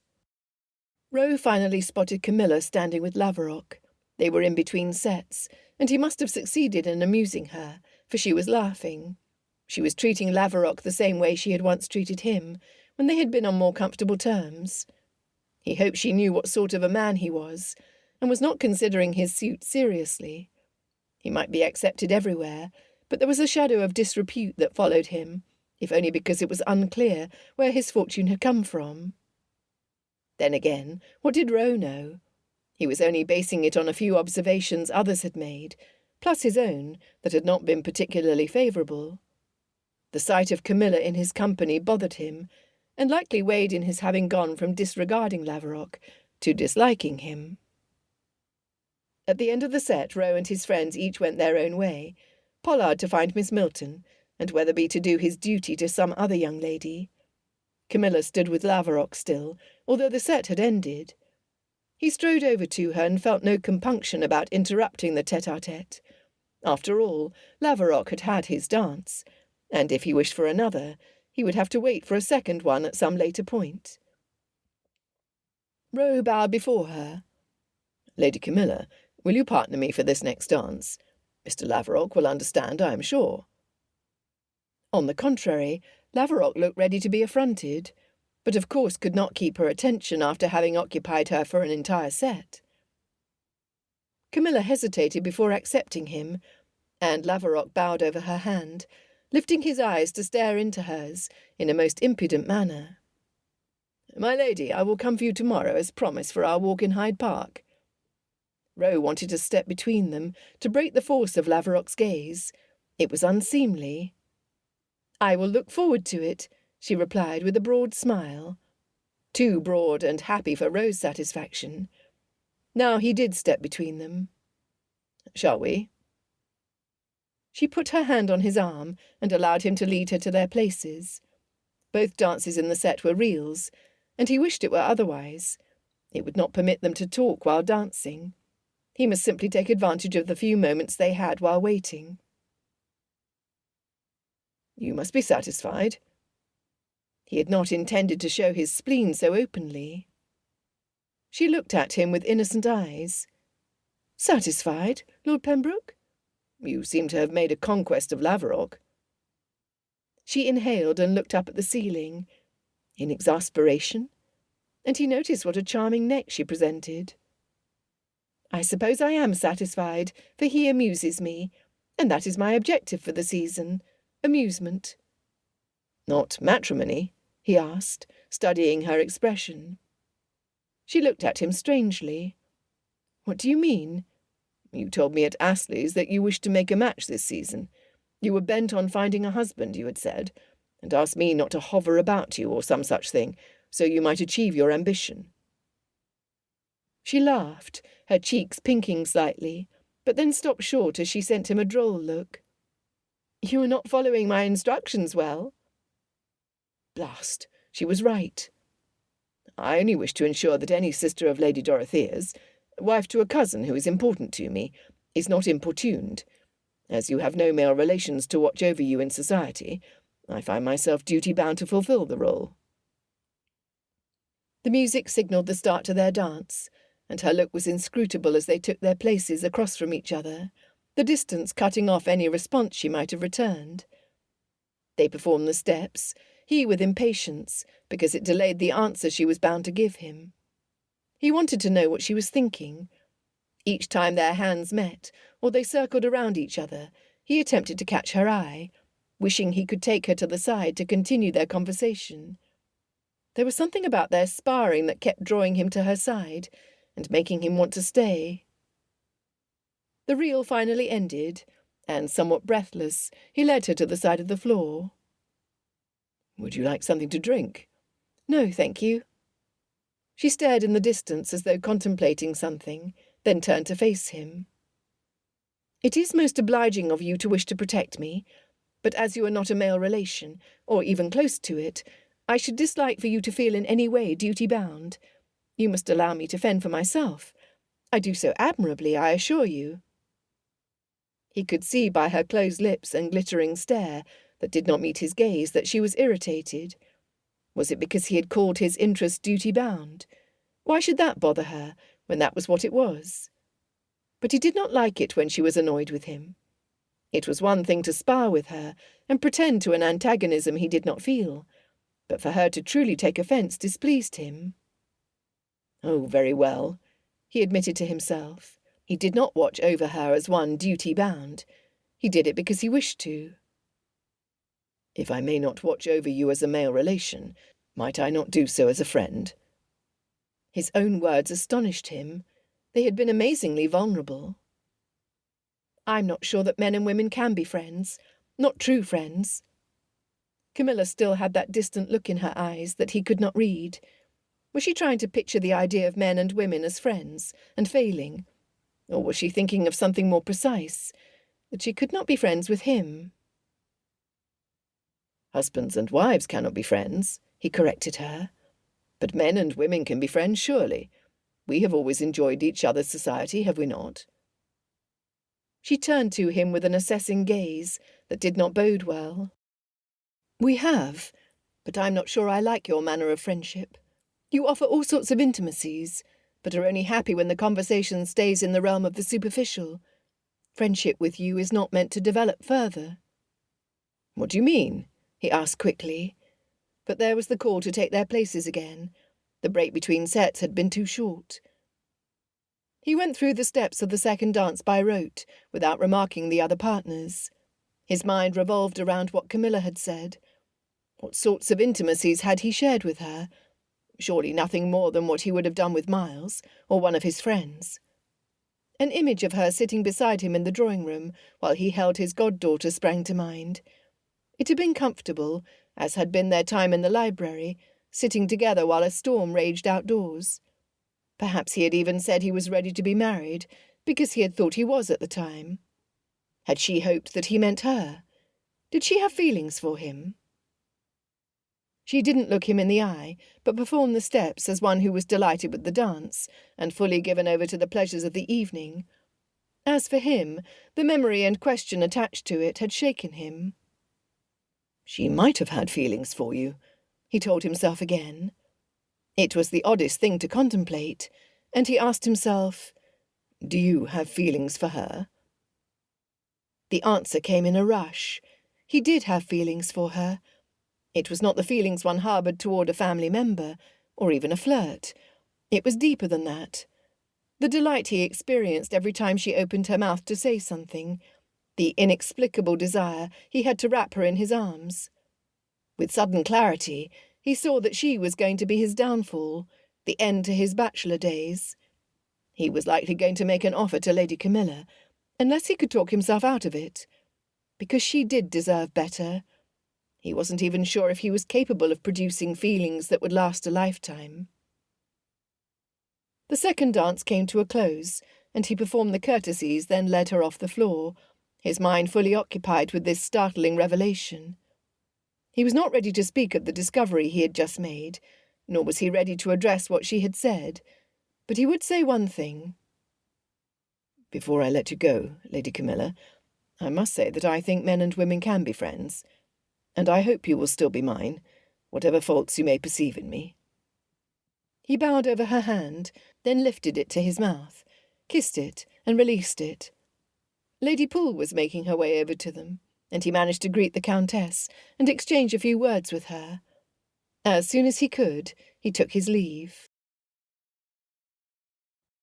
Chapter 13. "Well, this is a crush," Lady Poole said, fanning herself and looking idly around the room. "Lady Milton was unwell and had to leave with Bernice. It was likely the heat." Was all Camilla answered. She stood frozen, watching Pembroke's retreat, and scarcely able to believe what had just happened.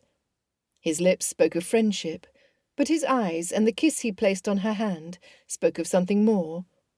And it had not just been in the moment of parting. Throughout the evening there was a particular intensity in the way he looked at her as they danced, as he inquired into what she was thinking. "No, no, no," she rebuked herself furiously. She had been misled by his attention before. What a gullible creature she must be to think a kiss on the hand or a fulminating look meant anything from a man like Pembroke. And what was it that he had said about husbands and wives having no capacity for friendship? Surely he did not speak his true thoughts when he uttered such a ridiculous sentiment. It was an odd belief to hold for someone who intimately knew Miles and Dorothea, a couple who were so obviously friends, in addition to being husband and wife. Besides them were Sophia and Felix, who must surely view themselves as friends. They were constantly deep in discussion, sharing confidences beyond whatever marital intimacy a husband and wife usually did. Why, Pembroke had these examples right under his very nose. Certainly, there were not many society matches such as the ones had by her sisters. Her parents had not given evidence to it, nor did she think that Pembroke's mother had enjoyed such a relationship with the late Viscount. These reflections were interrupted by her mother, who slipped her arm into Camilla's and brought her forward. "I have just been put in mind of it. Mr. Islip has been asking for you again, and wondered where to find you. I believe he was hoping for a second dance." "We will surely cross paths with him at any moment," she said without passion. Mr. Islip again. He had taken her out walking in Hyde Park twice, and she had been more interested in the people they stopped to talk to than in him, though she strove to rise above such an uncharitable feeling.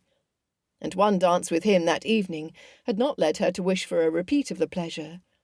He had performed the country dance with the same exaggerated steps, and Camilla was certain she heard giggles erupting from behind the ladies' fans on the side of the room.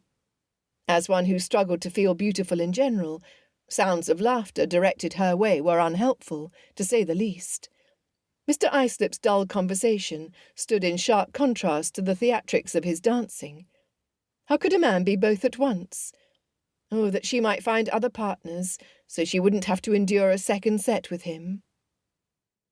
There he is. Why do we not walk that way, so he has a hope of finding you? Lady Poole shifted course without waiting, and Camilla knew she would have to speak of her disinclination toward Mr. Islip. Coming, mother. Her meek response was unlike her, but she had already suspected she would not be so fortunate as to avoid a second dance.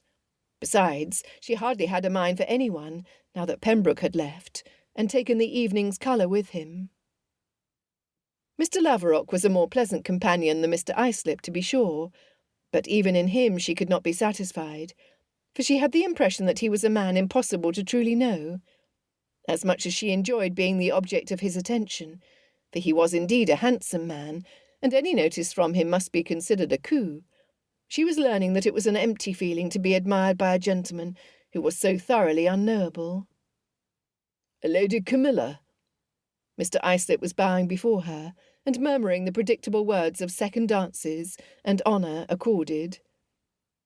The evening was only half over, and did not promise much improvement, not without Sophia or Bernice for company.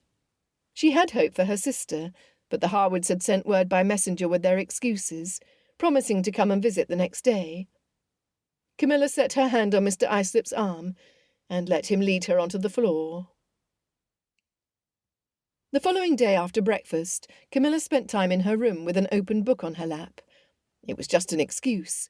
She kept going over and over in her head the encounter with Lord Pembroke from the evening before. What had possessed her to speak so openly to Lady Throckmorton? She'd given in to an impulse, wanting Lord Pembroke to know that she was displeased with him, and not caring what impression she made on his mother. After all, she did not aim to win Pembroke any more, and little cared what his mother thought of her. Her hopes in his regard were all in the past. However, she could not help but remember the intensity in his look, as he repeated his nonsense of wives and husbands not being friends, before adding that he hoped they might be friends none the less, or the memory of his eyes on her before he took his leave.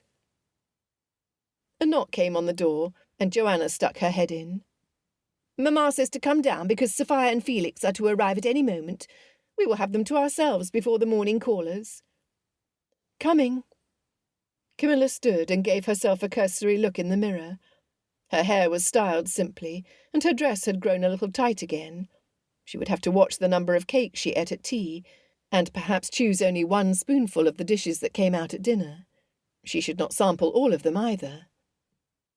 Sighing, she made her way downstairs, just as a knock on the front door announced the arrival of the Harwoods. Camilla stepped into the hall as they were admitted, and was struck by how wan Sophia looked. Her brows knit, as a sudden suspicion darted into her mind, but she said nothing of it in front of the servants. She greeted her sister and brother-in-law, and followed them to the drawing-room, where their mother was advancing with Evo and Tilly behind her. I was relieved to get the message promising your visit. I haven't seen you enough for my comfort. Lady Poole kissed Sophia, then lifted her hand to her cheek, looking critically at her for a moment, before inviting everyone to sit. Tea had already been set out, and she started to pour for everyone. None for me at the moment, Mamma, Sophia said, and then blushed and smiled feebly. Lady Poole raised an eyebrow, and Camilla's suspicions were confirmed. No tea? Evo exclaimed, as he piled the cakes onto his plate. You have just had breakfast, Joanna said, staring at him in disapproval. A man needs his strength to go out in the world. Evo accepted the cup from his mother and sat on an empty chair. Well, then by all means prepare a plate for Felix, Joanna said. At present he is the only gentleman sitting here. Evo made a face, and Joanna quirked her head, barely restraining herself from sticking out her tongue. "Do you not want to try one of my almond blossom cakes?" Tilly asked. "I help cook to make them." "Well, perhaps just one little cake, then." Sophia sent Felix a shy glance. "As a matter of fact, we do have an announcement for all of you. I know it is not the thing to come out and say it in such a bold way, but I would not like for anyone to think they had heard the news after everyone else."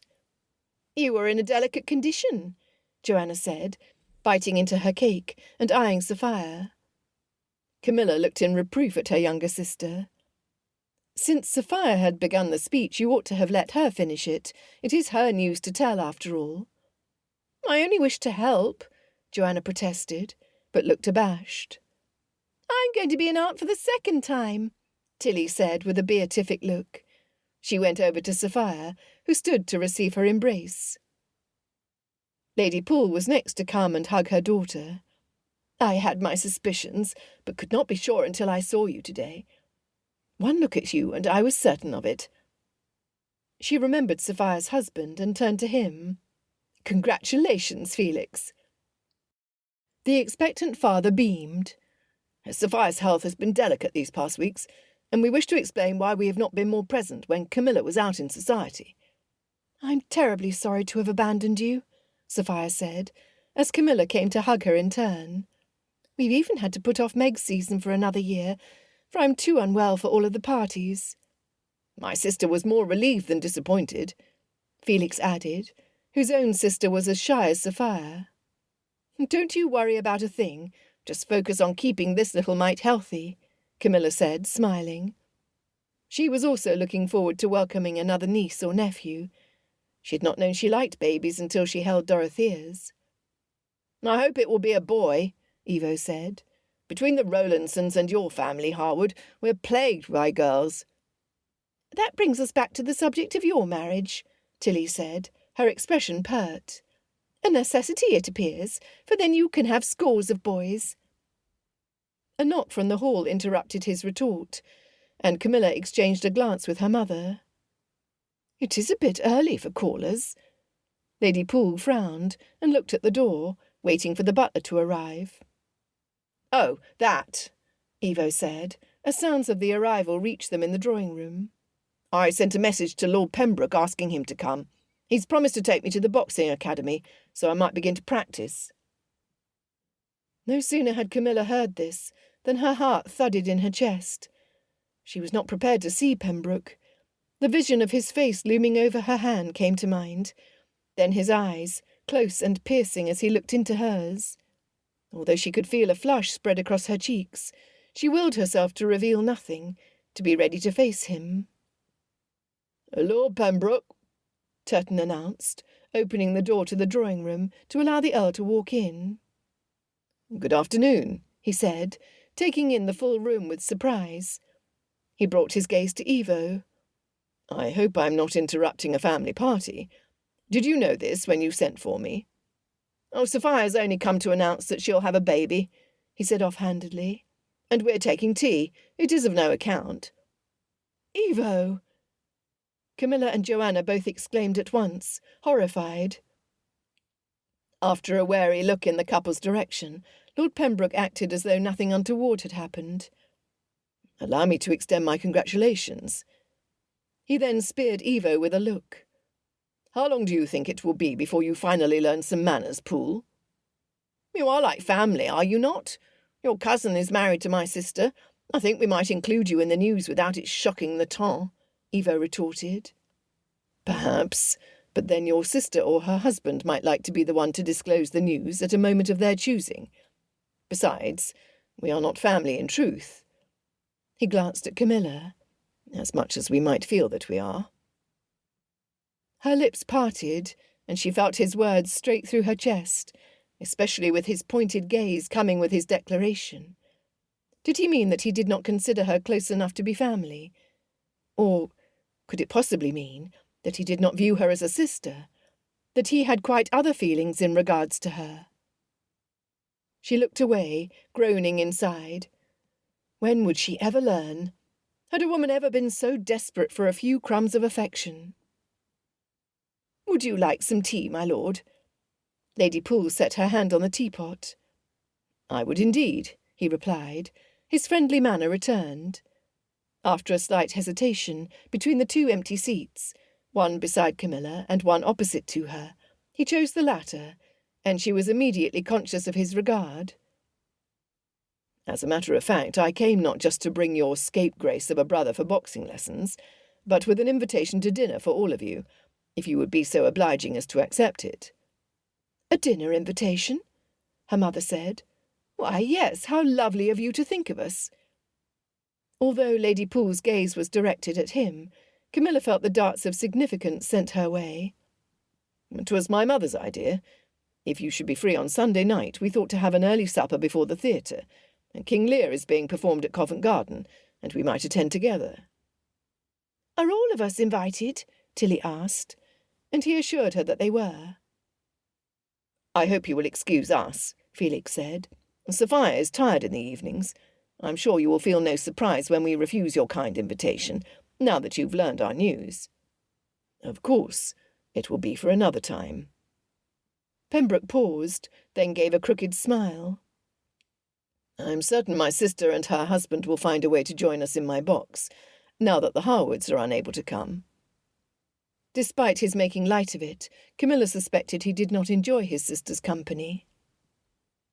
What could have prompted his mother to invite their family to dinner? And had he been in full agreement?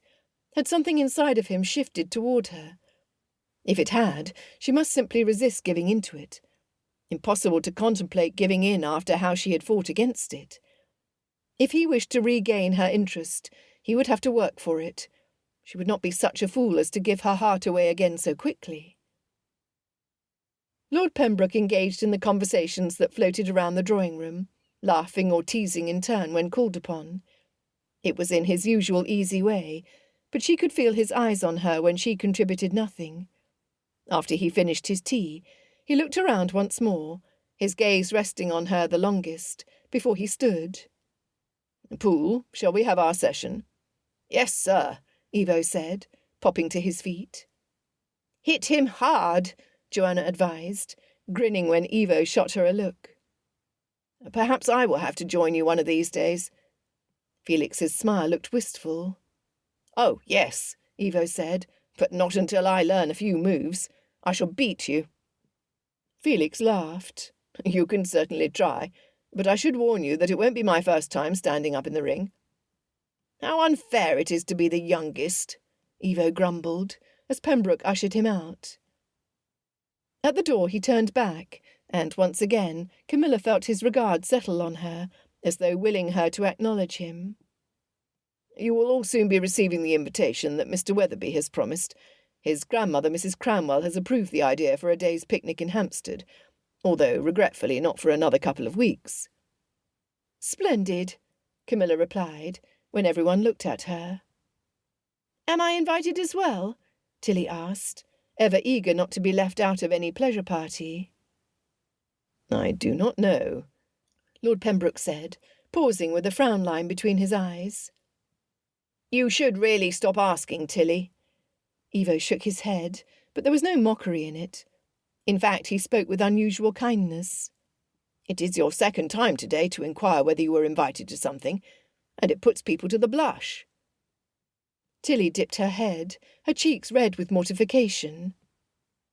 "You may do so with me, Lady Matilda," Pembroke said. "And now that I reflect on it, I have reason to believe you will be. Mr. Weatherby told me that his brother's children will be there, and his nephew is about Evo's age. I think he intends to invite Miss Winkley's brother as well. That leads me to believe you will most assuredly be included in the invitation." "Excellent notion to think of inviting more boys." The news had certainly pleased Evo. "Indeed." Pembroke's eyes now sought hers, and she saw the sudden twinkle appear a second before he spoke. "Lady Camilla, do be sure not to bring any knives with you." She speared him with her look of indignation, but he had already bowed and was turning to leave. Apparently, if she did not give him her attention willingly, he intended to tease it from her. Chapter 14. Ro and Evo stood facing each other inside Jackson's boxing academy, stripped down to shirts and breeches for fighting. Ro had one arm up in front of his face, as he urged Evo to try and get through his guard. The young earl swung wildly, and Ro caught it. Shift your stance to something more natural. Your feet should be closer together. Now try again, and this time feint with your right hand and strike with the left. Evo stood upright. But then you will know what I'm about to do. I'll never get a hit in that way. You're not likely to get a hit in any other way either. Ro shot back with a grin. He wasn't the most talented of Jackson's pupils. His cousin Miles had always outstripped him, but he would enjoy being Evo's superior while it lasted, which was likely not for very long. Gentleman Jackson, the owner of the famous academy, finished a conversation and came over to bow before him. Lord Pembroke, how do you do? Jackson's birth was common, but due to his talent for pugilism and genteel behaviour, he was on easy terms with gentlemen and peers alike. Indeed, it was considered an honour to spar with him. He glanced at Evo, giving a smile and slight bow. This is the Earl of Poole, Rose said. His sister is married to Miles Shaw. The name meant something to Jackson, and he turned to Evo. Well, let us see how you do. Evo looked more nervous than he had before, and with a nod, Ro encouraged him to carry on. Evo adjusted his steps with conscientious attention, then feinted with his right and struck with the left, as Ro had advised him. He delivered a stronger blow, but one that was easily deflected. I stand like this. The boxing master shifted, so that he had pivoted to an angle. And hold your arm higher. Don't reach, but let your opponent come to you. Then, when you strike, pull back and send it out from your shoulder. He guided Evo's arm as he instructed him, and even Ro benefited from the reminder. Now try again. Evo did so, and his punch flew out with strength. Although Ro blocked it, he immediately felt the difference. Ha! That's something to show, Evo exclaimed. No one my age will be able to get one over me. Thank you, sir. Ro's respect for Jackson grew. Not many people could inspire Evo into a position of both humility and gratitude. When they had had time enough in the ring and were thoroughly spent, they went to change before strolling out of the academy down Bond Street. It crossed Ro's mind that he was spending an awful lot of time with a puppy to whom he was unrelated. He could not say why he did so. At first it had been for Miles's sake, because he knew his cousin was interested in Lady Dorothea. Miles had told him how desperately Evo was in need of male guidance, according to his sister. So they had started that way. Afterwards he began to like Evo for his own sake. To guide a youth toward a nobler character was an honourable way to spend one's time, he was learning. Perhaps he would not be the terrible father he had always feared. Something else added interest to his time spent with Evo. He finally knew his heart well enough to realise that Camilla could not be classed with the rest of the society women, nor was her significance that of a mere relation to his cousin. She was not even simply a member of the family he liked exceedingly well. She had taken on an importance in his life, which, knowing his fear of all heart-related commitment, was truly to say something. He had ruminated over her words at Almack's more than once, what she had said about husbands and wives being friends. Although he had evidence of it right under his nose, with couples like the Harwoods and the Shaws, he had many more examples of those who only proved the contrary. What was to say he would be one of the lucky ones? That was what made him wish to abandon any effort before even trying. However, a marriage to Camilla might be the closest thing he could have to friendship with a wife. Not that he was ready to think of her in those terms. Oh, no. It was more likely her determination to keep up a reserve that had something to do with his persistence in seeking opportunities to see her. He wanted to break through her shield and reach the young woman he knew was inside, and this challenge was beginning to consume him. He and Evo had walked a ways in silence toward where he had stabled his phaeton, and the handsome set of matched bays both Evo and Joanna had found cause to praise. Your sister does not seem to smile as much these days. I wonder if you know why. They passed by White's, and Evo, walking beside him, had donned a modish top hat. With a flash of humour, Roe thought he missed only a walking cane in order to be a proper gentleman, though he was still rather slight. "Which sister?" Evo said, with the air of someone who didn't care very much what the answer was. "Why, Lady Camilla," Roe answered. "When we were at Elmscote she was more forthcoming, and she smiled more. Is she unhappy, do you think?" Evo shrugged. "How should I know?" They continued in silence, and perhaps his flippant reply began to work on his conscience. "To tell you the truth, Camilla has always had odd humours." "Is that so?" Roe asked in a mild voice, not putting too much faith in Evo's assessment. He could not tell if this was a mere brother's expostulation, or if he truly believed it. Roe had never discerned any odd humours in Camilla, except for that tendency to speak her mind, and say the most surprising things. When she had commented on his habit of fleeing from marital commitment to his mother, he had nearly betrayed his shock. He who was always able to hide what he was thinking. One did not speak in such a way in society, and even for her, it was a most disconcerting observation. "Well, yes, I suppose I like her best out of all my sisters. She says what she thinks, and stops there. Not a jaw me dead." "No, that she is not," Rose said, wishing she sometimes spoke more.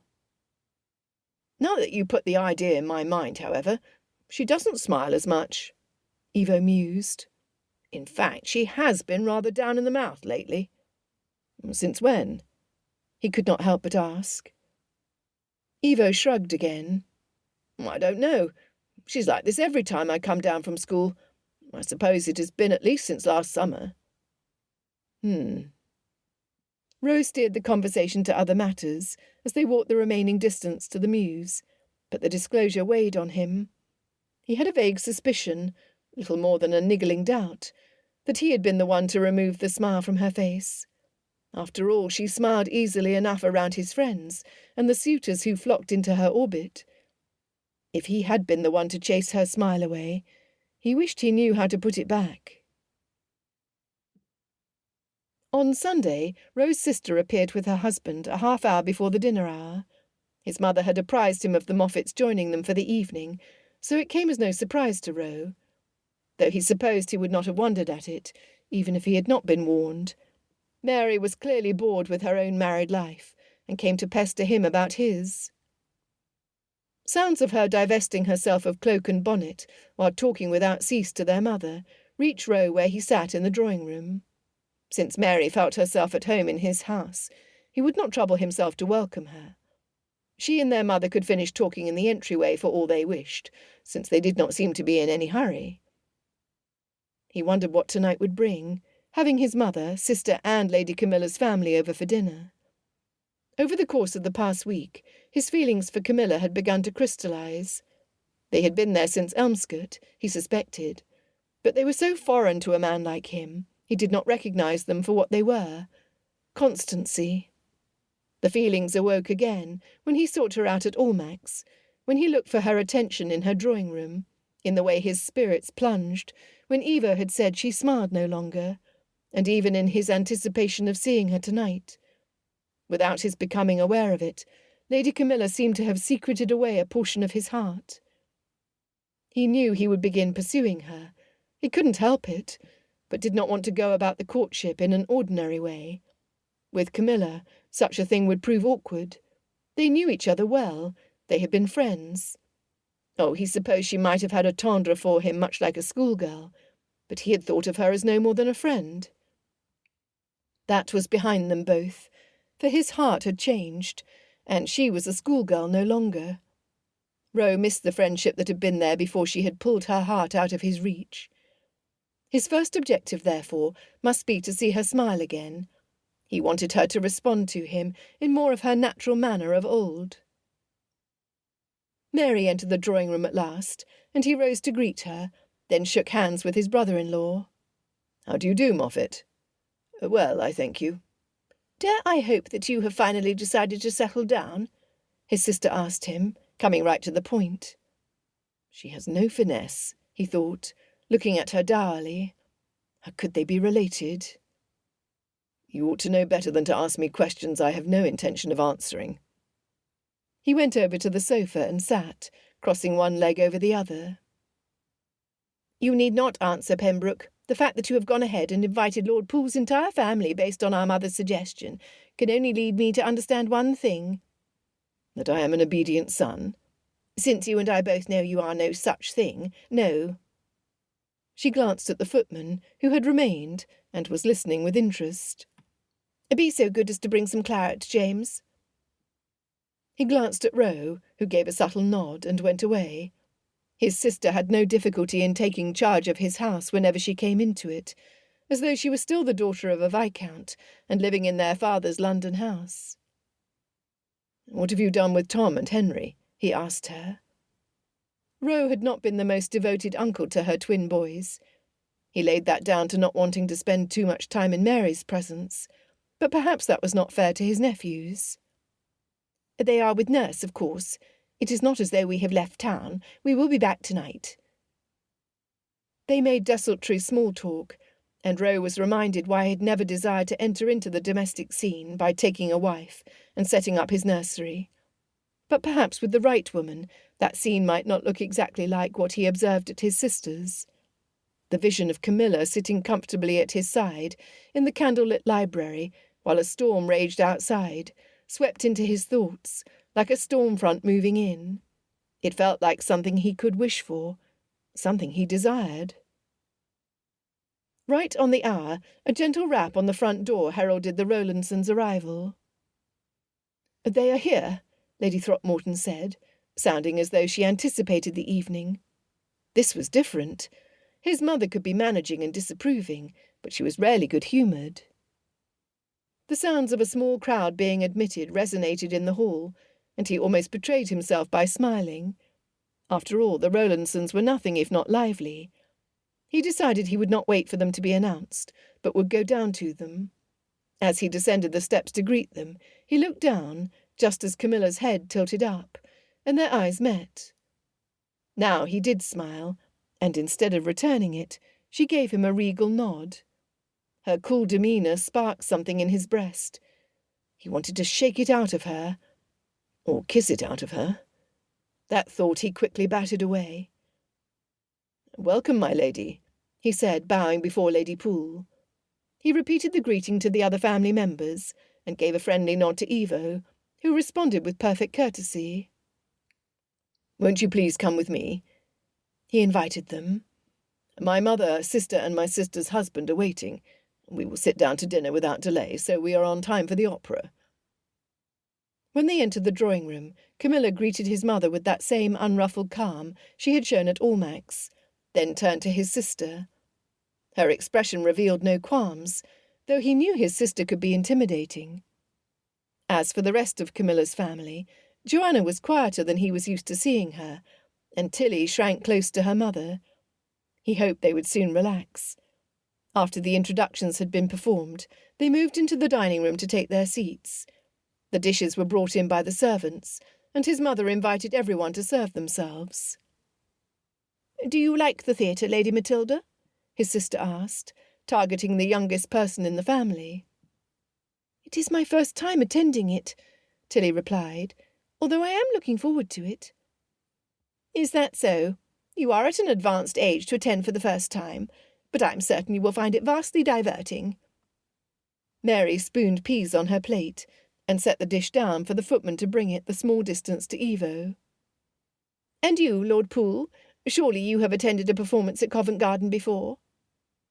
No, I haven't, but unlike Tilly, I am anticipating a visit to something quite different, for I've been promised Astley's amphitheatre, you see."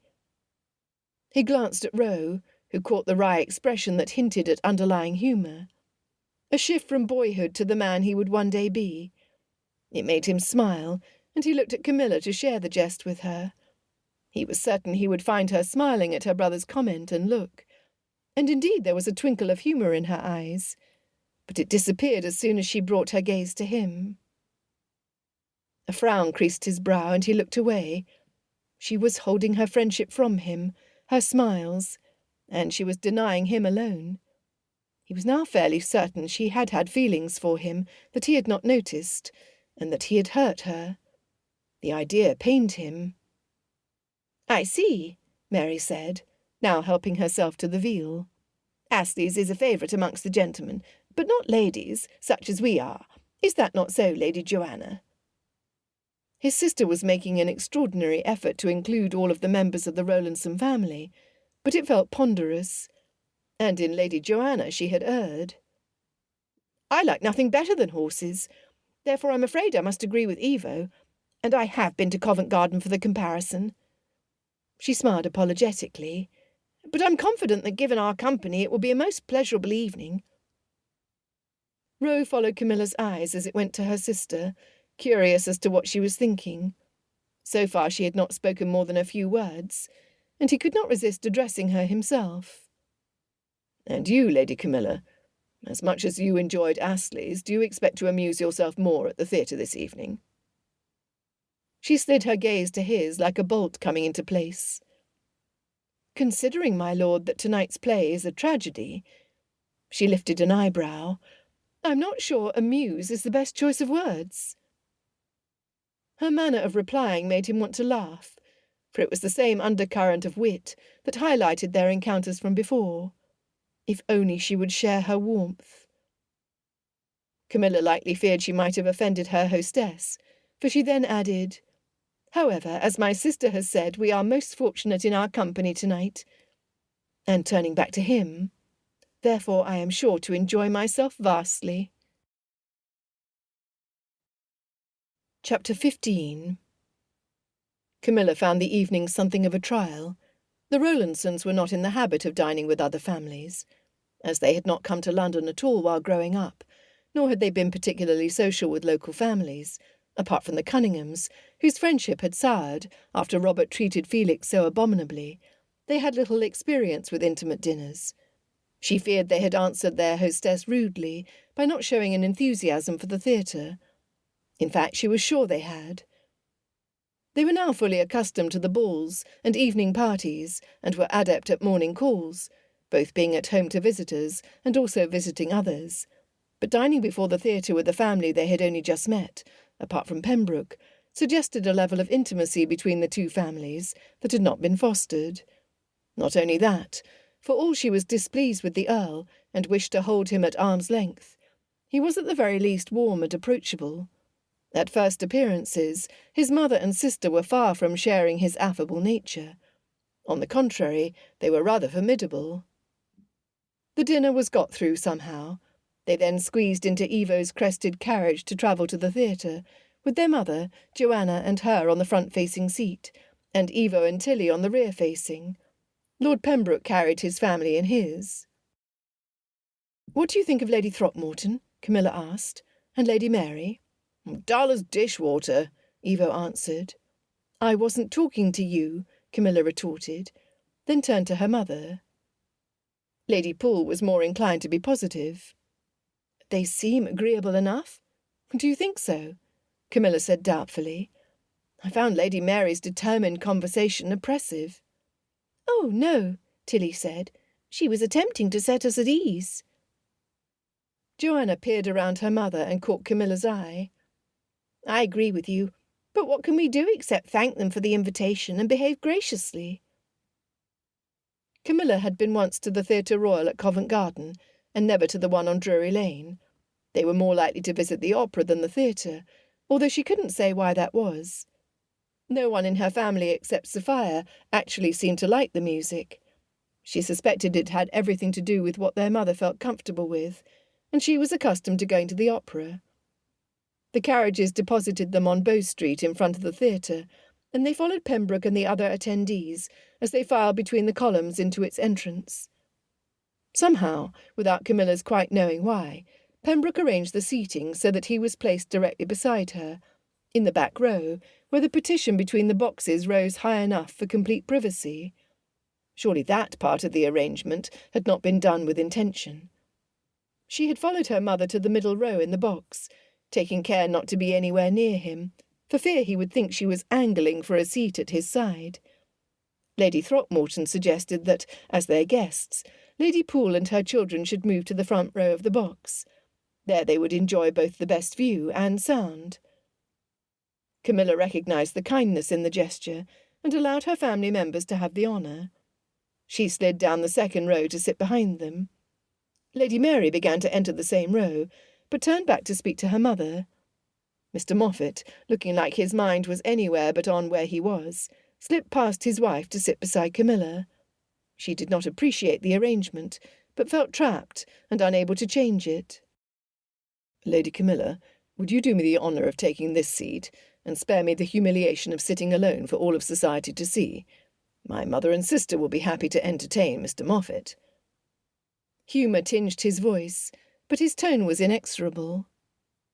It was by far the lesser of two evils, for at least she knew Pembroke, unlike Mr. Moffat. She inched along the narrow aisle to reach the row above, and the seat beside him. The theatre was well lit, but she knew that it would shortly be dark when they snuffed the candles. What was unfortunate for her peace of mind, and indeed for her pride, was that she was aware of his nearness in every particular.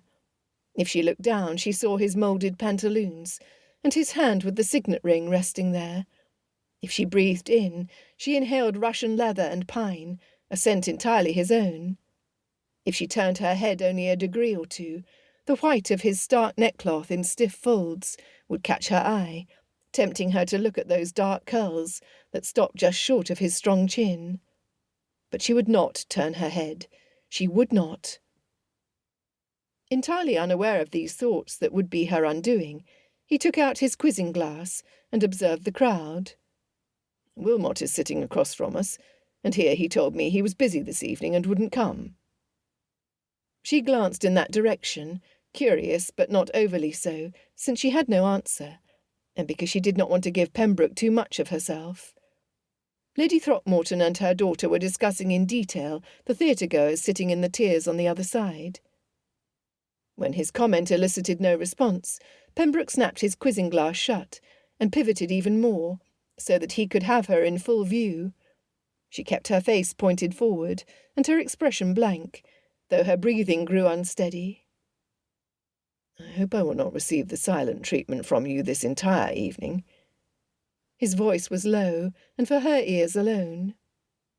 She wondered why he should care. As if she might learn the answer from his expression, she risked a glance. That she regretted instantly, when she saw the teasing smirk on his face. She removed her gaze, but felt him lean back farther to study her. Alas, I fear it is my destiny to be sentenced to famine. After all, you already withhold your smiles.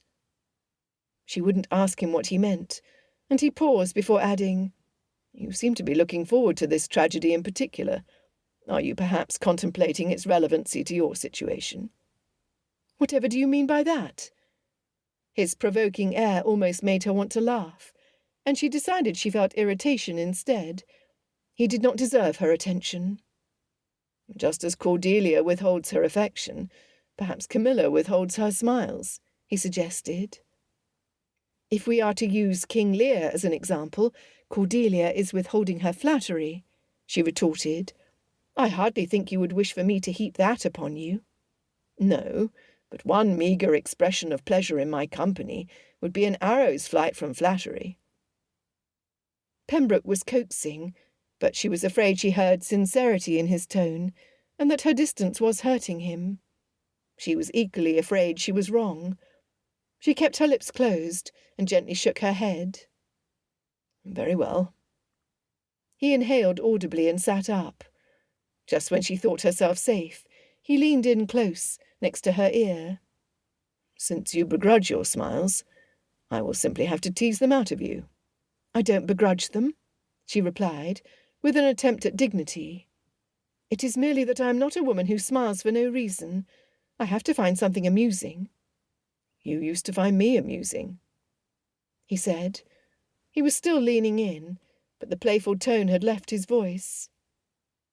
I used to find you a great many things, she retorted, and then blushed a fiery red. Movement on the stage indicated that the performance was about to start, and as she attempted to rein in her panic at having so exposed herself, the servants set up the metal shields for the candles, plunging the theatre into obscurity. Roe now knew for a certainty she had harboured feelings for him in the past, and that there was a likelihood she had them still. She had betrayed herself by that remark, and had she not blushed, he might not have guessed. But she had blushed, and now he knew. He was equally certain she was silently kicking herself for having said as much. His first reaction was a surge of triumph. If he had won her affection before, it would not be so difficult to win it again. But as the performance was acted out below them, more sober thoughts marched him back to reason. For one thing, he had not seen her attachment in time, or if he had not been ready to admit to it. And now it might be too late to rectify his mistake. Perhaps she had hardened her heart to the point where he could not win her back. After all, she had spoken of suitors, and wanting to find a husband who was a friend, and warned him not to interfere with her goal. The thought made him ill. The play continued, and he listened with only half an ear as he considered these things, the direction of his thoughts increasingly gloomy. Then the dark thoughts and blasted play simply became too much, and he decided that a bit of amusement was in order if he was not going to fall into a maudlin state. After all, he hadn't lost her for good. He had just suffered an upset, which was not something that had caused him to give up before. No, Roe decided, he would not miss this opportunity to pursue her. The problem was simpler than he realized. He had not courted her before, not properly. Now that he was going to begin a true courtship, surely he could win her heart. After all, he mused with something like a sigh of resignation, he managed to win young ladies' hearts all the time, when he had no intention or desire to do so. How hard could it be to win a woman whose heart he was set on winning?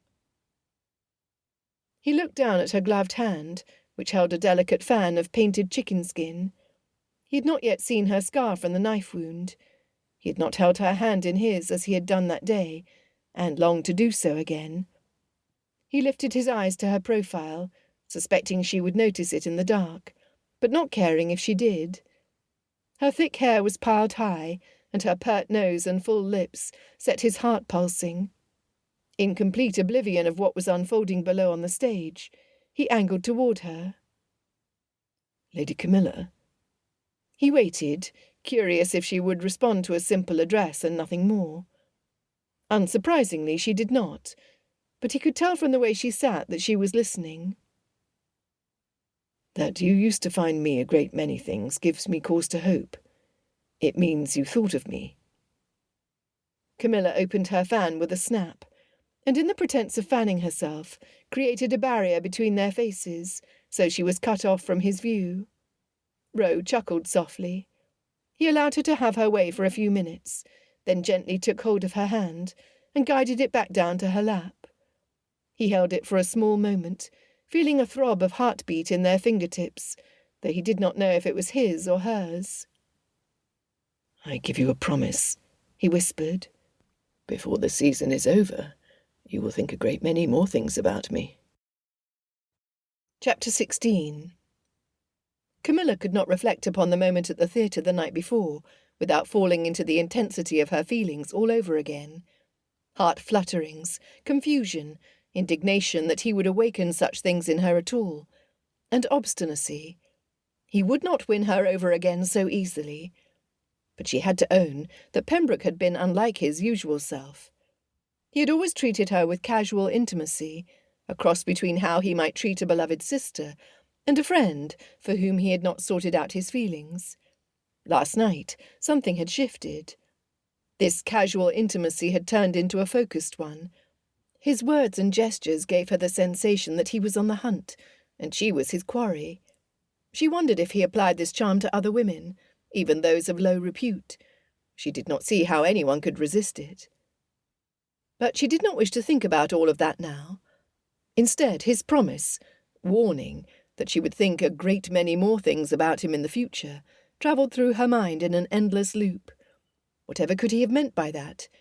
It had sounded both like a challenge and a promise, as though he intended to pursue her with the aim of winning her heart.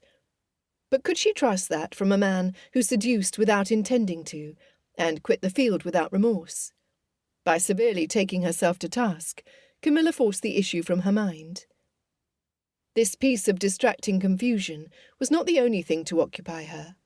That day Mr. Islip lingered after morning calling hours, and in front of her mother, sisters and brother, asked if he might have a private word with Camilla. Her eyes widened at his boldness, but she could not welcome it. Lady Poole acceded to his request, and with an encouraging look at Camilla, ushered the others out of the room.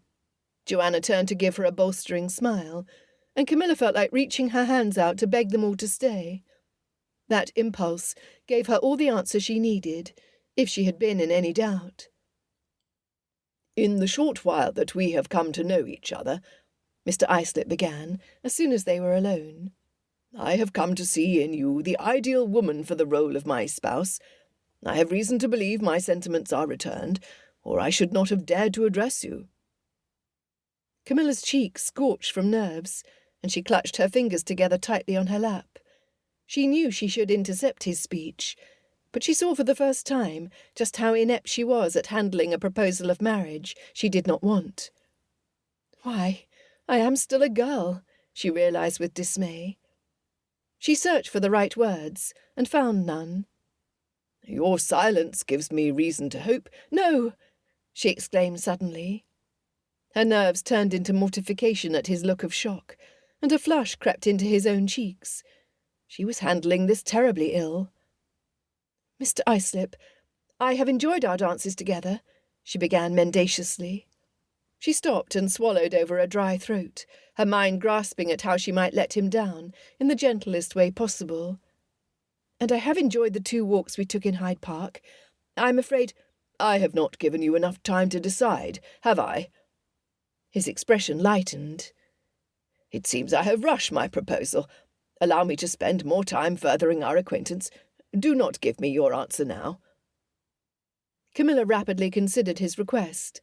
He was right that they had not had much time to come to know each other, but in the few times they spent in each other's company, dancing, walking, or simply conversing, she had experienced nothing like the galloping pulse that erupted whenever Lord Pembroke was near. She knew deep down that she would never feel that way about Mr. Islip, and that it was better to let him know her decision now. "You are very kind. I'm also greatly honoured by your attention, but—" She bit her lip, thinking that not even coming this far had made it easy to finish. "I am afraid I would be misleading if I allowed you to continue to hope. My sentiments for you are not of a romantic nature." "Ah!" he exclaimed, with a small grimace, which he quickly recovered from. "If that is the case, then there's nothing more to be said. I'm only sorry to have approached you in a way that must be disagreeable to you." Miserable, Camilla stood and held out her hand. "The apology must be mine, for you have paid me a great compliment with your offer, and I am only sorry I cannot accept it." He bowed over her hand, then quickly took his leave. Camilla sat in the silence of the empty drawing-room. As the heat receded from her cheeks, she contemplated her first proposal. When a girl dreamt of receiving an offer of marriage, it did not include the painful one that occurred when 2 hearts did not align. She hoped that Mr. Islip would find someone who would make him very happy, and wished she had told him that. It was too late now. Her mother came in quietly and closed the door behind her. "I saw Mr. Islip leave." She sat beside her, studying Camilla's face with a perceptiveness she had not expected. "I've turned him down." Lady Poole greeted the news without surprise. "I expected as much." Camilla turned to her, desperate for reassurance. "Did you know that he would propose to me before today? Had I given him false cause to hope?" And after a brief pause, "Do you think I was wrong in refusing him?" As soon as the words were out, she knew it didn't matter whether anyone thought she had acted in error. She could not marry a man who did not set her heart racing, no matter how worthy he was in other respects. Many a gentleman will propose marriage when they are scarcely acquainted with the girl, so knowing when and if he will propose is not something that one can predict. However, only you can know your heart, and whether a match is right for you. So if you have turned him down, it means that you were right to do so. Since Camilla did feel that turning him down was the right course, Her mother's words brought her comfort. "Thank you, Mamma. You relieve my mind." Lady Poole patted her hand. "When the match is right, you will know it." Camilla held on to that assurance, even while wondering whether it would hold true for her. The only gentleman who had ever captured her fancy was notoriously fickle. She might believe him to be the right match for her until the Thames froze over again, but it did not make it so. Mr. Islip would no longer be in the picture, but for reasons she could not understand, Mr. Laverock still was, and she did not know if she wished to encourage his continued court. Sometimes she doubted whether he was truly who he appeared to be. His wit came with a cutting edge at times, that in the next instant would be masked with one of his smiles. If that were all, her course would be clear. She must discourage his attention. But there were enough moments when his charm and warmth seemed so real she could only think herself to have imagined the other instances. Besides that, he was handsome, and never failed to amuse her, and there were few enough gentlemen like that in her orbit. It was clear she would need time to know him better, but after what had happened with Mr. Islip, she also feared suffering another precipitous offer before she could be sure of her own mind. What to do? Gentlemen held all the cards, for if they wished to refrain from making a proposal, they need merely disappear from the scene. If they wished to marry a woman, they had only to seek a private audience. Not for women such straightforwardness. They could only wait or endure.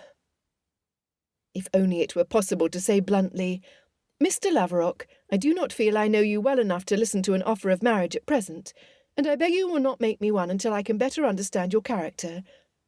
With that unpleasantness out of the way, I do enjoy your company, and would like to continue meeting without expectations on either side."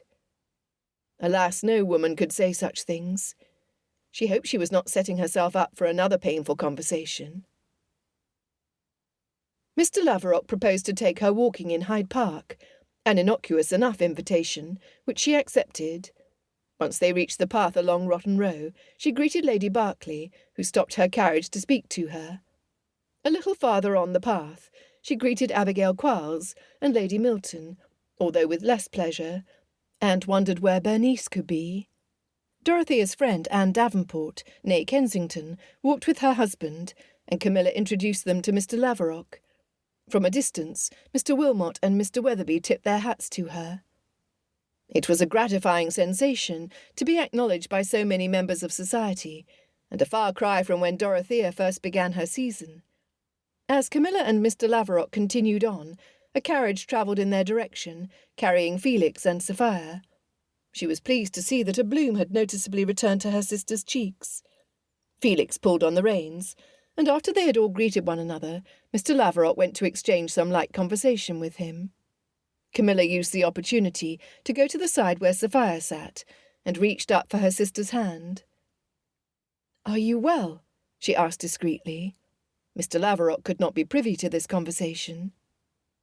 Sophia answered with cryptic assurance and a broad smile. "Very well. By the by, did you receive a letter from Dorry?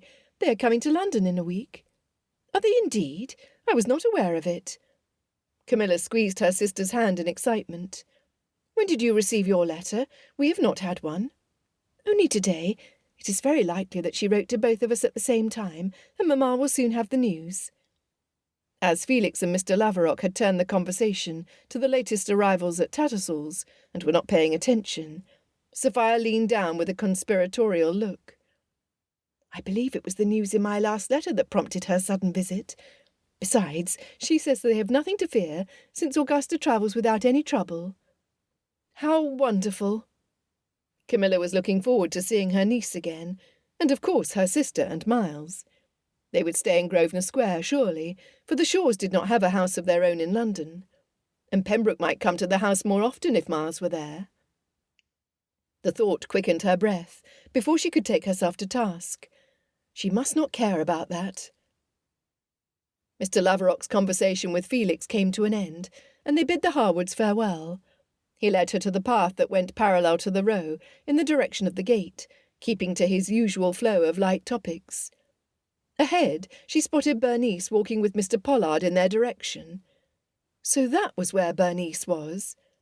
Camilla hadn't seen her in far too long, and hoped that it meant Mr. Pollard's suit was prospering. Mr. Laverock was in the middle of entertaining her with a story about Mr. Cuthbert, who was extremely myopic, and had intended to invite Miss Thompson to dance, but ended up inviting her mother instead. Camilla laughed, but lifted her hand to draw his notice. "Will you excuse me for a moment, sir? I see my friend Miss Milton coming with Mr. Pollard, and should like to greet her." "Of course," he said, promptly falling silent. Bernice and Mr. Pollard had not seen them yet, and walked with their heads close together, in what looked like an intimate conversation that she shouldn't interrupt. But Camilla didn't feel she could let them pass without comment, for it would appear to be a cut if Bernice should chance to look up and see her. After wrestling with her doubt, she called out to her. Bernice looked up in surprise, and her face, which was becomingly pink, transformed into a smile. Camilla could only return it, guessing that something momentous had just happened, something she would not learn about until later, when there were no gentlemen present. "Good afternoon, Mr. Pollard," Camilla said. His face was flushed as well, and he looked equally as happy. He returned the greeting, and as he and Mr. Laverock exchanged pleasantries, she turned to Bernice with an expectant look. "I've not seen you in an age. Will you come to visit, or shall I come to you?" Bernice nodded. "I was thinking the same thing. It has been too long. I promise to come tomorrow if you will be at home." Camilla said she would be, and after parting ways walked in silence, contemplating what must surely be the good news she would receive tomorrow when Bernice came. Mr. Laverock appeared to be observing all of society that passed by, something he did at times, she noticed. Given how many anecdotes on people in the temps he entertained her with, she couldn't help but think he was cataloguing his observations for later. And while she would not like that quality in a husband, it was very handy when one wished to be left to one's thoughts. At last she too brought her attention to the other park-goers, but it was only to notice they would soon intercept Pembroke's path, who was not walking alone. At his side was Miss Ewbank. Camilla's mouth rounded into an O, and her happiness disappeared in a puff. His eyes were fixed on her, and he would have seen her nervous swallow and her unhappy countenance. Absent in his expression was the warmth and teasing he usually reserved for her. "Lady Camilla," he said, bowing. "Mr. Laverock." There was none of the charm she had been witness to the night at the theatre, and she could see why with Miss Ewbank next to him. Miss Ewbank was very pretty, slender and regal, composed, everything that Camilla was not.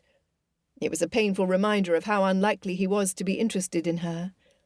Little comfort though it might be, she was proud of not having permitted herself to read too much into his flirtation. "Good day, my lord." She then greeted his companion with a mechanical smile. "It is a pleasure to make your acquaintance, Miss Ewbank." She must hold on to her society manners. After all, when Miss Ewbank married Pembroke, Camilla must not set herself up for an enemy, or cause awkwardness between Miles and his cousin. He must certainly be bent on winning Miss Ewbank's hand, or he would not have sought her company. Had he not given the young lady cause for hope in the past, only to disappoint her? He had even spoken to Miles about offering for her. Since it had then come to nothing, and he was not a villain so as to do such a thing again, he must be serious now. Any wisp of hope she had held on to for Lord Pembroke was now over. After an awkward pause and no further conversation, they bid farewell and each went on their way. Camilla subject to the most terrible disappointment. It was hard to pretend in front of Mr. Laverock, but she forced herself to do so. Her happiness was at an end. "How well do you know Lord Pembroke?" he asked her. She looked up at him. "Oh, quite well. His cousin is married to my sister." "I see." He fell silent, and Camilla could not help but inquire as to why he should care to know. "Are you acquainted with Lord Pembroke?" "Some," he said, "but there are gentlemen in the club who are above my touch, and I'm afraid he's one of them. I'm not a peer, as you know." He glanced at her. "That is something I find admirable in you. You do not judge a man on whether he carries a title." "Of course not." she said, drawing her brows together. It was perfectly true, but that he would notice it made her think that this fact weighed with him. She wondered why it should. Miss Ewbank has a reputation for only setting her cap at men of the peerage, he said, looking at her from the side. She ignored the look and hid her displeasure over the turn of conversation. I do not know Miss Ewbank at all, so I cannot say. Ah, well. After a beat, he smiled broadly. We are nearly at the gate, and I will bring you home directly. I do not wish for you to be fatigued before the night's entertainment. What is it to be this evening? You will think me unfashionable, but I have nothing planned tonight. Sometimes I like to stay in and read quietly. Tonight is one of those nights. A woman of sense, he replied promptly, in the way he often had of approving everything she said. Camilla returned a polite reply, and realised that she missed speaking to someone who was not ready to approve of everything she said, and how that was a very odd thing. Chapter 17. Roe bit back a muttered curse. When he had made the arrangement to walk with Miss Ewbank, it was with the intention that not only would he meet her in a public place, but that it would not reach Camilla's ears. Not that he knew of anyone in her sphere likely to gossip about him, and certainly not in a way that might cause her to doubt his interest. Then again, he wondered briefly, had anyone else in the family guessed at his interest? He had not even told Miles. Regardless, he would not have wished to cross paths with her at that moment for anything. She would likely believe that Miss Ewbank was his object, which would make his behaviour at the theatre dastardly. The purpose of their meeting that day was innocent, although he could not explain it to Camilla. Lady Camilla is a friend of yours, I believe. Miss Ewbank was kind, he was learning, in addition to all the other qualities that would make her a good wife for some worthy gentleman. Yes, he said shortly. Her sister is married to my cousin, and we are often in each other's company. She seems to be an amiable woman. Roe left the comment unanswered. Camilla was more than amiable, but he was not about to speak of her to Miss Ewbank, even if to sing her praises. He could not say how much he esteemed Camilla, then follow it with either silence or empty compliments to Miss Ewbank. She deserved better. You were saying? He prompted instead. Their agreement to walk today was the natural progression of a discussion they had begun at the Answorths. He had accepted the invitation for their supper ball to please his mother, although he knew Camilla would not be invited, and that it would be dull. It was only when he encountered Miss Ewbank there that he suspected his mother was still arranging meetings, in hopes he might develop a tendre for the girl. He could not wish to give Miss Ewbank false hope, nor did he feel he could ignore her. And then she had been so obviously distressed, though she tried to hide it, when he asked her about it. She replied that she would be much obliged if she could explain what was a rather personal dilemma at another moment, when they were not in such a public setting. That was when he had proposed this afternoon's promenade in Hyde Park, where it was public enough to keep the threat of forced matrimony at bay, but intimate enough for a conversation. Lord Pembroke, I think I should begin by disclosing something that is not known outside of our intimate circle, and I hope you will be kind enough to keep it to yourself. She paused, and he nodded for her to go on. At the end of January, my father suffered a mild apoplexy. He remained bedridden for weeks, and though he now shows little signs of it, and wishes to keep the fact hidden, the doctor said he must avoid anything of a vexing nature. If he grows upset, it might provoke another attack, and the second might be fatal. She recounted the story with a steady voice, but he could see how affected she was. I'm terribly sorry to hear it. You may be assured of my discretion. Thank you. I did trust that I could. I thought this an important detail to share, so you understand why I am approaching you on a matter upon which I would otherwise have remained silent. They walked in silence while she prepared her next words. Mr. Wells, one of my brother's friends from Cambridge, who lives within 10 miles of us, confided in me of his fears about Christopher. He suspects he has been playing for very high stakes at his club. She rushed on. And as my father has become somewhat infirm and cannot oversee the matter himself, and Christopher has no older male relation to keep an eye on him, I own myself to be worried. Roe had a nodding acquaintance with Christopher Ewbank. He was younger than his own friend set, and frequented the Cocoa Tree and Brooks's. To his knowledge, there was nothing about Ewbank's behaviour to give away that he was dipping too deep.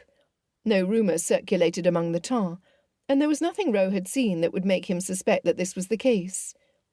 However, if he told her as much, the information would little reassure her, especially not if she had evidence to the contrary. "I don't often see your brother at the clubs, for I am more frequently at White's myself. If I can offer you any consolation, it is that he does not have the reputation for casting away his fortune on the dice, whatever might be the case." It took her time before she spoke again. Another man might appreciate such a restful silence, but whenever Roe was with her, he was reminded of the fact that he was not such a man. He missed Camilla's quick speech and raillery. Even when she was withholding her conversation, her expressive looks challenged him, as well as her words, and he was kept entertained. "I do not wish to give you the impression that I have any expectations that you do something about my dilemma." Miss Ewbank sent him a miserable glance that he was just able to see from around the rim of her bonnet. "I did not consider how my request to speak to you might be misconstrued. I have no claim upon you at all. It is only that you were kind enough to ask, and I feel quite helpless on the subject. What is more, should my father receive any sort of shock from the result of Christopher's failings, in whom he possesses a great deal of pride, I should hate to think what the result may be." It had not taken Miss Ewbank's explanation for Roe to understand all that was at stake. It was not only her brother's behaviour that was cause for concern. Without her father to set the family's affairs to rights, she and her mother were alone in the world. Mr. Ewbank owned a small estate, but the majority of his wealth came from shrewd investments he had made over the years. If Christopher had spent his life watching his father make speculations, Rose supposed it was not a far leap for him to try to do the same, only at the gaming tables. If they should lose everything, it would be catastrophic. The weather was balmy, and he briefly thought about the picnic Weatherby had promised for the next week at his grandmother's house in Hampstead. It was warm enough that they might take a boat out on the lake, which he had done once when he was staying there. As long as they did not fall into the pond, he thought, imagining himself rescuing Camilla. Before he could force himself back to the matter at hand, Miss Ewbank's next comment brought another matter rudely upon his conscience. "I do not know if you noticed it, my lord, but I could scarcely look at Mr. Laverock when we met him. From what I had been made to understand from Mr. Wells, Mr. Laverock is the one who urges him on at the Cocoa Tree, leading him into all sorts of unwise play." As unwelcome as the notion of meeting Camilla while walking with Miss Ewbank had been, the sight of her with Laverock at her side had been more so. Now the knowledge that Laverock might be purposefully leading a young man astray made him clench his teeth in grim resolution. "Indeed? How does Mr. Wells know of this?"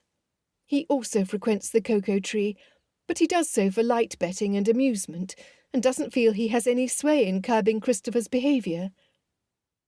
She glanced at Roe. "You must not think that he offered this information to me in an impertinent way.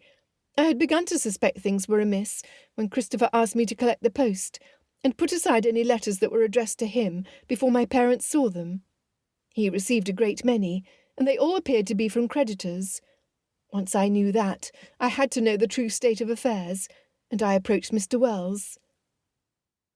They had reached the tip of Rotten Row, and he guided Miss Ewbank along the more frequented path, in the direction of the gate at the end. Now that he had already seen Camilla, there was no point in hiding his walk from the rest of society by taking the quieter path. His mind was half wrestling with the unhappy coincidence of meeting her, and its ramifications, and half with the unhappy situation that Miss Ewbank found herself in. He did have compassion for her plight, and would do what he could. "My friend Mr. Wilmot spends more time at the Cocoa Tree than I do. He also has acquaintances there. If you give me leave to speak of it to him, I will see if he can find out more on the matter." Relief shone in her eyes when she turned to him. "I am exceedingly grateful to you, and if Mr. Wilmot would not be too shocked by my proposition, it would reassure me to be able to exchange a few words with him. for I could tell him what I learned from Mr. Wells. It is forward of me, I know. Do you think he would mind it?" Jerry was one of his more easy-going friends, and he did have a heart. Besides, Roe thought spending time with someone like Miss Ewbank was not likely to annoy his friend. Jerry had a weakness for large brown eyes, and would probably appreciate them looking up at him in a beseeching manner. And even if he did not, he was more than capable of fending for himself. He would just have to convince him to agree to it. "I will speak to him, and send you word by messenger with his response." "Thank you, my lord," she said in a heartfelt tone. The next day, when Camilla welcomed Bernice into the drawing-room, her heart still felt bruised from having witnessed Pembroke and Miss Ewbank together. That was the best way she could describe it, and it only told her how much she had lulled herself into thinking she had successfully put Pembroke out of her mind, once and for all. If she had, the sight of him walking with Miss Ewbank, and turning his face to get a glimpse of hers, would not have felt as though she had dropped her heart on his path, only for him to trod over it. Today, however, she would not discuss the affairs of her heart. She was here to listen to what was very likely Bernice's good fortune. And if anyone deserved good fortune, it was Bernice Milton. Lady Poole had gone on morning calls and taken Joanna with her, and Eva was again out with friends. She scarcely saw either hide or hair of him, and hoped he was not getting into trouble. Tilly was the only one at home, but as she and Miss Cross were pressing flowers in the nursery, she said they would have a tea-tray brought there. "I gathered from the look on your face yesterday that you have good news to share," she told Bernice, as soon as they were seated. Bernice had never looked lovelier as she gave an answering smile. "Yesterday Mr. Pollard asked me to be his wife, and I have consented." "That is wonderful," Camilla exclaimed, standing again to embrace Bernice. The tea-tray came in shortly afterwards, interrupting midway through the story of how it happened. They waited while everything was set out, and the tea was steeping. As soon as the servants left, Camilla turned her expectant gaze back to Bernice. "We share an interest in agricultural matters. I know I've mentioned my strange hobby before." She looked self-conscious, so Camilla nodded encouragingly. "It is just so odd that someone else could be interested, or not in precisely the same thing, but close enough to it, that they do not think it odd of me." "I think it marvellous that he did not look down upon your interest, simply because you are a woman," Camilla said. "That too. Then again, I hardly think there's another woman in all of England who is interested in experimenting with agriculture." She laughed suddenly. "And we share other interests, even radical ones, such as allowing tenant farmers to experiment with certain techniques that might increase their personal wealth. We began by discussing what it would be like to build an orchard. He has space for it, you see, and with just the ideal conditions that are needed. That eventually led to the idea of sharing ideas, which, well, then developed into something I had not expected." Camilla was content to let her speak, and just fill in the silences with nods of encouragement. She poured the tea and handed the cake to Bernice. She took some for herself, and for once did not even want it. This unusual restraint was likely due to her sore heart, and would prove temporary. Or perhaps she had come to know that eating for comfort did not really solve anything. Only time would tell. "He began to ask me for my opinion, and soon we spoke of other matters that interested us. And before I knew it, he started to call and invite me to go out walking. Even my mother noticed." Camilla chuckled. "I suppose she had something to say about it, but whether for good or for ill I cannot hazard a guess." "Good," Bernice said, a wry look coming into her eyes. "She had thought me at my last prayers." Camilla laughed again. "You cannot know what it is like to have a parent who has no very great opinion of you. It makes you tempted to believe you are of little worth. For if your own mother cannot find anything admirable in you, how is anyone else supposed to do so?" "Oh, I do know it." Camilla sat back and cast her mind to her childhood years. "My father, on more than one occasion, said I was nothing but a plump partridge."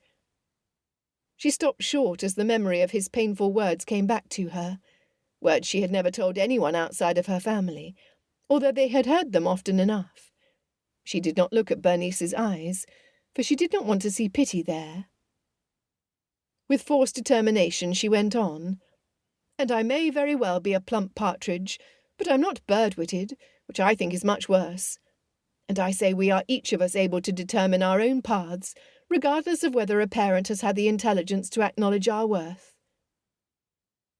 When she finally dared to look up, Bernice was not staring at her in pity. She seemed to be considering her words. Then she sighed and sipped her tea. "I dare say you are right. Even spending time with Mr. Pollard has given me a contentment, or a confidence, I suppose, that I did not have before. I can only imagine that living in my own household as his wife will offer me greater freedom than what I have yet known." Her lips quirked. "I'm sure I will find frequent reasons why my father must come and visit, and as many reasons why my mother will not find it convenient to come at that particular time." "I don't doubt it," Camilla said, grinning. Then, thinking of how nice it would be to run her own household, with a husband of her choosing. She couldn't help but think how nice it would have been to have a man in her life who constantly reminded her of her worth, instead of tearing her down. Who knew what she might become with such encouragement? Camilla and Joanna set out for Hookham's circulating library on foot, wishing to enjoy both the fair weather and exercise. They walked, arms linked, with a footman behind them, prepared to carry their books on the return. "Have you seen Evo today?" she asked Joanna. "We went riding this morning together in the park." Joanna thought for a minute. "I think he said today he was going to Astley's with Jack Sanders." "It's odd to think of him growing old enough to wander around London on his own, isn't it?" Camilla said. "I wonder what he will be like as a gentleman. I hope he will become tamed before then." "He has been wandering around London even before he was old enough," Joanna retorted with a laugh. "We Rowlandsons are a rather savage bunch for children of an earl, are we not? Left to indifferent education, dear Miss Cross aside, and little knowledge of how to go about in society." "I could not have said it better myself, but we'll come about." Camilla turned to her sister, a furrow in her brows. "Won't we?" "Assuredly. After all, look at both Sophia and Dorry." She squeezed Camilla's arm. "And you are next." "Hardly," Camilla said, with something close to a snort. "Not Mr. Laverock?" Joanna looked at her curiously. "I truly do not know." Camilla did not want to commit either way. For one thing, to say Mr. Laverock held no interest for her would be to admit there were no suitors on the horizon, especially now with Pembroke taken captive by Miss Ewbank's beauty. For she could not be sure that Mr. Laverock was the right gentleman for her. For all he was handsome and amusing, and seemed to pay her most particular attention, she could not be sure of his sincerity. For all Pembroke was perfidious, he was at the very least sincere. Upon reaching Hookham's, they each went by tacit agreement in different directions. Joanna strode to the section where the gentlemen tended to congregate, that held the books on voyages and science, Camilla to the novels, after which she would find at least one improving book, she promised herself. The large space was crowded with men and women milling about in search of a book, or standing in groups by one of the tables or near the windows. She began perusing the books that had most recently come out, skimming her finger along the spines as she read the titles. "Camilla!" A masculine voice at her side caused her to jump. When she turned, Lord Pembroke stood beside her, looking down at her in a way that held her captive. She tried to catch her breath. "Looking for something to read?" he asked, but his smile seemed nervous and not quite like himself. She had found her composure by now, and turned back to the bookshelves. "As you see." The ensuing silence was punctuated by two women describing a ridiculous bonnet they had just seen on someone before entering the circulating library. Camilla pinched her lips and lifted her gloved hand back to the spines of the books, her gaze fixed, though she did not see anything. "I'm not interested in Miss Ewbank." Her heart went still, and she betrayed her emotions at his words by the pause of her finger. She swallowed, unsure if she would be capable of answering him. But no, She was made of sterner stuff than this. You must not think me overly curious about where you decide to give your attention, Lord Pembroke. He gently but firmly gripped her elbow and steered her away from the books to face him. Then you should be curious about the state of my heart, Lady Camilla, for it concerns you very nearly. She thought she was going to faint. This was direct. It was different. He had never shown this side of himself before, where he demanded her attention. And surely, she could not mistake his meaning. Lord Pembroke! Pembroke! Camilla turned with him to see both Joanna and Miss Ewbank converging upon them at once. Both stopped short, and Miss Ewbank gave them a shy smile. Forgive me, I should have seen that you were involved in a discussion. I suppose I should have as well, Joanna said, with a guilty smile and a glance at Miss Ewbank. But I wanted to ask your thoughts on this book about Arabian bloodlines in horses. Pembroke had altered his stance to the one he showed to society. Lady Joanna, may I present to you Miss Ewbank? I do not believe you are acquainted. Lady Camilla, you met her yesterday. Indeed. Camilla offered her a smile and a curtsy.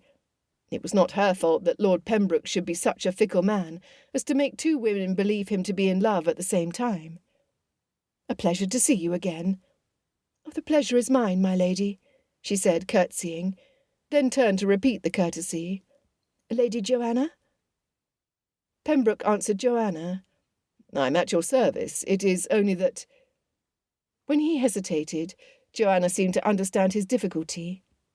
It can wait. After all, I can ask you the next time you come to our house. She smiled and left the three of them standing together. I apologise, Miss Ewbank said, clearly troubled. I had only wished to speak on a particular matter, but I see that I have interrupted you. Not at all, Miss Ewbank. Lord Pembroke turned beseeching eyes to Camilla, and she understood his awkwardness as well as Joanna did, though she was less charitable. My lord, I beg you will excuse me. I'm rather pressed for time and wish to search for another book before we are to leave. She curtsied, then turned to Miss Ewbank, with as much warmth as she could offer despite her pain. Good day, Miss Ewbank. Camilla found Joanna waiting for her beside the clerk's desk, and joined her there.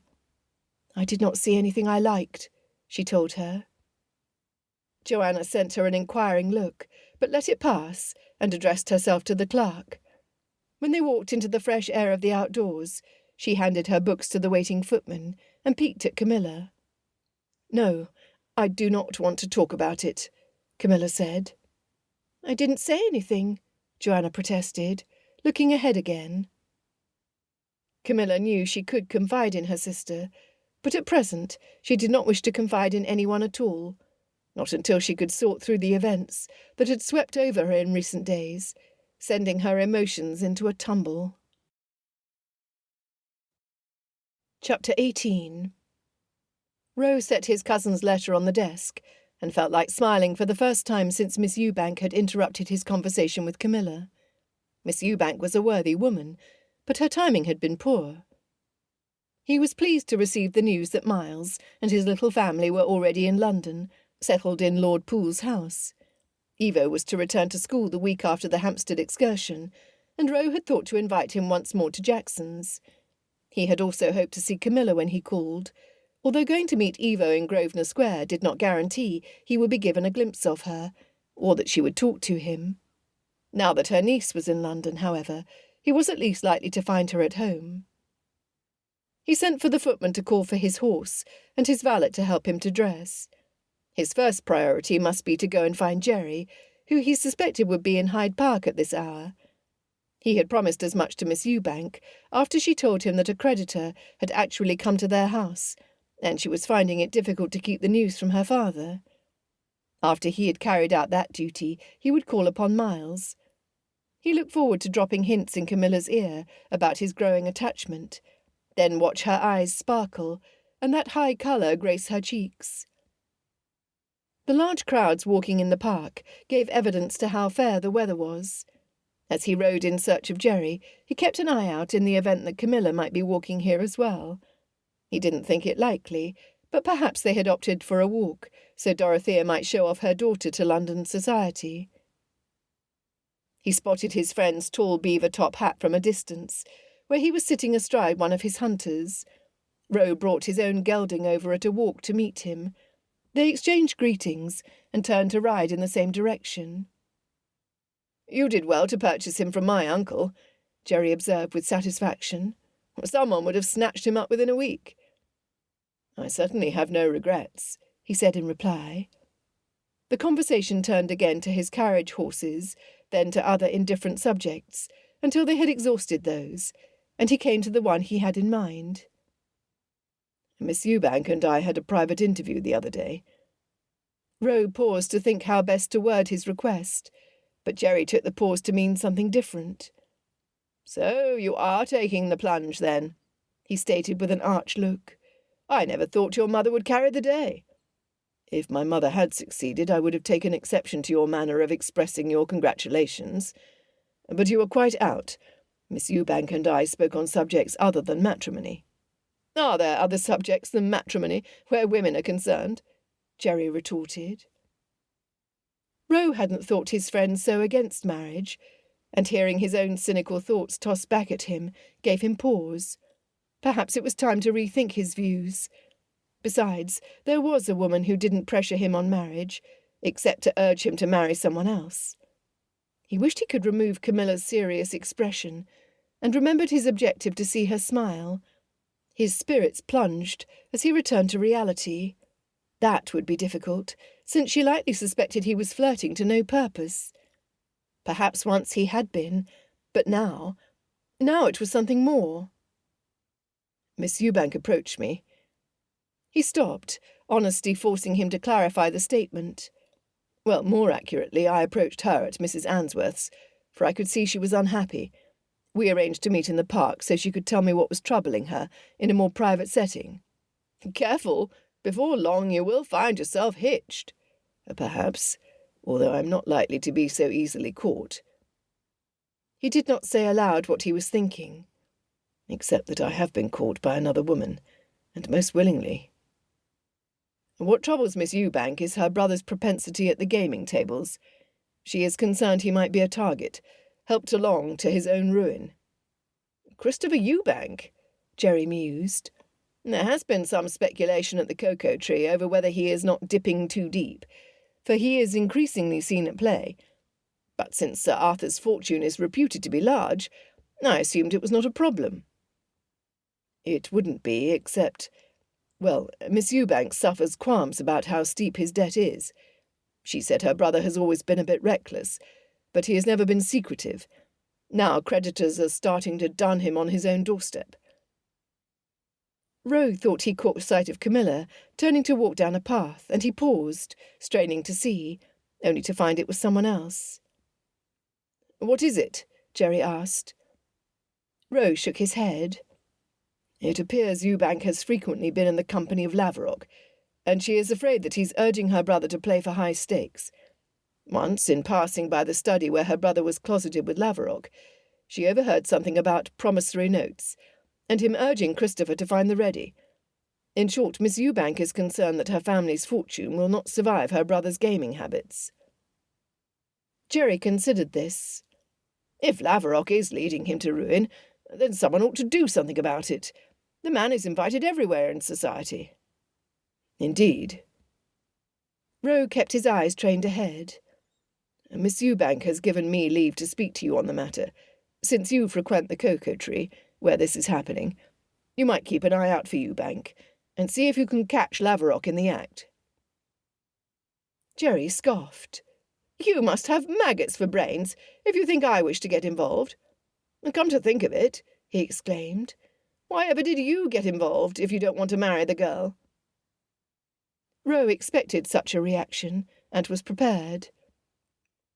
"As you said, it is one thing for a young fool to rush headlong into wasting his fortune. It is another if a supposed gentleman is leading him to do it. Such a thing must be stopped. Besides, Miss Ewbank is a worthy young lady, even if I have no aim to marry her myself. Her family is well acquainted with mine, and I do not want to see them come to harm." "I'm sure she is. But you can hardly think I will stir myself over a matter that does not concern me. Why don't you investigate?" "Because it would be too obvious. I'm not even a member of the Cocoa Tree." Roe paused. "If you agree to it, I will sell you my match bays that you have been pestering me for." "Will you?" Jerry turned to him in amazement. "You must be very serious indeed. Very well, I will do it." Roe's lips shot upwards. He had expected the capitulation, but not for it to be so easy. Those horses were worth it, he supposed. It would be a pang to separate himself from them. Miss Ewbank might not be reason enough to induce him to part with his brand-new carriage horses that were the envy of the temps, but he would do anything to ensure Laverock was exposed before he could further encroach on Camilla. He decided to say a very little about this. "There are family complications I won't go into that make it imperative that Ewbank is taken in hand, for at present there is no one to stop him, and it will mean his entire family's ruin. What is more, if Laverock is leading him into trouble, I want it known. The man is pursuing Lady Camilla, who is important to me as Shaw's sister-in-law." "Only that?" Jerry asked. When Roe didn't answer him, he said, "I'll see where things stand, and if there is anything to prove against Laverock, I'll see that it is done." "My thanks. There is just one other thing," Roe said, before taking his leave. "Miss Ewbank asked if you wouldn't mind speaking to her directly about what you find." Jerry looked startled. "I don't see how that will be necessary." "It is not, but she asked for it, and it would be a kind thing to do." Roe paused a beat before adding, "Remember how well you will look driving my bays?" "How true," he exclaimed. "I will meet with 10 Miss Ewbanks, if I must." Roe was admitted into the drawing-room where chaos was in full display. He sought a glimpse of Camilla, but she was sitting at the writing desk, with her back to him. Augusta, now standing with the help of the sofa, bounced up and down on her legs, and he went over to her first. She pivoted in her position to see Roe, and sent him a grin that showed all of 4 teeth. "Pembroke!" Miles exclaimed, coming to greet him. They shook hands, and Roe greeted the family in a general way, looking again over to where Camilla was, but she had turned away. He distracted himself by going over to his goddaughter, enchanted when she lifted one arm to him. "Not very discerning, is she?" Roe said to Miles.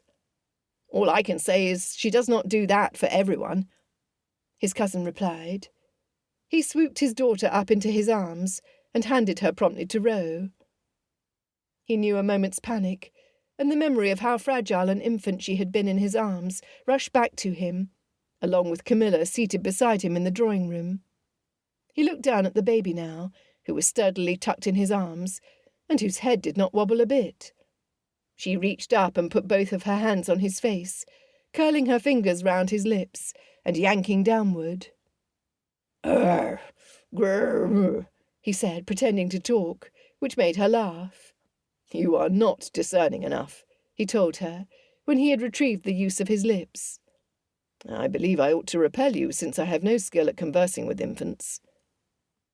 With his goddaughter in his arms, Roe went around the room and greeted everyone more properly, complimenting Dorothea on her good looks and Lady Poole on her granddaughter. Then he came to Camilla, who turned to look at him, her eyes shuttered of all their usual brilliance. "Good afternoon, Lady Camilla," he said, his eyes on her. She dipped into a curtsy, but did not return his smile. Augusta began to pull at his folded cravat, which at last brought Camilla out of her brown study. "Oh, no, you don't," she said, giving her first real smile, as she took her niece out of Roe's arms. "You will cut up his piece, for you must know that Lord Pembroke is excessively attached to his appearance. He thinks it is all he has going for him."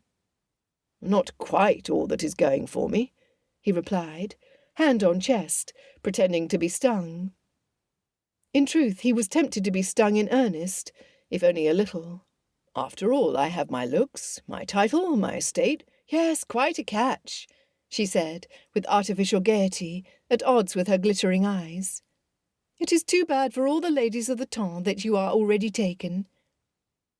This stopped him in his tracks, and he looked at her in surprise. Did she think he had made an offer to Miss Ewbank, after he had told her he was not interested? Taken by whom?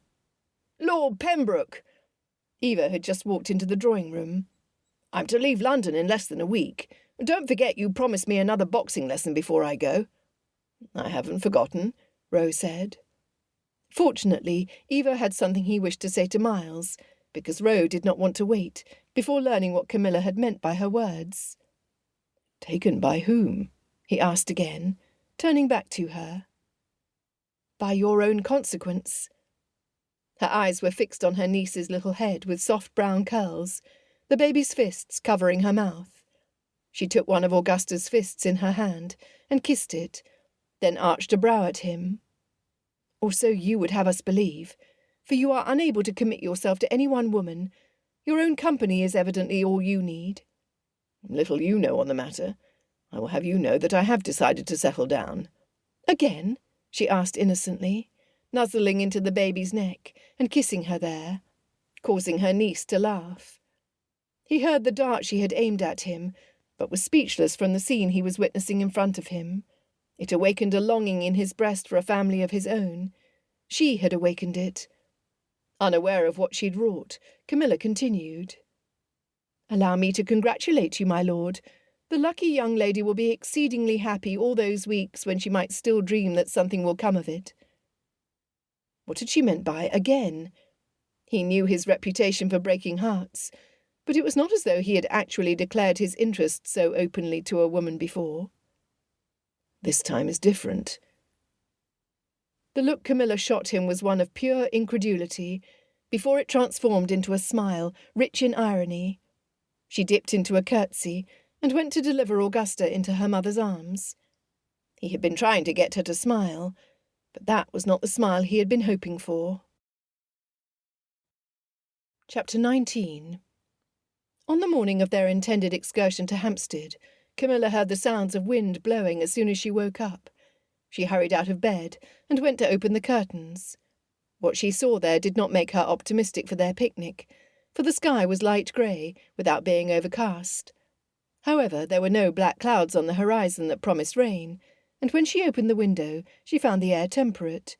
She would hope for the best. After an early breakfast, she and Tilly went out into the narrow parcel of land that lay in the back of their house to see if they could gain a better idea of the weather. Their garden was unkempt, and none of them had been industrious enough to hire a gardener to come and put it to order. Without Dorothea living here, she was not sure if they ever would. "What do you think?" Tilly asked anxiously. She particularly hoped their picnic would be held. A steady wind shook the branches of the two small trees in their yard. The air filled Camilla's nostrils and sent the loose strands of hair flying from her uncovered head. She closed her eyes and breathed in. The sensation was delicious. "Camilla?" She blinked. "I cannot say, but I do not think it is very strong, do you?" Tilly looked doubtful. A gust of wind liberated the summer blossoms and sent dry leaves scurrying as the tree branches shuddered. Camilla took her arm. "Let us go in and see what Joanna and Evo think. Mamma will allow us to go if Felix and Sophia do. I hope they will come." When Evo heard about Tilly's concerns, he scoffed and said that a little wind was not going to stop him from his amusement. When no note arrived by messenger to announce the picnic was cancelled, they piled into the Earl's carriage at the appointed time. The coach would take the four of them, including Evo, Lady Poole having made it abundantly clear that he would not ride the distance, not when it required going through the metropolis.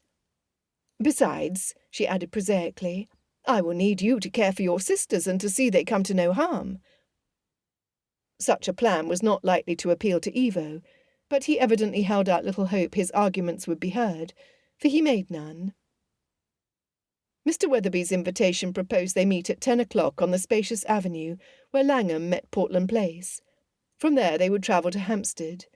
When they arrived at the meeting point, she opened the window and searched for a glimpse of Sophia and Felix, although Tilly protested at the wind that whipped the ribbons on her bonnet.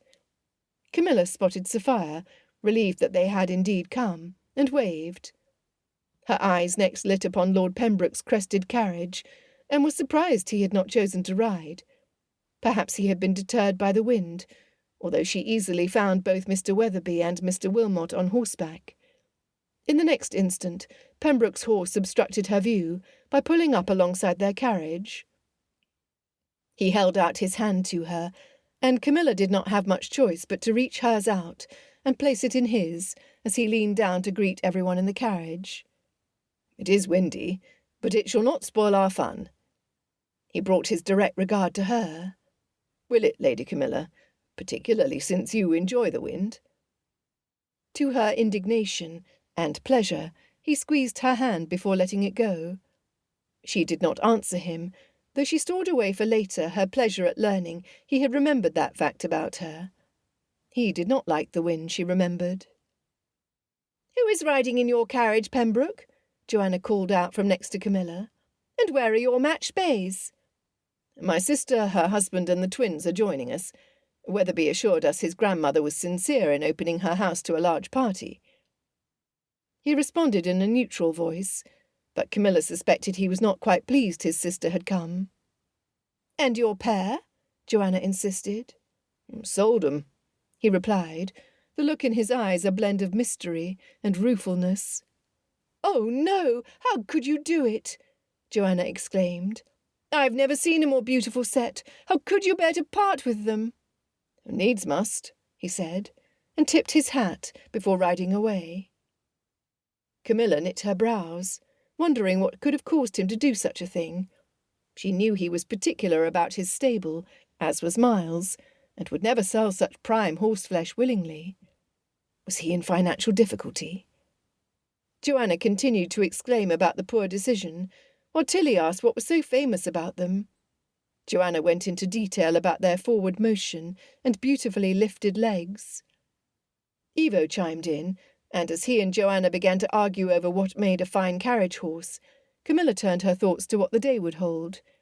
Would Mr. Weatherby be as attached to Miss Winkley as he seemed to be before? Would Pembroke seek her out the way he had been doing lately? The wind made itself felt in their ride, sometimes causing the body of their carriage to sway. Camilla, delighted by the wind and, despite herself, the prospect of a day spent in Pembroke's company, watched the riders alongside their motley progression of carriages as they travelled north. Mr. Weatherby eventually removed his hat and tucked it firmly at his side. Pembroke's was not so tall, and he kept his firmly on his head. They came to the last turnpike before continuing on a scenic road, whose rows of linden trees shielded them from the wind. At the clearing, a meadow dotted with sheep met their view, and Tilly exclaimed over it, while Evo pointed out the massive cedar tree growing on a hillside in the distance. The grey sky had lightened, although the sun was still hidden. As they neared Beechcroft, they left the main road and turned onto a smaller, meandering path, with hedgerows on either side. This led to an open wrought-iron gate that stood taller than the stone walls of the property, and they passed through it. From there, another shaded alley flanked by beech trees deposited the party at Beechcroft, a mellow Palladian house of a comfortable size, whose charming picture made a perfect end to their journey. As the cavalcade of carriages and riders stopped in front of the stone house, liveried servants exited from the front, where they must have been standing inside in expectation. Some went to the horses' heads, ready to lead them away to the stables, and others helped the ladies out of the carriages. With an unhindered view of all of the guests, Camilla at last spotted Bernice. Beside her stood Abigail and her husband, Miss Winkley, and a boy who must have been her younger brother. She and Bernice smiled at each other. "What is Miss Winkley's brother's name?" Camilla asked her. "Freddie. He is 14, so I think younger than Evo." Bernice turned as Mrs. Cranwell came out to greet the arrivals, accompanied by a family with a young girl and a boy who looked to be about Evo's age. Camilla guessed they belonged to Mr. Weatherby's brother. Mrs. Cranwell's large lace cap was tied firmly under her chin, resisting all attempts by the stiff breeze to yank it off. With a head of perfectly white hair, she might have seemed ancient, but her sparkling eyes dismissed the notion. Her voice was vigorous as she welcomed them. "Come inside, everyone, to where I have laid out the refreshments. There you may recover from your journey. After that, I'm sure you will find something outdoors to occupy you, as young people like to do." She kept up a steady stream of chatter, without going through formal introductions, explaining that she had prepared indoor amusements, if the weather should be inclement, but as it was a mere breeze, was sure they would far prefer the outdoors, as indeed was only natural. Mr. Weatherby went to greet his grandmother and his brother, and Camilla noted the resemblance between all three. Bernice came to her side as they walked indoors. "Mr. Pollard tells me the other gentleman is Mr. John Weatherby," Bernice said. "He is Sam Weatherby's elder brother, and that is his family." "I guessed as much. I did not see Mr. Pollard riding with the others." In the entranceway, Camilla untied her bonnet and removed her gloves. The gloves she slipped into her reticule, but she handed her bonnet to a servant as her eyes landed on Mr. Pollard entering the house. "Oh, there he is. I had missed him." "Yes, he rode at the back of the carriages to make sure everyone was able to find their way. He is so truly the gentleman." Bernice then dropped her chin discreetly in the direction of her sister, who held Miss Winkley's arm securely as she poured some information into the girl's ear. "I'm not sure I would wish to spend so much time riding in my sister's company if he were not here to meet me at the end of it." Camilla smiled in understanding, and they followed the others into the drawing-room, where Mrs. Cranwell had set out enough refreshments to feed a small army. Cloth-covered round tables had been set out in all corners, and each was loaded with sandwiches and fruit, cheeses, pastries, a variety of everything to please any taste. Guests stood in circles, as Mrs. Cranwell flitted from one group to another. Camilla purposefully did not seek a glimpse of Lord Pembroke, and told herself that she would ignore him as much as she could, without appearing rude. The temptation to wish for more was becoming difficult to withstand, and she was determined to protect her heart. A servant offered a plate to her and Bernice, and she selected some fruit. "Your sister does seem to have taken Miss Winkley under her wing," she told Bernice, after seeing that they would not be overheard. "Do you have any idea why?" Bernice thought for a moment. "Miss Winkley is of an admiring nature, and is not likely to challenge Abigail's authority. I suppose she is gratifying to my sister's ego."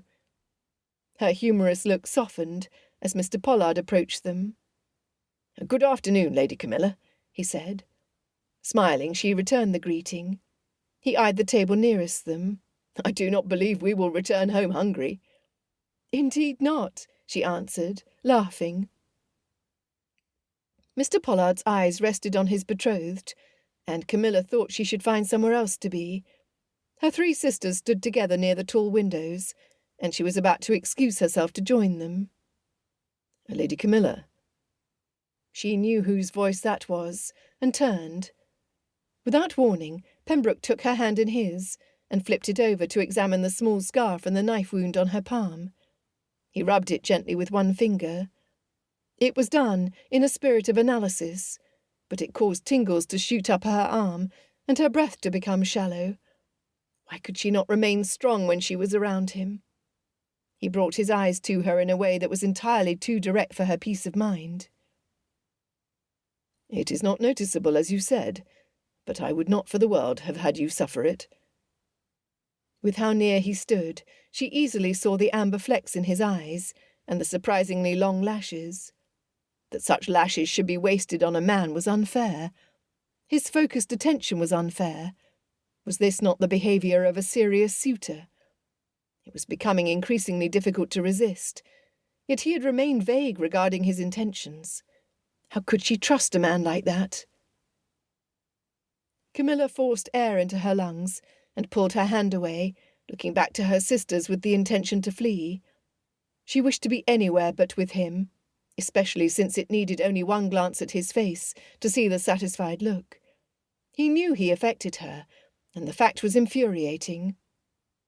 A servant stepped up to them, and, grateful for the interruption, she accepted a glass of lemonade. Her sisters were still grouped in a welcoming circle, but for some reason her feet would not move forward. "Rafe," Mr. John Weatherby called out to his son, "help your sister to prepare a plate, and then you may fix one for yourself." Rafe had been standing with Evo and Freddie Winkley, all talking as though they had been friends since they were in short coats, and piling their plates high with all that was on offer. Rafe instantly set down his plate and went to the sweet girl, whom Camilla guessed to be about 6. "Arabella, what will you eat?" he asked, bending down to her level. She murmured something in return, and Camilla observed Ivo stop filling his plate to watch the encounter. She hoped he was learning something about what gentlemanlike behaviour looked like, for this was an excellent example from someone his own age. His attention did not last long, however, before he turned back to the other boy. "I say, Freddie, I will bet you a monkey I can fill my plate higher than yours."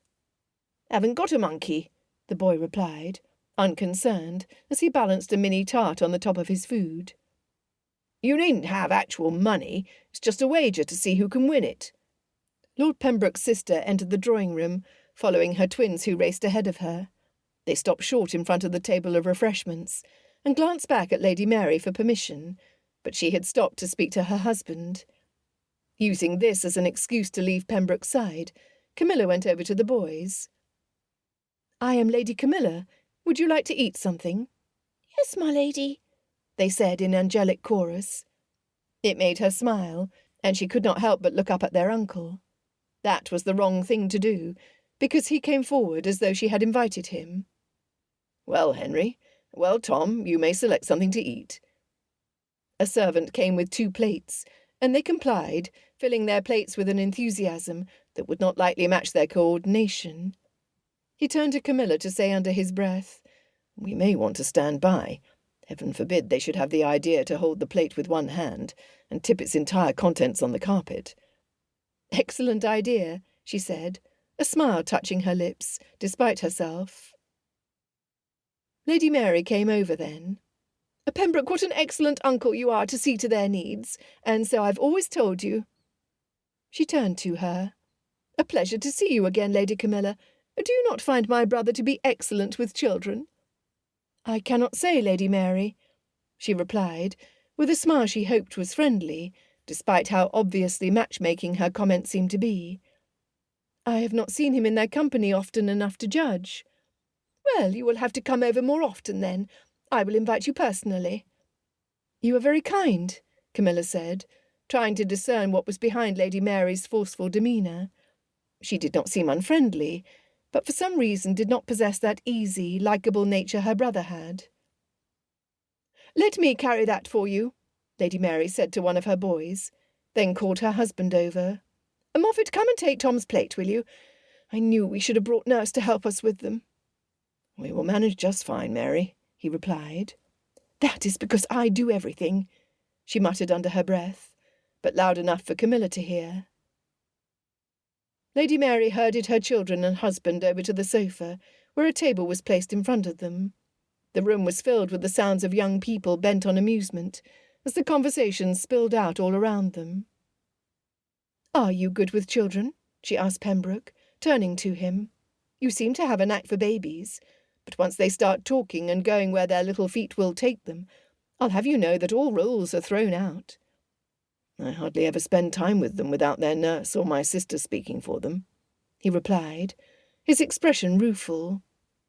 "To own the truth, I have trouble telling my nephews apart, and I suspect they know it. They will certainly begin pulling pranks on me as soon as the idea comes to them." "Well, they do look alike," she agreed, thinking what a shame it was that they should not have more of a relationship with the man who, admittedly, must make an exceptional uncle, even if he could not set an example of constancy. "Perhaps you might go and sit with your sister and talk to your nephews while you eat."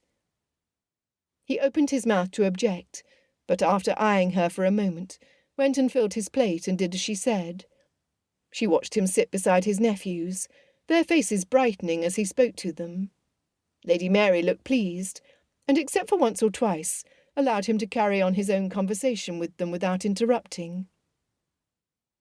"She is lonely," Camilla guessed suddenly, as she went over to join her sisters.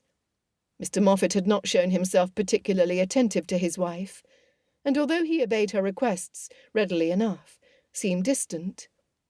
Pembroke admitted to not spending time with his nephews, and she knew he did not feel an affinity with his sister or mother. How she knew that she could not say, but it increased her compassion for his sister. She made a decision to spend more time with Lady Mary and her boys, and to be more gracious when she did so. After the refreshments had been taken, they went outdoors, but soon discovered that the wind made archery difficult, and battledore and shuttlecock impossible. The small rowboats tied to the wooden jetty in the pond rocked on the waves, making the venture seem risky, or at least increasing the risk of getting soaked. As Camilla had dared to conjure up an image of Pembroke rowing her on the boat, this was a bit of a disappointment. People debated over what to do for amusement. "We should stay inside and play at cards," Abigail proposed. "How do you find this plan, Mr. Quarles?" "Whatever you wish, my dear," her husband replied, in a bored voice. "Perhaps some guests will enjoy a game of cards indoors. As for me, and without wishing to be disagreeable," Lord Pembroke said, "I confess I should not like to come all the way to Hampstead for a picnic, only to remain indoors." "Nor I," Camilla thought. "Nor I," Mr. Weatherby said. "What do you wish for, Miss Winkley?" Her eyes went first to Abigail, and it was clear she did not wish to disoblige her. Then she returned her gaze to Mr. Weatherby, whose expression was heartening. Apparently it was not enough to put steel into her backbone, however. "I cannot say, Mr. Weatherby. I will be pleased to do anything." He looked disappointed at this, but made no move to fight Abigail for possession of Miss Winkley's company. Mrs. Cranwell walked over to them on the lawn, with a stack of papers fluttering in her hand, and Mrs. Weatherby at her side. "I have a proposition," she announced with a look of glee in her blue eyes. "Or rather, we have a proposition. Anne and I have come up with an idea for a sort of scavenger hunt that will send you all over the estate in search of particular landmarks." Evo and the two other boys betrayed their youth, with a crow of pleasure, and immediately began boasting over who would win. Tom and Henry stared up at the older boys in rapt attention. "For each spot on your list," Mrs. Cranwell continued, "the servants have left tokens that you must collect and bring back to us. In this way you will enjoy the outdoors, but spend much of it in the shelter of the trees, all while enjoying a bit of diversion. You may divide up in groups in any way you choose."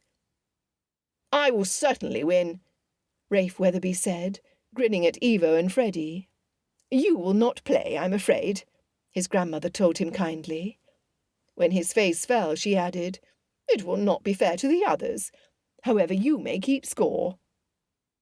The notion appealed to him, and Anne Weatherby began handing out the identical papers to the groups that had begun to form. Although Camilla would have liked to spend time with Sophia, she remembered her decision to befriend Lady Mary. She turned to join her, only to realise that Pembroke had remained at his sister's side. It would appear as though she were going in search of him. His wolfish smile told her it was exactly what he thought. She turned pointedly to his sister.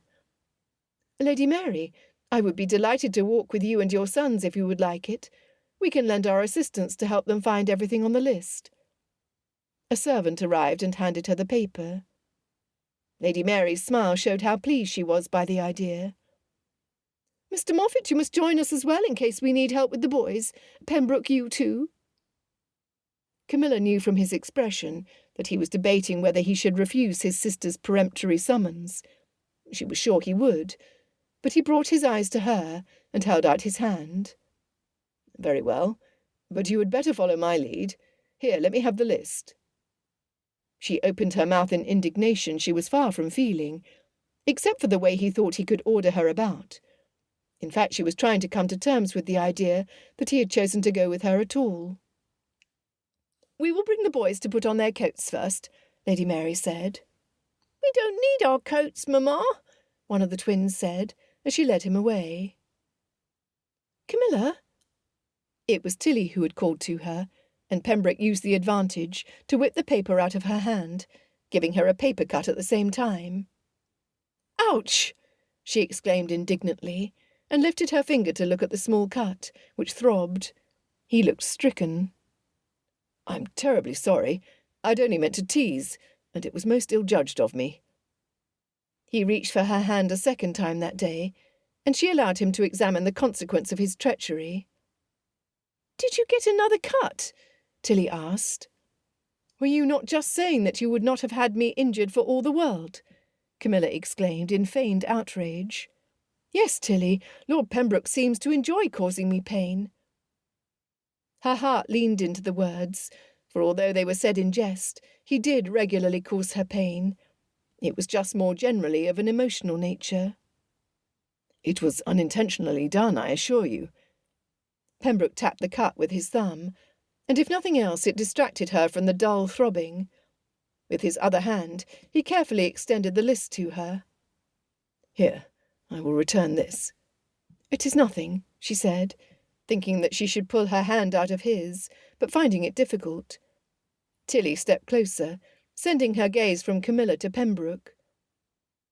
I came to see if you wished to come with us, Camilla, or are you going with Pembroke?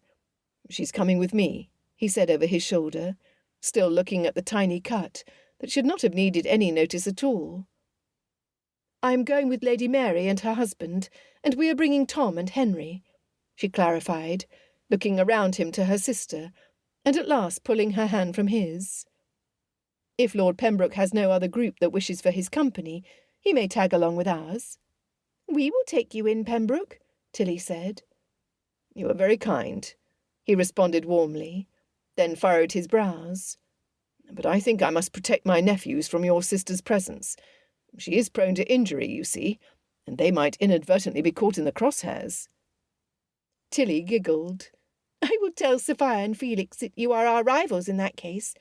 I'm afraid we will beat you, though, for we are quite determined, and we have Joanna, who will run or scale fences if she has to. We shall see, Camilla called out, glancing down at the list of items they were to find, and casting her mind to recall if she had seen any of them on her way in. Beechcraft House, Scavenger Hunt. 1. Naturally formed stone wall. 2. The creek where the rapids form. 3. Sheep's pen. 4. Old windmill. 5. Tallest cedar. 6. Root cellar. 7. Abandoned tenant's cottage. 8. Apple orchard. 9. Gardener's shed. 10. Rose trellis. I am sorry, Camilla, Pembroke said again quietly, his tone sincere. I did not intend to hurt you, I swear it. She attempted to keep her defences in place, but the focused care he took of her weakened her shield. He showed this much care at Hurgist, she reminded herself severely, and then spoke that very same night to Miles about marrying Miss Ewbank. Do not believe him. When she continued to ignore him, he leaned in to whisper conspiratorially, We do have one advantage. Why was he doing this to her? She gave up. What is it? She asked, without looking up from the paper. I once spent a week here with Weatherby, and I know where 7 out of the 10 things on that list are. Now she looked at him, tempted by the advantage he spoke of, but aware it would be cheating to use the knowledge. She screwed up her lips in thought. Unless... Very well, but I have one condition. You have a condition?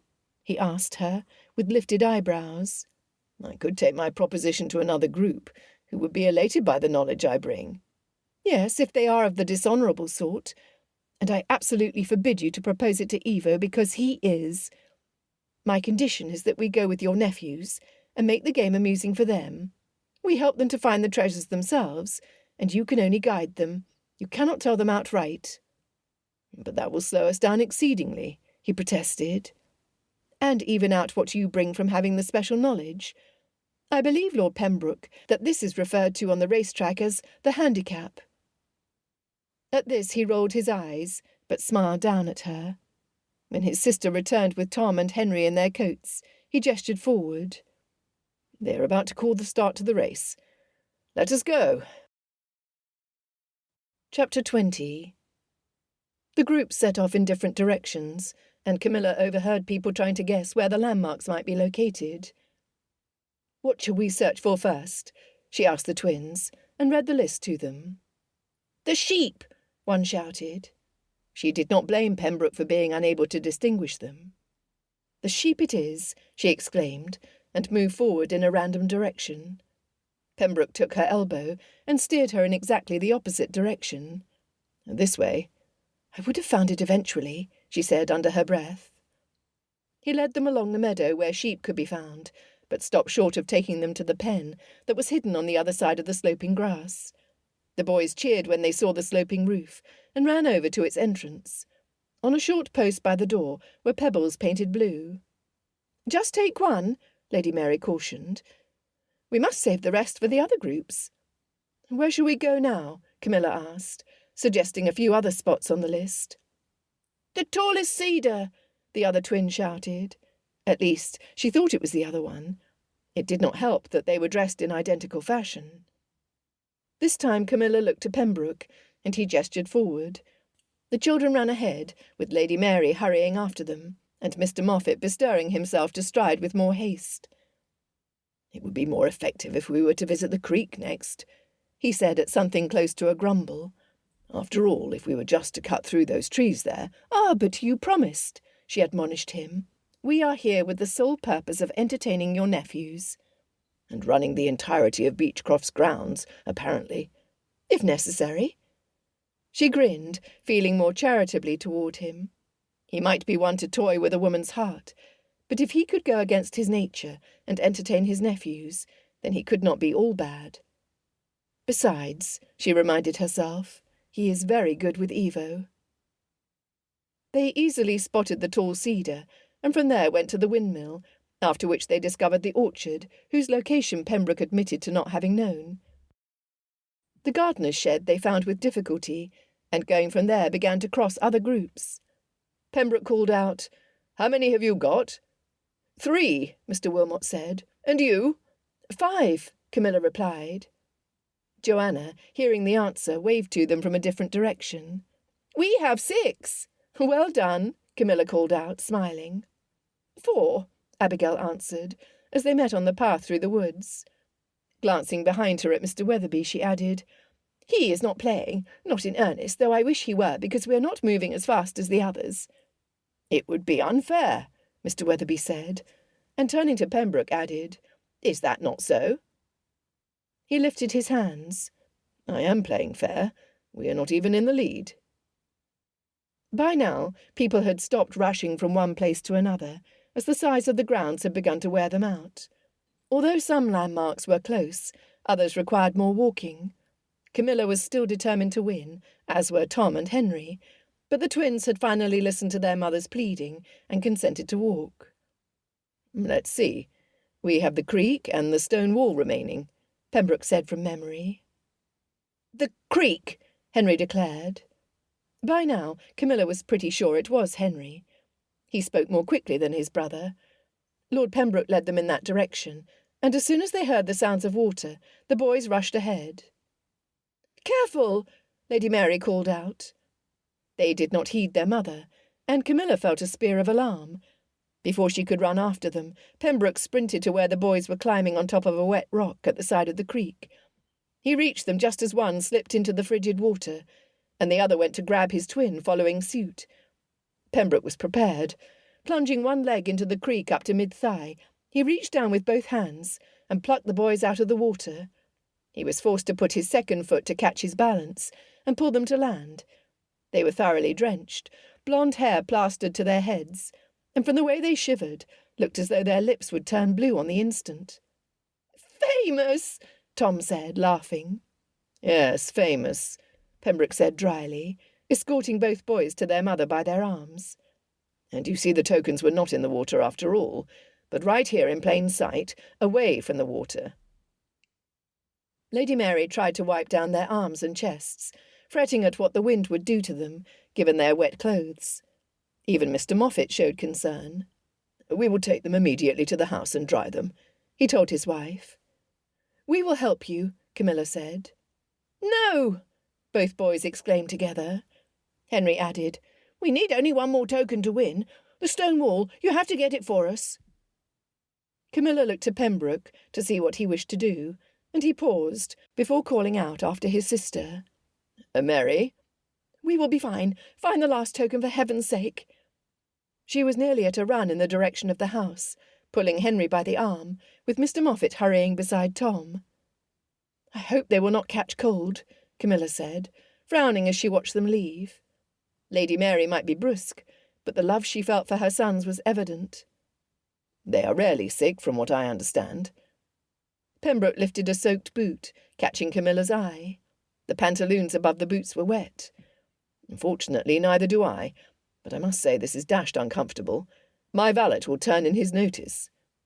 Do you need to lean on me for support, Lord Pembroke? Camilla offered with spurious sympathy. She did not want to show him that she was a little concerned for him as well. His brows lifted. Well, now that you mention it. He came over and draped his arm around her shoulder, allowing what felt like, but was probably not, his full weight to fall on her. No, no, she said, laughing and extricating herself from his embrace. I am truly sorry for your wet boots. I'm sure it is indeed uncomfortable. Her heart was beating from his nearness, and from the nervousness she felt at their exchange, which had grown in intensity, as if they were flirting, as if he cared for her in earnest. Let us hurry to this last place, and win the contest for your nephews. He had gone still, and was watching her. She felt it, though she pretended to examine the ivory domino that served as the token for the creek. Very well, he said at last. I do not precisely know where this stone wall is, but I have an idea. As they walked forward, she could hear the squelch in his boots, and her heart wrung in sympathy. Despite her love of the wind, it could be vastly unpleasant when one was wet. I hope the boys each have their 4 tokens in the pocket of their coats. As do I. They followed a smaller path through the woods that was more of a trail. Green leaves rustled above them, but it was otherwise quiet. Camilla did not hear anyone else nearby. Pembroke, uncharacteristically silent, moved forward with purpose, and she was concerned that the cold was bothering him more than he let on. Should we turn back? Perhaps you are not quite comfortable. We are close now, he said, holding a branch that blocked the path, so she might walk by it. His eyes sought hers again, but the expression on his face had become grave, and she did not know why. He gestured in front of them. If I am not mistaken, it is on the other side of this boulder. She looked up. The massive stone was flanked by trees and covered in moss, and appeared as though the other side must continue on to steeper ground. Curious, she followed him around the boulder, and there discovered a perfectly formed stone wall, with barely a crevice to mar its surface. It was so smooth, it looked as though it had been plastered over. This is the place, she said, looking to the top. And you had not seen it before? No, Weatherby spoke of it to me and told me roughly where it was found. I happen to remember it being near the abandoned cottage.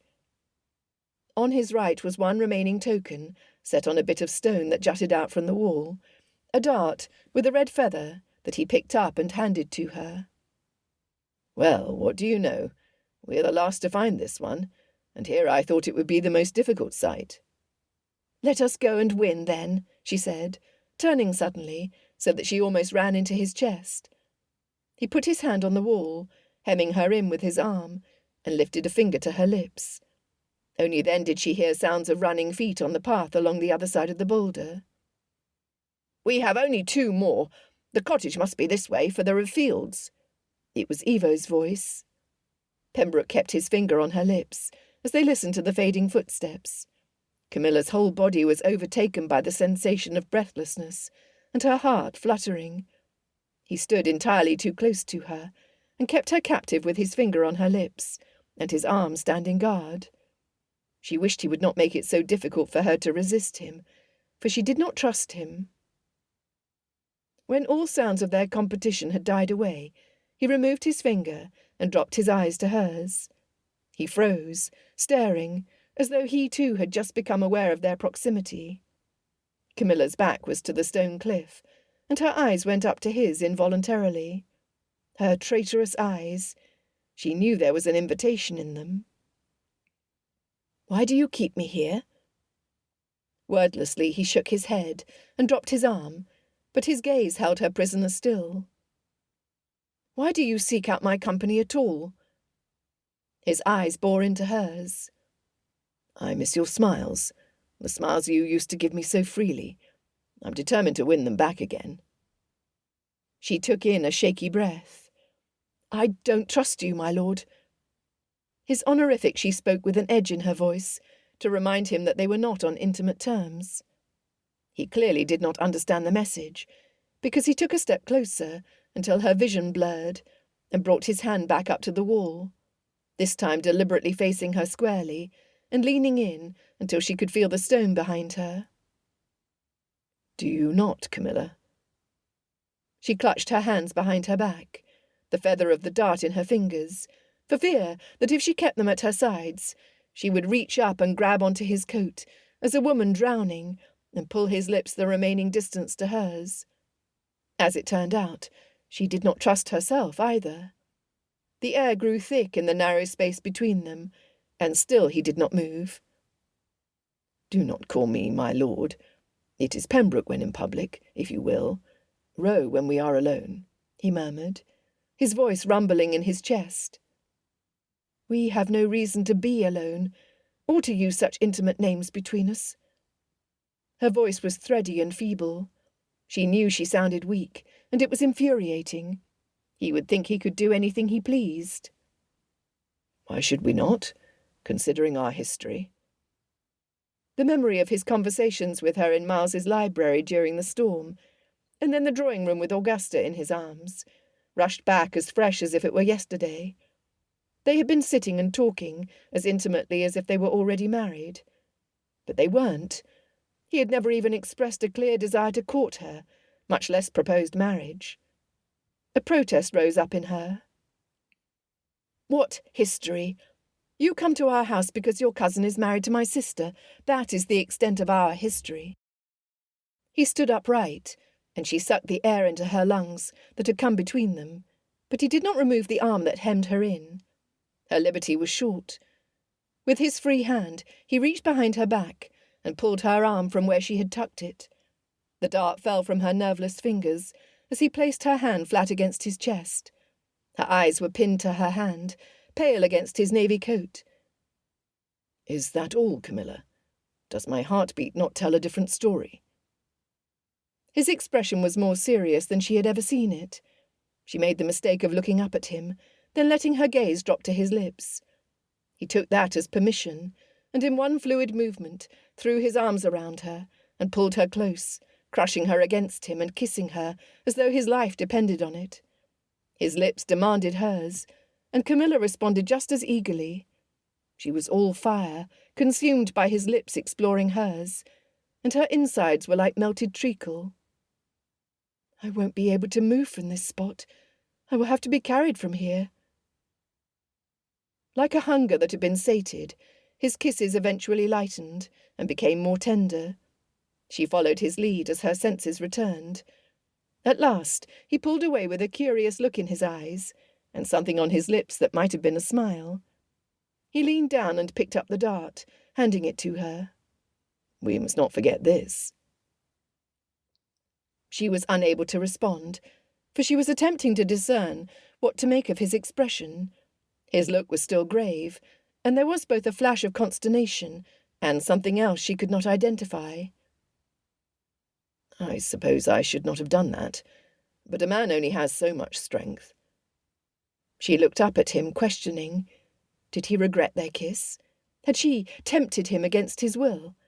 She had no experience with such things, and could not know if she had done wrong, except that ladies did not kiss gentlemen if they were not engaged to them, and probably not even then. That she did know. The treacle inside of her solidified. The wind ruffled his curls, and shouts resounded in the distance of someone claiming their second-to-last token. "I suppose it was not your smiles that I was missing," he said, "but your lips." Her doubts increased at the intensity of his gaze, for he did not appear to be happy at the revelation. "I suppose I will have to marry you now." Camilla's heart sank like a stone. In a flash, in a half-second, a series of understanding ran through her. He had given into some momentary insanity, an impulse that made him want to kiss her, a woman he would not ordinarily think of in such a way. Heaven knew she could not have avoided the kiss herself. She had not the stamina. But to hear from his own lips that his unwisdom now led him to being forced to marry her was more humiliation than she could bear. She turned and ran. Chapter 21. For a long moment Rose stared unmoving at the space where Camilla had been minutes before, and wondered if he was suffering from a state of shock.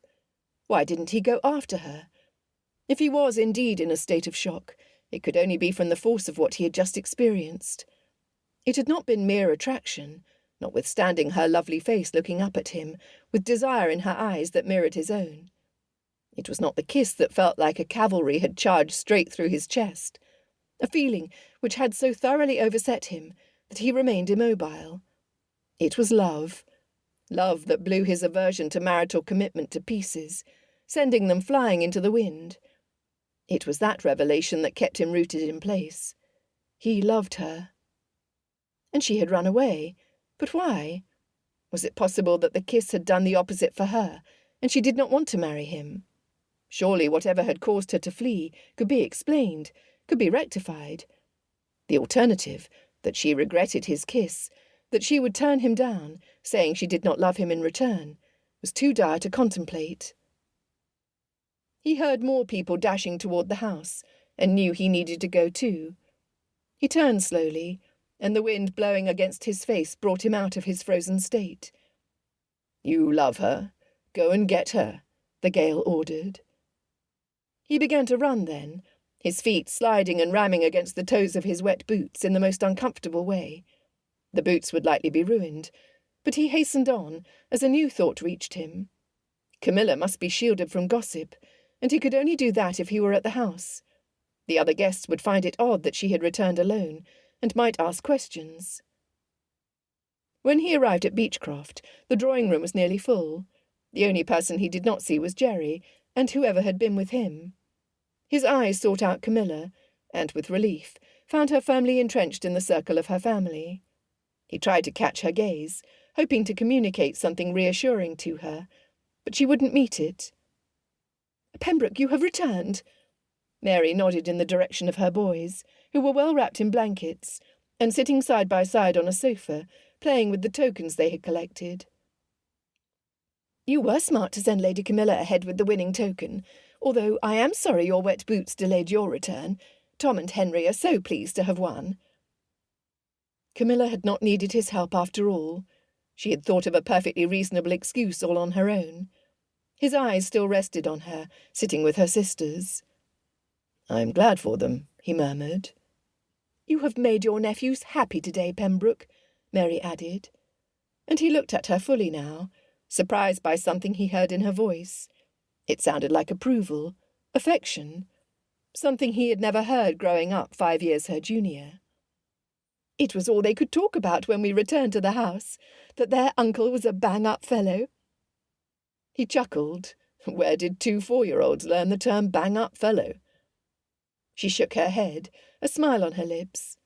"I told them not to say it, but Moffat just laughed. He said they likely heard William say it."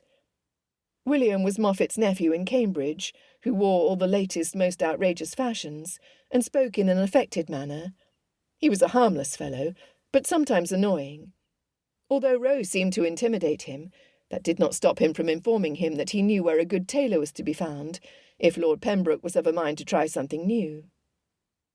"I enjoyed it," Rose said, returning to the subject of his nephews. It was the truth, although he would not go so far as to promise to take them out every week, in case his altruism was short-lived. Camilla, for all appearances, seemed in good humour, sporting 2 spots of colour on her cheeks. He wondered if she was troubled by what had happened, or by what she might suppose his intentions were. It was infuriating to be reduced to guessing. He would have to discover what had passed through her mind as soon as he could. Unlike his nephews, his patience with her would not be short-lived. Evo came to stand at his side. He had grown again, and was almost of a height with Roe. "I wish you hadn't sent Camilla on ahead of you, otherwise we might have won." "My apologies," Roe said without sincerity. "And I must say I think it paltry of you to have given up on finishing the race. simply because your boots are wet," Evo went on.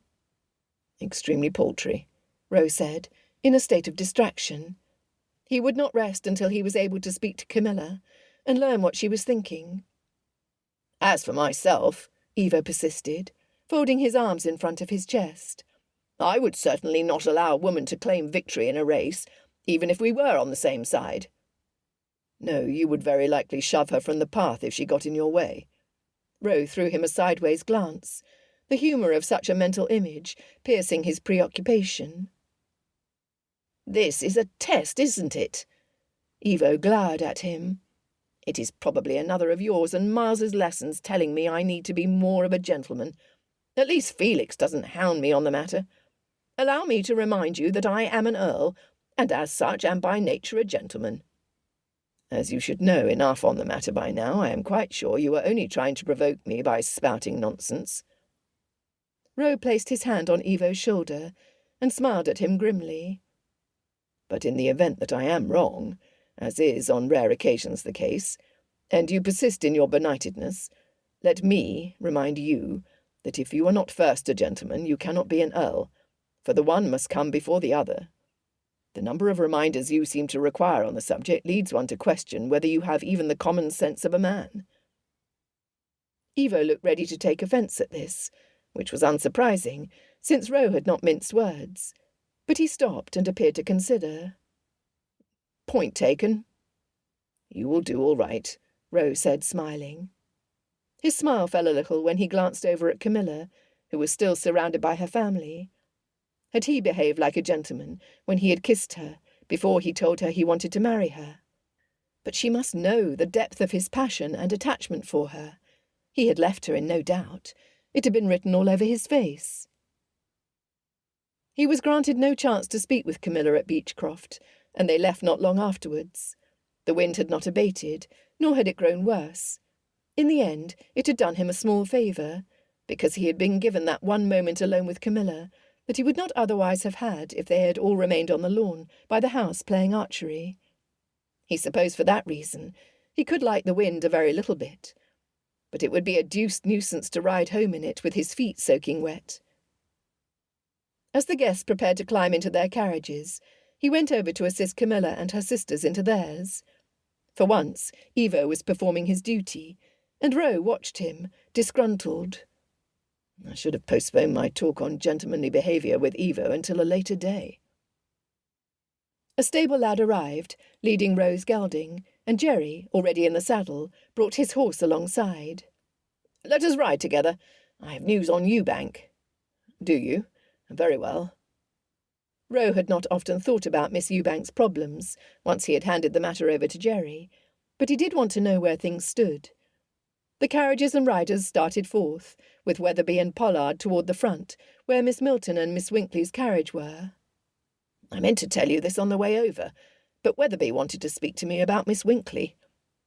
Jerry had a grin on his face, which Roe understood at once. "He has fallen for her, has he?" "There's nothing to announce," Jerry clarified. "And he's not even succeeded in winning time alone with her, but he is set on a pursuit and wanted to make sure it would not cause problems between us." "Generous of him. I'm not sure I would have been so if a lady had snagged my heart, not even to a good friend." He was thinking of Camilla, and, in fact, knew he would not be so benevolent. "But then you've never felt more for a woman than a passing fancy, have you?" When Roe didn't answer, Jerry shot him a look. "Well, I suppose you will tell me when you're ready to do so. In any case, I told him he had nothing to fear. Miss Winkley is a pretty girl, but she doesn't have enough spirit for me." "Yes, she does seem rather biddable." "Anyway, to move on to the subject of Ewbank, I went to the trouble of inviting him to my table at the Cocoa Tree one evening. Fortunately, it was at a moment when Laverock was not at the club. Ewbank was in his cups, which I think is why he confided in me. With a little encouragement, he confessed that he has begun to suspect Laverock is not the friend he appears to be, and then the rest spilled out." "So your work was half done. That is good." "After we spoke," Jerry continued, "I convinced him to open the budget with his father. I told him it was the only thing to do. Fortunately, he's not in quite as deep as Miss Ewbank has feared. Said he's out to the tune of £25,000. Rowe whistled, causing Jerry to add, I should say so. However, he said that for his father it was only a drop in the bucket. It was the scold he wished to avoid. Then he should avoid being a nodcock, Rowe said heartlessly. And just so. A scold is nothing to family ruin, I reminded him, which will undoubtedly happen if Ewbank continues on at this pace. I'm beginning to better understand my mother's reasons for throwing Miss Ewbank at my feet, if they are as comfortable as that. Jerry swiveled on his saddle to study him for a moment. Change your mind about Miss Ewbank? With the feeling still so present of Camilla in his arms, the thought of anyone else in her place sent a spirit of revulsion through him. He shook his head. No, she's not the one for me. Glad to hear it. Jerry looked up as they travelled once again under the alley of stately linden trees. For as odd as the request seemed to me, I did meet with Miss Ewbank, and I must say that she is a woman of sense and easy to talk to.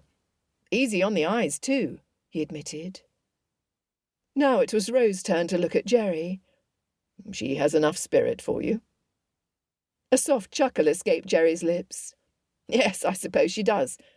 Oh, it may not seem like much to someone else, but her request for me to grant her an interview was courageous. She confided that she merely wished to spare her father a great shock by learning the worst of it herself first, and she did not ask me for details about her brother that I could not in good conscience give. He shrugged. I suppose that's enough spirit for me. I am glad to hear you've had your reward for doing a good deed. Rose's lips quivered in amusement. I needn't have sold you my bays after all. Therefore, don't bother finishing that sentence, Pembroke. You will only waste your breath. The sounds of Tom and Henry playing, and given the way the coach rocked on its wheels, likely climbing over their parents, emanated from the carriage in front of them. One of the twins, Tom, he thought, peered through the window that faced him and waved. Rose smiled and used his finger to indicate that his nephew should turn around and sit like a properly behaved young man. The face disappeared, and they rode in silence for a little longer. So, wedding plans? He asked him. A courtship, Jerry said cautiously. Let us start with a courtship. Rose smiled to himself, thinking it an excellent bit of advice, and one he should probably take. The truth of the matter, though, was that he hadn't the heart to settle for a long courtship. He wanted marriage. Chapter 22. To Camilla's relief, her unescorted and very lightly dishevelled entrance brought forth no comment other than from the twins, who asked if she had found the last token. She held it up with feigned triumph, as if she was concerned only with that. I have it. I went ahead of Lord Pembroke because his wet boots are troubling him. Tom inhaled with reverence as he took it from her and showed it to Henry, then lifted it high. Rafe, does that mean we win? Evo and Freddie ran into the room at that moment, and on their heels was Joanna. Tilly, Sophia and Felix came 2 minutes afterwards. Rafe glanced at Evo and Freddie before turning back to Tom. Yes, you have won. He turned to the room at large. I declare Lord Pembroke's team the winner of the Beechcroft scavenger hunt. The twins gave a loud cheer, their blankets slipping from their shoulders, and Mr. Moffat smiled at them with pride. Lady Mary went to pull the blankets back up again and came over to Camilla. It seems odd that Pembroke stayed behind just because of a pair of wet boots. He is not one to let such a trifle deter him. Lady Mary stopped short of inquiring for details, but it was clear she suspected something and was searching for answers. With every step his boots squelched, Camilla explained, determined to stick to this story. I'm afraid he's likely to have blisters after today, she added, feeling that although she was inventing excuses for him, this detail at least was probably not far from the truth. The actual truth was not something she would share with anyone, much less his sister. Well, Lady Mary looked fondly at her sons, who continued to rejoice over their win, waving a hastily made certificate that boasted their accomplishment. Pembroke is a most devoted uncle. He did not spare a thought for his Hessians when his nephews were in danger. Very true, Camilla said, allowing Lady Mary to have her moment's admiration for her own brother. It would do good for their relationship. When at last Pembroke appeared at the entrance and strode into the drawing-room, she succeeded in evading him by placing herself in situations where he could not easily apply to her for conversation. She did not want him to have access to her, nor did she wish to explain herself until she could have time to think, but she felt his eyes on her the short time they remained. On the ride home, Camilla was mostly left to her thoughts. Everyone was tired and spoke little, even Evo. That night dinner was a quiet affair, and she was given a few minutes of simple pleasure in playing with Augusta before her niece retired to the nursery for the night. Then, later in her bedchamber, Camilla sat on her armchair, closed her eyes, and revisited everything that had happened. Her visions swayed as she remembered him leaning in to kiss her. The memory of it caused a sensation in her stomach, like a carriage going over a hill at a fast pace. A swoop that almost tickled, like how a bird must feel when it dives down toward the earth, only to tilt up again and soar on a second wind. The heartbreak of his admission broke the beauty of her happiness, and brought its own pain. He would only marry her for honour's sake, not for love. Since she would certainly refuse him if he asked again, he would be free from her. It was likely Lord Pembroke would never marry, she thought. He would never marry her, that was certain. A man who announced his obligation to marry, in a tone that portended doomsday, would not ever wish for such a thing. The next day, after returning from the morning visits with their mother, Camilla sat in the drawing-room with Joanna. A book was open on her lap that she was not reading. Hidden in its pages was Lord Pembroke's card that Turton said had been left for her while they were out. "You have been silent today, and you were so last night. Are you well?" Camilla sighed and closed her book. "I suppose the activities of the season are beginning to wear on me." "I do not wish to be presumptuous, or force a confidence," Joanna began. She stopped, and Camilla wondered if she knew, suspecting she might, before Joanna confirmed it with her question. "Do you and Pembroke have an understanding of any kind?" "No." Camilla heard the mournful tone in the one word she uttered. "Do you have a tendre for him?" Joanna's earnest look inspired trust, but the history of their sisterhood was not always complicit. It made her hesitate to show any vulnerability.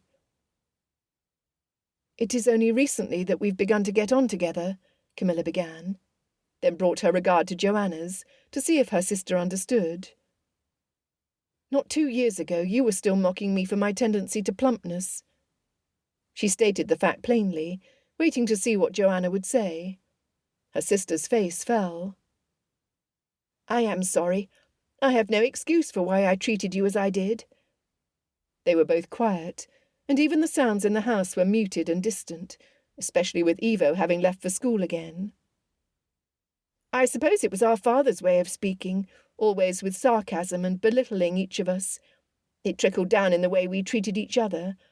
At least, that is the only excuse I can offer you, besides my apologies. We did not have an example that inspired us to goodness, and therefore were not always good." "Except Sophia," Camilla said with a gentle smile. "Except Sophia," Joanna agreed. Camilla decided to answer her truthfully. They needed to put aside who they had been before, and trust that they could be made new at any moment, that even their relationships could be made new. "I do not wish it to be known, although Sophia guessed some time ago, and approached me with it then. Dorry doesn't know, and I'd rather she not, considering that Miles is Pembroke's cousin." She paused to catch her breath, and damp down the flutter of nerves at her admission. "I do have feelings for him. I suppose I have had since I first met him. Perhaps not in the all-consuming way Sophia had for Felix, but in the way that he seemed to me the masculine ideal. No one else ever measured up to him." "I can see what you mean by that, and I will keep your secret," Joanna promised. "However, I do not think it wise to continue to wear the willow for him, because I don't think he will marry, or at least if he does, it will not be for years and years. I will not wait for him." "Why—" Joanna stopped short, likely realizing that the question was a delicate one. She shifted course. Has he not said anything to you? Camilla wouldn't admit what had happened between them, not to anyone. It was for her to treasure alone, or grieve alone. He gives me confusing messages. One minute I think he has feelings for me, and they are most pointed. In the next he is only treating me like a friend, or like the younger sister of his cousin's wife. Joanna considered this. I do not wish to give false hope, and perhaps should not say anything at all, but it does seem to me that this season he has paid you a particular attention he did not in the last. If you are inclined to hope, I would not give it up too quickly. Thank you. Camilla sent her sister a warm smile. I'm not sure it will be wise of me to hold out for him, but I do thank you for your encouragement. A knock sounded on the front door. Before Camilla could grow nervous, wondering if it were Pembroke returning, Turton came in to say that Mr. Laverock had come to ask if they were at home to visitors. You may tell him we are at home, Camilla said after a space. She was far from wishing to spend time with Mr. Laverock, but it might distract herself from thinking of another gentleman. Mr. Laverock entered the room, offering them a grand smile, boisterous greeting, and a bow to both. He then turned his eyes to Camilla. I was hoping, Lady Camilla, that I might induce you to accompany me on a drive to Hyde Park. I know it is a little early for the fashionable hour, but there will still be people about, and I should greatly enjoy your company. Camilla did not particularly want to go, but the alternative of sitting at home and ruminating on what had happened the day before was not necessarily better. Thank you for the invitation. I will come. Communicating to Joanna with a look, she left her to entertain Mr. Laverock while she went to get her bonnet and gloves. Outside, a boy was holding the reins of Mr. Laverock's carriage horses, and he helped her into the chaise and gave him a coin. As they rode off, Camilla allowed the silence and fresh air to soothe her spirits, and he did not force the conversation. Mr. Laverock steered the carriage through the gates of Hyde Park, onto Rotten Row, where there was the occasional carriage or rider to be seen, but it was indeed early for the fashionable hour. It was rather nice to actually see the park, and not the people, Camilla thought. Even better if one had the right company. I am glad you agreed to my proposal to ride today. 'Tis a fine day, is it not? She agreed, and began to relax, grateful that he seemed to have formed no plans of falling at her feet and declaring his undying love, a fear that did not occur to her until she was following him out of the house. Her heart couldn't take it on that particular day. They continued on, and she made efforts to bury her heavy spirits and carry her end of the conversation. A familiar gentleman mounted on a gelding and riding from the opposite direction came into view. She recognised Pembroke at once, and felt a mix of consternation at seeing him here, and relief that she was driving out with another gentleman. He pulled on the reins, and so did Mr. Laverock. Good afternoon, Lady Camilla. The look he then turned to Mr. Laverock was a hard one. Afternoon, sir. With noticeable hesitation, Mr. Laverock returned the greeting. Lord Pembroke was uncharacteristically hostile, and Camilla was at pains to understand it. Apparently she was not alone in wondering, since Mr. Laverock left off his usual social niceties, and waited for the Earl to express whatever it was he wanted. After an awkward silence, Pembroke touched his hat. Well, I shall not keep you. He rode on, and Camilla knit her brows, as Mr. Laverock watched him go. Pembroke did not seem to be in an amiable mood today. Do you know what to make of it? No, I am as confused as you are, she said. Well, we will not allow him to ruin our afternoon, will we? No, we will not. The carriage jerked forward, and she played with the edge of her glove, wishing she were not riding with Mr. Laverock after all, but not knowing with whom she wished to ride instead. It was not Lord Pembroke. You seem uncommonly quiet today, my lady. I apologise. She looked up with a smile as guilt tapped at her. I suppose I had thought a carriage ride to be just the thing I needed, but my fatigue seems to be greater than I anticipated. My family and I rode to Hampstead yesterday, and it was a long day. I am sorry to hear you're feeling tired. Shall we turn back? He asked, with careful courtesy. Camilla paused. The polite thing would be to say no and that they might continue on, but she suddenly wished to be alone, far from him and from everyone, ideally in her bed under her counterpane. "Yes, I think it is perhaps better to return. I am sorry to be disobliging." "Not at all," he replied, with what sounded to her ears like forced gaiety. He turned the carriage to enter the road which ran parallel to Rotten Row. "We will return this way." She didn't answer, but felt his weighted look from the side, and chastised herself for being so discourteous. After a brief pause, he spoke again, in a hearty tone that did little to add to her comfort. "This is a difficult subject to bring up when you're feeling under the weather, but I am hoping its essence will turn your mind in a more cheerful direction." She looked at him curiously, wondering what he could possibly be referring to. His smile appeared strained, and she suddenly knew. "I've long been an admirer of yours, Lady Camilla." Her heart sank. She had hoped to avoid such a declaration, and been lulled into thinking it would not come so soon. Certainly not today. Was she so dense that she could not see when an unwelcome proposal was about to occur, so that she could avoid it? Should she never accept to ride with a gentleman again? Whether it was the proper thing or not, she would not make the same mistake as Mr. Islip, and allow him to lay out the entirety of his proposal, only to have her reject him. "Mr. Laverock, I have greatly appreciated our time becoming better acquainted," she began. He responded with a broad smile. "I must say how relieved, nay, how delighted I am to hear it." "I have not finished," she said quickly, and gathering her courage, forged on. "I am not in any way interested in a connection with you that goes beyond mere friendship." He was silent for so long, the air between them began to feel awkward. Dreadful. She forced herself to look at him.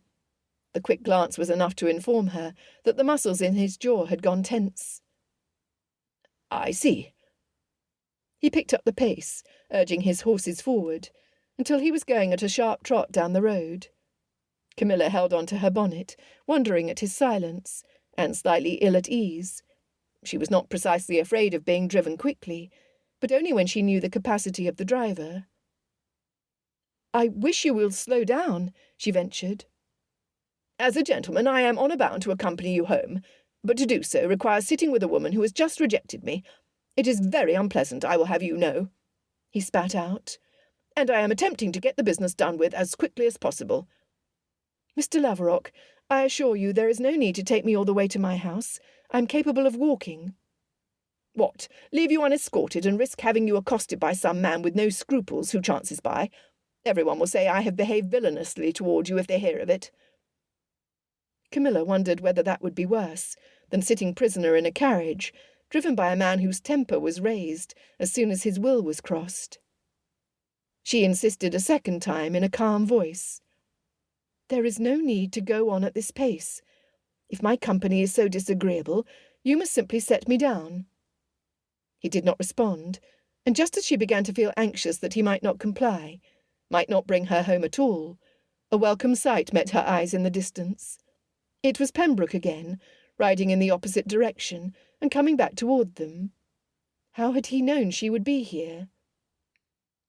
"It is Lord Pembroke," she said. "Why do you not set me down that I may walk with him? He is a family friend, and I will be quite safe in his presence." Her heart gave a thud inside of her, reminding her that even if her person would be safe, her heart might not. Mr. Laverock did not look as though he would obey, but at the last minute reined in, as did Pembroke. "Lady Camilla wishes to walk with you, my lord, if you are at liberty to escort her home." "I am absolutely at liberty to do so." Pembroke swung down from his horse, as though he was only waiting for the invitation. He led his gelding over to her, and reached up his hand to help her to alight. She did so eagerly, and stepped behind the earl, so she was partially shielded by him. Choosing to be civil, she peered around Pembroke to address Mr. Laverock. "Good day, sir." If he returned a response, it was lost in the clatter of the wheels on the road as he urged his horses forward. Then Mr. Laverock was gone, and it was just Camilla and Lord Pembroke. He held out his arm for her. "I do not need your arm," she said firmly, "but I thank you for escorting me home. Mr. Laverock was being unpleasant, I am afraid to say." "I feared as much," he admitted. "After I saw you riding in his company without any others nearby, I could not rid myself of the notion that you might be in danger. I came back to see to your welfare." "It is most obliging of you, sir." She was careful not to give him any more of her eager glances or puckered lips. She would be totally unavailable, this for her own protection and for his. "Besides," Pembroke went on, "Mr. Wilmot and I have been speaking of Laverock. He has run off his legs, apparently, and is attempting to lure unsuspecting gentlemen of means into giving up their fortune at play. His reputation has always been suspect, though no one had any proof, and now it is all coming out." "I can believe it," she said simply. "A man as dishonourable as he would have no sincere intentions in your regard. I believe he courted you thinking a marriage to a woman of the peerage would save him," Pembroke explained, in a completely unnecessary way. She had not asked him for his opinion on the matter. Ignorant of her pique, he added, "Or at least so he thought." "Yes, I see." She did not know why her spirits must soar so high and plunge so low whenever she was in Lord Pembroke's presence. But her spirits had plunged. He had made it clear that a man would only woo her because she served some purpose. In the same way that he had only kissed her in response to some foolish temptation he had given way to, he believed a man would only take her as wife if it bolstered his reputation. She was nothing to Pembroke. They passed through the gates of Hyde Park and would arrive at Grosvenor Square before long. She wished to be away from him, which was an odd thing, because she longed to be with him at the same time, no matter how painful it was to be in his presence. She was not sure her heart could take such back and forth. "I left my card today," he said. "I know. I was out." This was followed by a short silence, and she was painfully conscious of him at her side. "Why did you run yesterday?" he asked. She heard him, but wished she had not. Although she had guessed he might ask her such a thing, she had not applied her mind to think of what to answer him, a fact she regretted now. "Why did you kiss me?" she asked instead. "I assure you, Camilla," he said earnestly, "the temptation to do so was very great." "Because I turned up my lips," she thought. "Because I looked up at him, with all of the longing and hope pouring from my gaze until he pitied me." She could not bear the humiliation. He had seen right through her desperation, and although he was gentleman enough to marry her after what he had done, that was not what she wanted. She did not want to be proposed to for gentlemanly reasons. "Camilla," he said, then stopped for a pause that seemed eternal. She scarcely breathed, guessing what was to come. "I wish you will accept my offer of marriage." He sounded like he meant it, but he had already made it clear he did not, and would only deny it if she were to ask. Her eyes stung at the pain of words she had longed to hear, but which were spoken with the wrong motivation. She would not let him see it, and turned to look away, blinking rapidly. To be proposed to out of pity or from some sense of obligation was not what she had dreamed of as a little girl. "I regret to tell you that I cannot marry you," she answered quietly. "What do you mean?" The evident surprise in his voice caused her to turn and look at him, and he did indeed look stunned. He was lightly surprised that someone as desperate as she would refuse him. Well, he would find out that she was not so pliable or hopeless as he thought. "I am afraid we do not suit, my lord. I should not like to be your wife." In the long silence that followed, she kept her face forward, knowing that one glance at his expression might weaken her resolve, and she could not let that happen. "I confess myself to be disappointed," he responded at last, his voice humble, as though he really meant it. "I do not dare to press a suit that is distasteful to you. I only hope you will change your mind." "Thank you for your understanding. And no," she thought, "I will not change my mind." The day had begun to grow warm, and they advanced on the broad flagway that went around Grosvenor Square. Lord Pembroke, leading his horse, walked at the same sedate pace as though he were perfectly in control of his emotions, or as if he wished she might change her mind. Her house seemed so very far away. They did not exchange more words as they lessened the distance to their destination, little by little. It seemed like a lesson in torture to continue on in each other's company after a difficult discussion that ended in heartbreak. She began to have some sympathy, a very little, for Mr. Laverock. Chapter 23. The next day Rose sent a message to Miles at Grosvenor Square, asking him to come to his house. He would have gone to Miles, except that his cousin was staying where Camilla was, and it would be awkward to see her. He had not been able to sleep or think of anything else apart from her refusal. Even food tasted like sawdust, and he couldn't choke any down. His cousin came without delay and sauntered into the study, unannounced and as one without a care. Ro was waiting for him. "Close the door, will you? My mother is out at present, but I should like to have a conversation without her hearing it. She will surely attempt to give me advice otherwise. I do not know when she will be back." Miles obliged, removed his hat, and came and sat next to Ro. "Here." Ro poured a glass of brandy for his cousin, then took another sip from the glass he was nursing. He was not in the least disguised, but it did seem to have taken the dull edge off from his disappointment. "Careful," Miles admonished. "I've never seen you take to brandy before your guest arrives." "2 sips only," Pembroke said, "and I knew you were coming to join me at any minute." "Sounds desperate." Miles accepted the drink, then folded his hands, his eyes resting on him, waiting for what he knew Ro would say when he was ready. "I am in love with Camilla." "Dorothea guessed as much," Miles said. Ro looked at him in vague surprise, and he added, "She has not spoken to her sister about it, though, so I cannot tell you how Camilla feels. If it's any comfort, my wife thinks Camilla's heart belongs to you." "If only that were true." "Camilla turned me down." Miles raised an eyebrow, then frowned as he digested the news. It was a while before he spoke again. "I must say I'm surprised. I had my own suspicions that she felt something for you, and would not have expected her to refuse. What reasons did she give?" "She said we did not suit."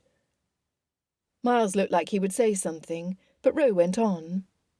"I must say that it is the most incomprehensible sentiment coming from a girl with whom I have spoken on any and every topic, have shared all manners of jokes with, and with whom I have been more open than with anyone else. Whenever we are together, it is abundantly clear that we do suit. She cannot truly believe her claim, can she?" "I don't know." Miles took another sip of his brandy. "Sometimes women will say a thing, but they really mean something else. Might you have done something to make her confused about what you truly feel?" Ro threw up his hands in exasperation. "All I did was kiss the woman and tell her that I wanted to marry her." Miles turned to peer at him. "You kissed her first, and then you said, 'I want to marry you,'" he clarified. "Yes, I did kiss her first. And don't read me a lecture about kissing a girl that I'm not betrothed to, for I was already certain I wanted to marry her. It's just that in that instance I could not help myself. The occasion presented itself, and I took it. That is all." Miles ignored his belligerence. "And then you said, 'I want to marry you.' Exactly like that?" Ro thought back. "I think I said, 'I suppose I shall have to marry you.'" He faced Miles expectantly, and his cousin returned a look heavy with irony. "You kiss a woman and tell her, 'I suppose I shall have to marry you.'" He enunciated the words, placing an accent on the word have. Suddenly Ro's eyes opened, and he stared at Miles, his jaw dropping. How had he missed that subtlety? "I bungled the proposal," he said, torn between dismay and hope that he might yet set things to rights. "Spectacularly," Miles confirmed without pity. "She had no choice but to think that you only said it because you kissed her first. You will need to go and tell her how you truly feel. And don't do it halfway," he admonished. "At least not if you don't want to suffer the rest of your life for your idiocy.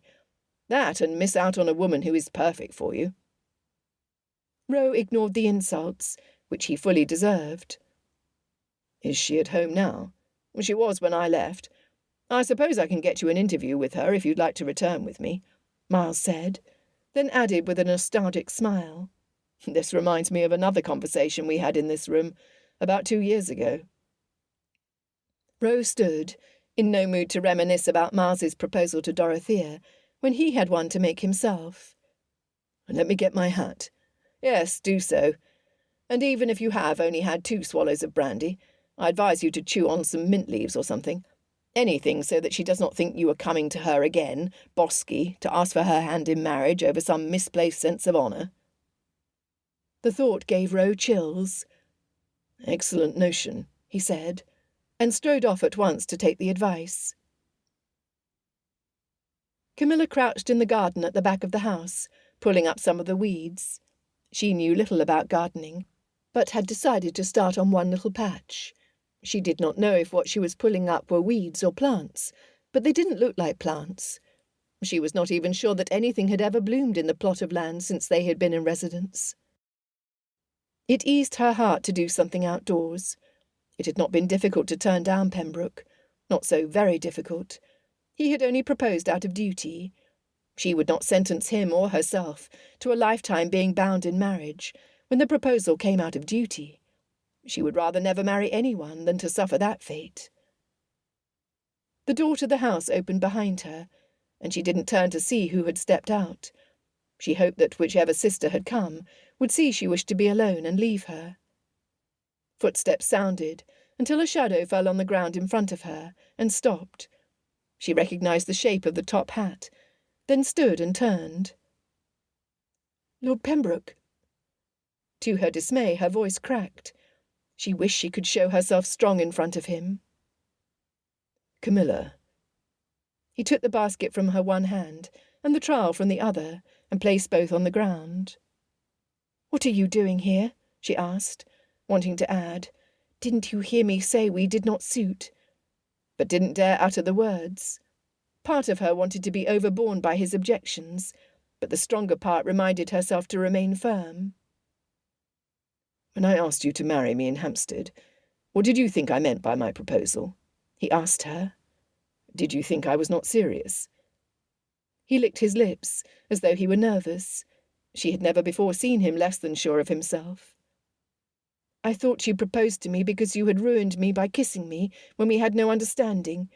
You wanted to do the right thing. That is what I was afraid of. Briefly, he covered his face with his hands.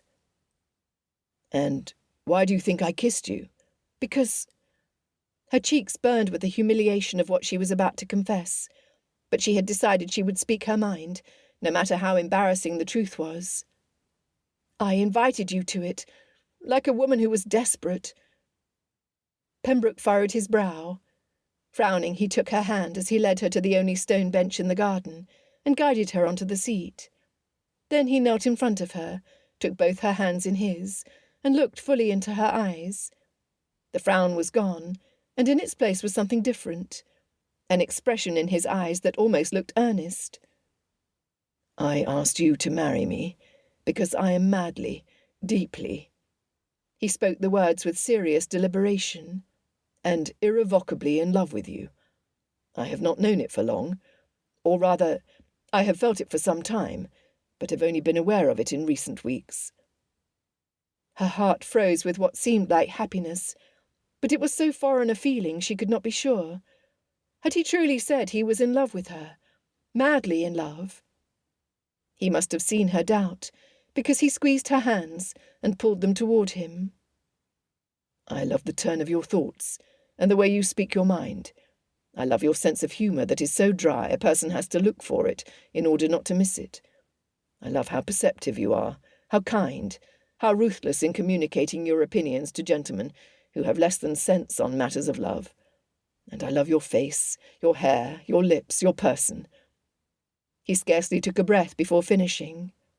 Camilla, I humbly beg for your forgiveness for not having told you this before I kissed you, before I proposed to you, for not having known all of this early enough to spare you the pain of doubt.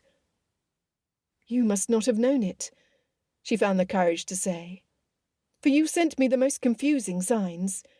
One minute you were cradling my hand in yours and not letting me go, and that same night you were telling Miles that you were going to propose to Miss Ewbank."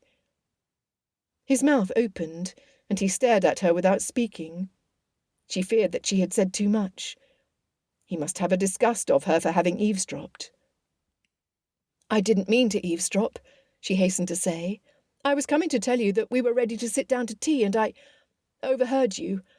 And hearing you speak those words was like a knife through my heart, because I loved you. I was in love with you, and you did not return my feelings." "Then that is why you did not return for tea." He read the answer in her face and shook his head, thinking back. "I supposed it to be the fatigue of the day, as your message said when the servant came to deliver it. I understood, but I was sorely disappointed not to see you again, and not to see you the next morning before I left. I waited for you." "I was hiding," she said softly. He let that soak in, and shook his head once more. "I am indeed an idiot, as Miles said. I think I loved you then, but did not know it, and that is why I could not help but treat you with special distinction." He groaned. "Camilla, do not mistake my illiteracy of my heart's condition for a lack of depth or constancy." A breeze of hope lifted her spirit and sent a lump into her throat. Constancy. He spoke of constancy. "That night I was talking to Miles as a man doomed, because the pressure to marry was great, and I could not imagine anyone in the role of countess. I picked one at random, and then, as you must have deduced, could not come up to scratch."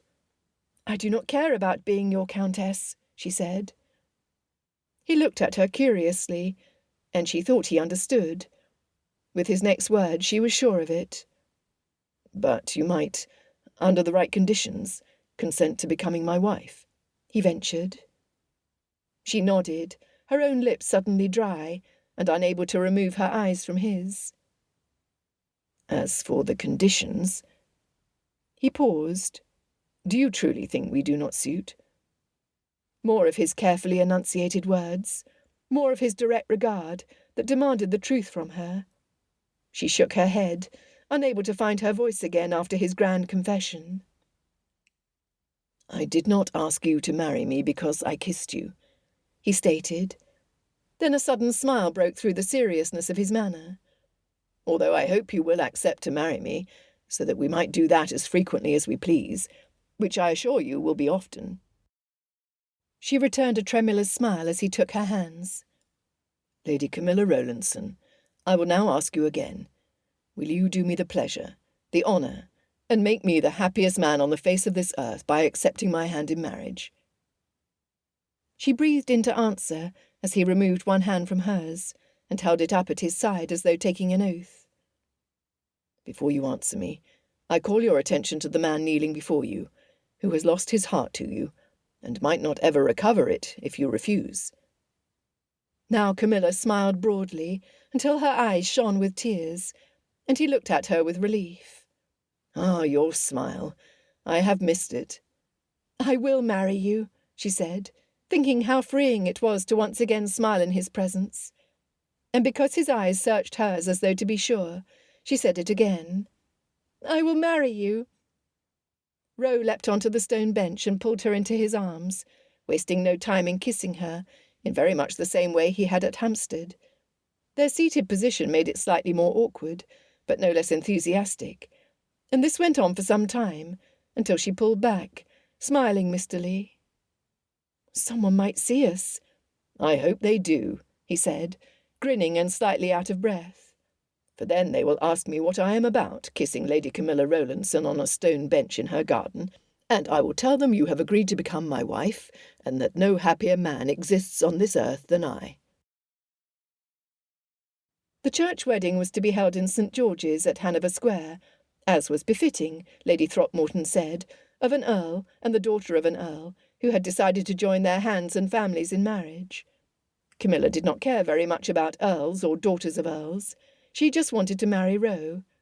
He had insisted that she call him by that name privately, even before they were married, because he wished for his wife to see him first as a man, and not as an earl.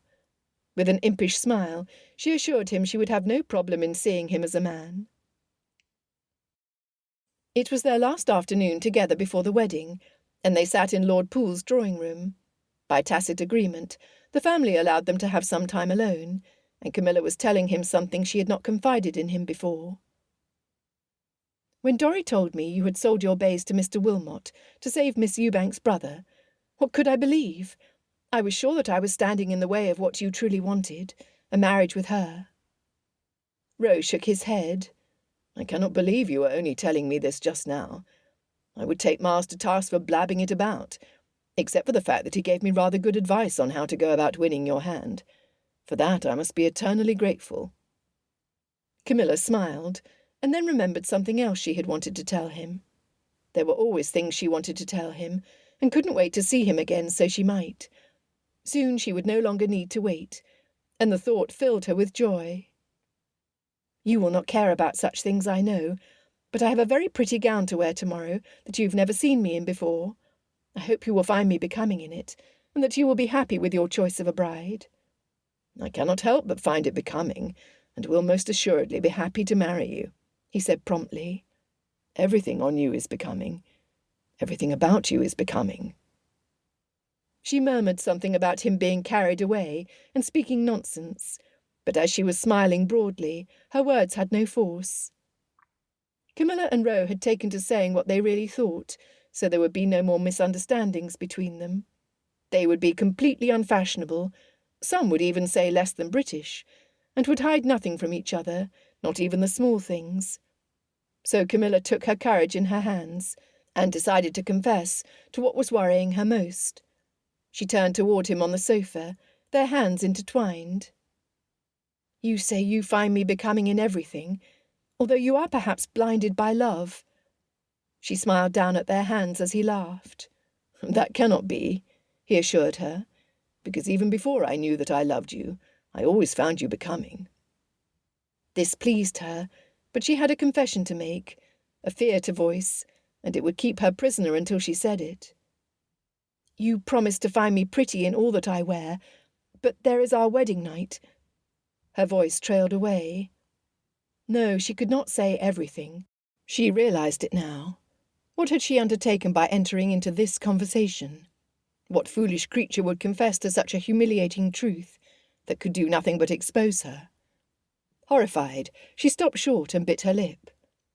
Never mind. Please ignore what I've just said. His eyes seemed to see right through her, and he lifted one hand up to his lips and kissed it. You were worried whether I will find you attractive in all situations, he said, his voice husky. She nodded. He had understood, and because they knew each other better now, she dared to lift her eyes to his, while waiting for his reply. I can tell you with a certainty that I will, he said resolutely.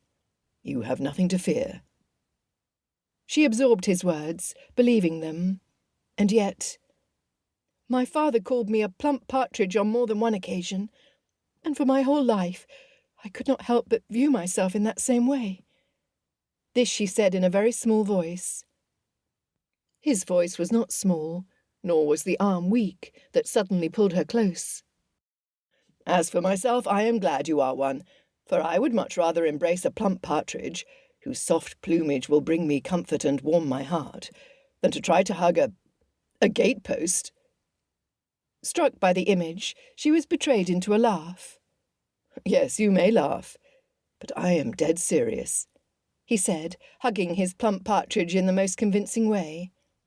I know what I want, Camilla, and what I want is you. Her eyes and heart grew soft, and with the greatest audacity, she leaned over and planted a kiss on his lips. And you have me. Epilogue. 3 years later, August 1810, Pembroke Estate, Berkshire.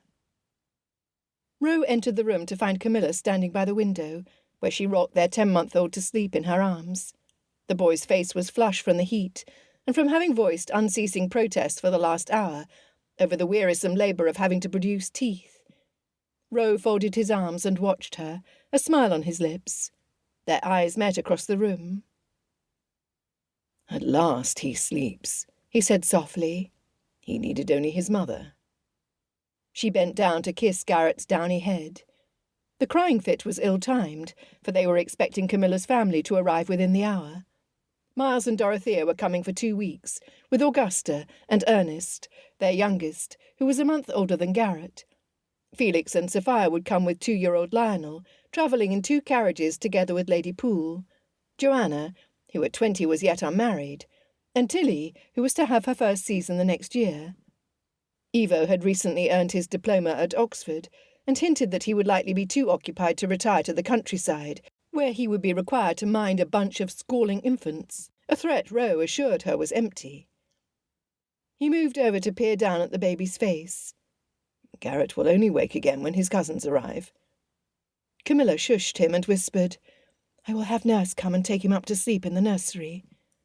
She turned to leave, but he held his hand out. "In a minute. You look so fetching holding my son in your arms. I cannot bear to have the tableau disturbed just yet." "Our son," she reminded him, as she did each time. He tucked his finger in their son's little fist. "Our son, if you will. But then you must allow me to have a few claims to my name," he protested mildly, as he did each time. "My wife, my son." Their son gave a shuddering breath and nestled more deeply against her chest. She looked down at her child fondly, her heart filled with joy. Holding Garrett with one arm, she caressed the light hair on his head and smoothed it down to the side, then brought her eyes back to her husband, now teasing. "You have an estate, Roe, plus 3 titles, a coronet and an honorific. What more do you want?" "Title, coronet, rubbish," he said with a dismissive flick of his hand. With the same hand he pointed first to her, then to Garrett. "All rubbish when compared to this." "Is it?" she asked, a smile playing on her lips. "Most assuredly." He slipped an arm around her back and leaned down to brush a kiss on her lips. "Especially compared to this." And he kissed her again. The end. This has been Wit, Wiles and Courtship, written by Jenny Goutet, narrated by Stevie Zimmerman. Copyright 2026 by Millefeuille Press. Production copyright 2026 by Jenny Goutet.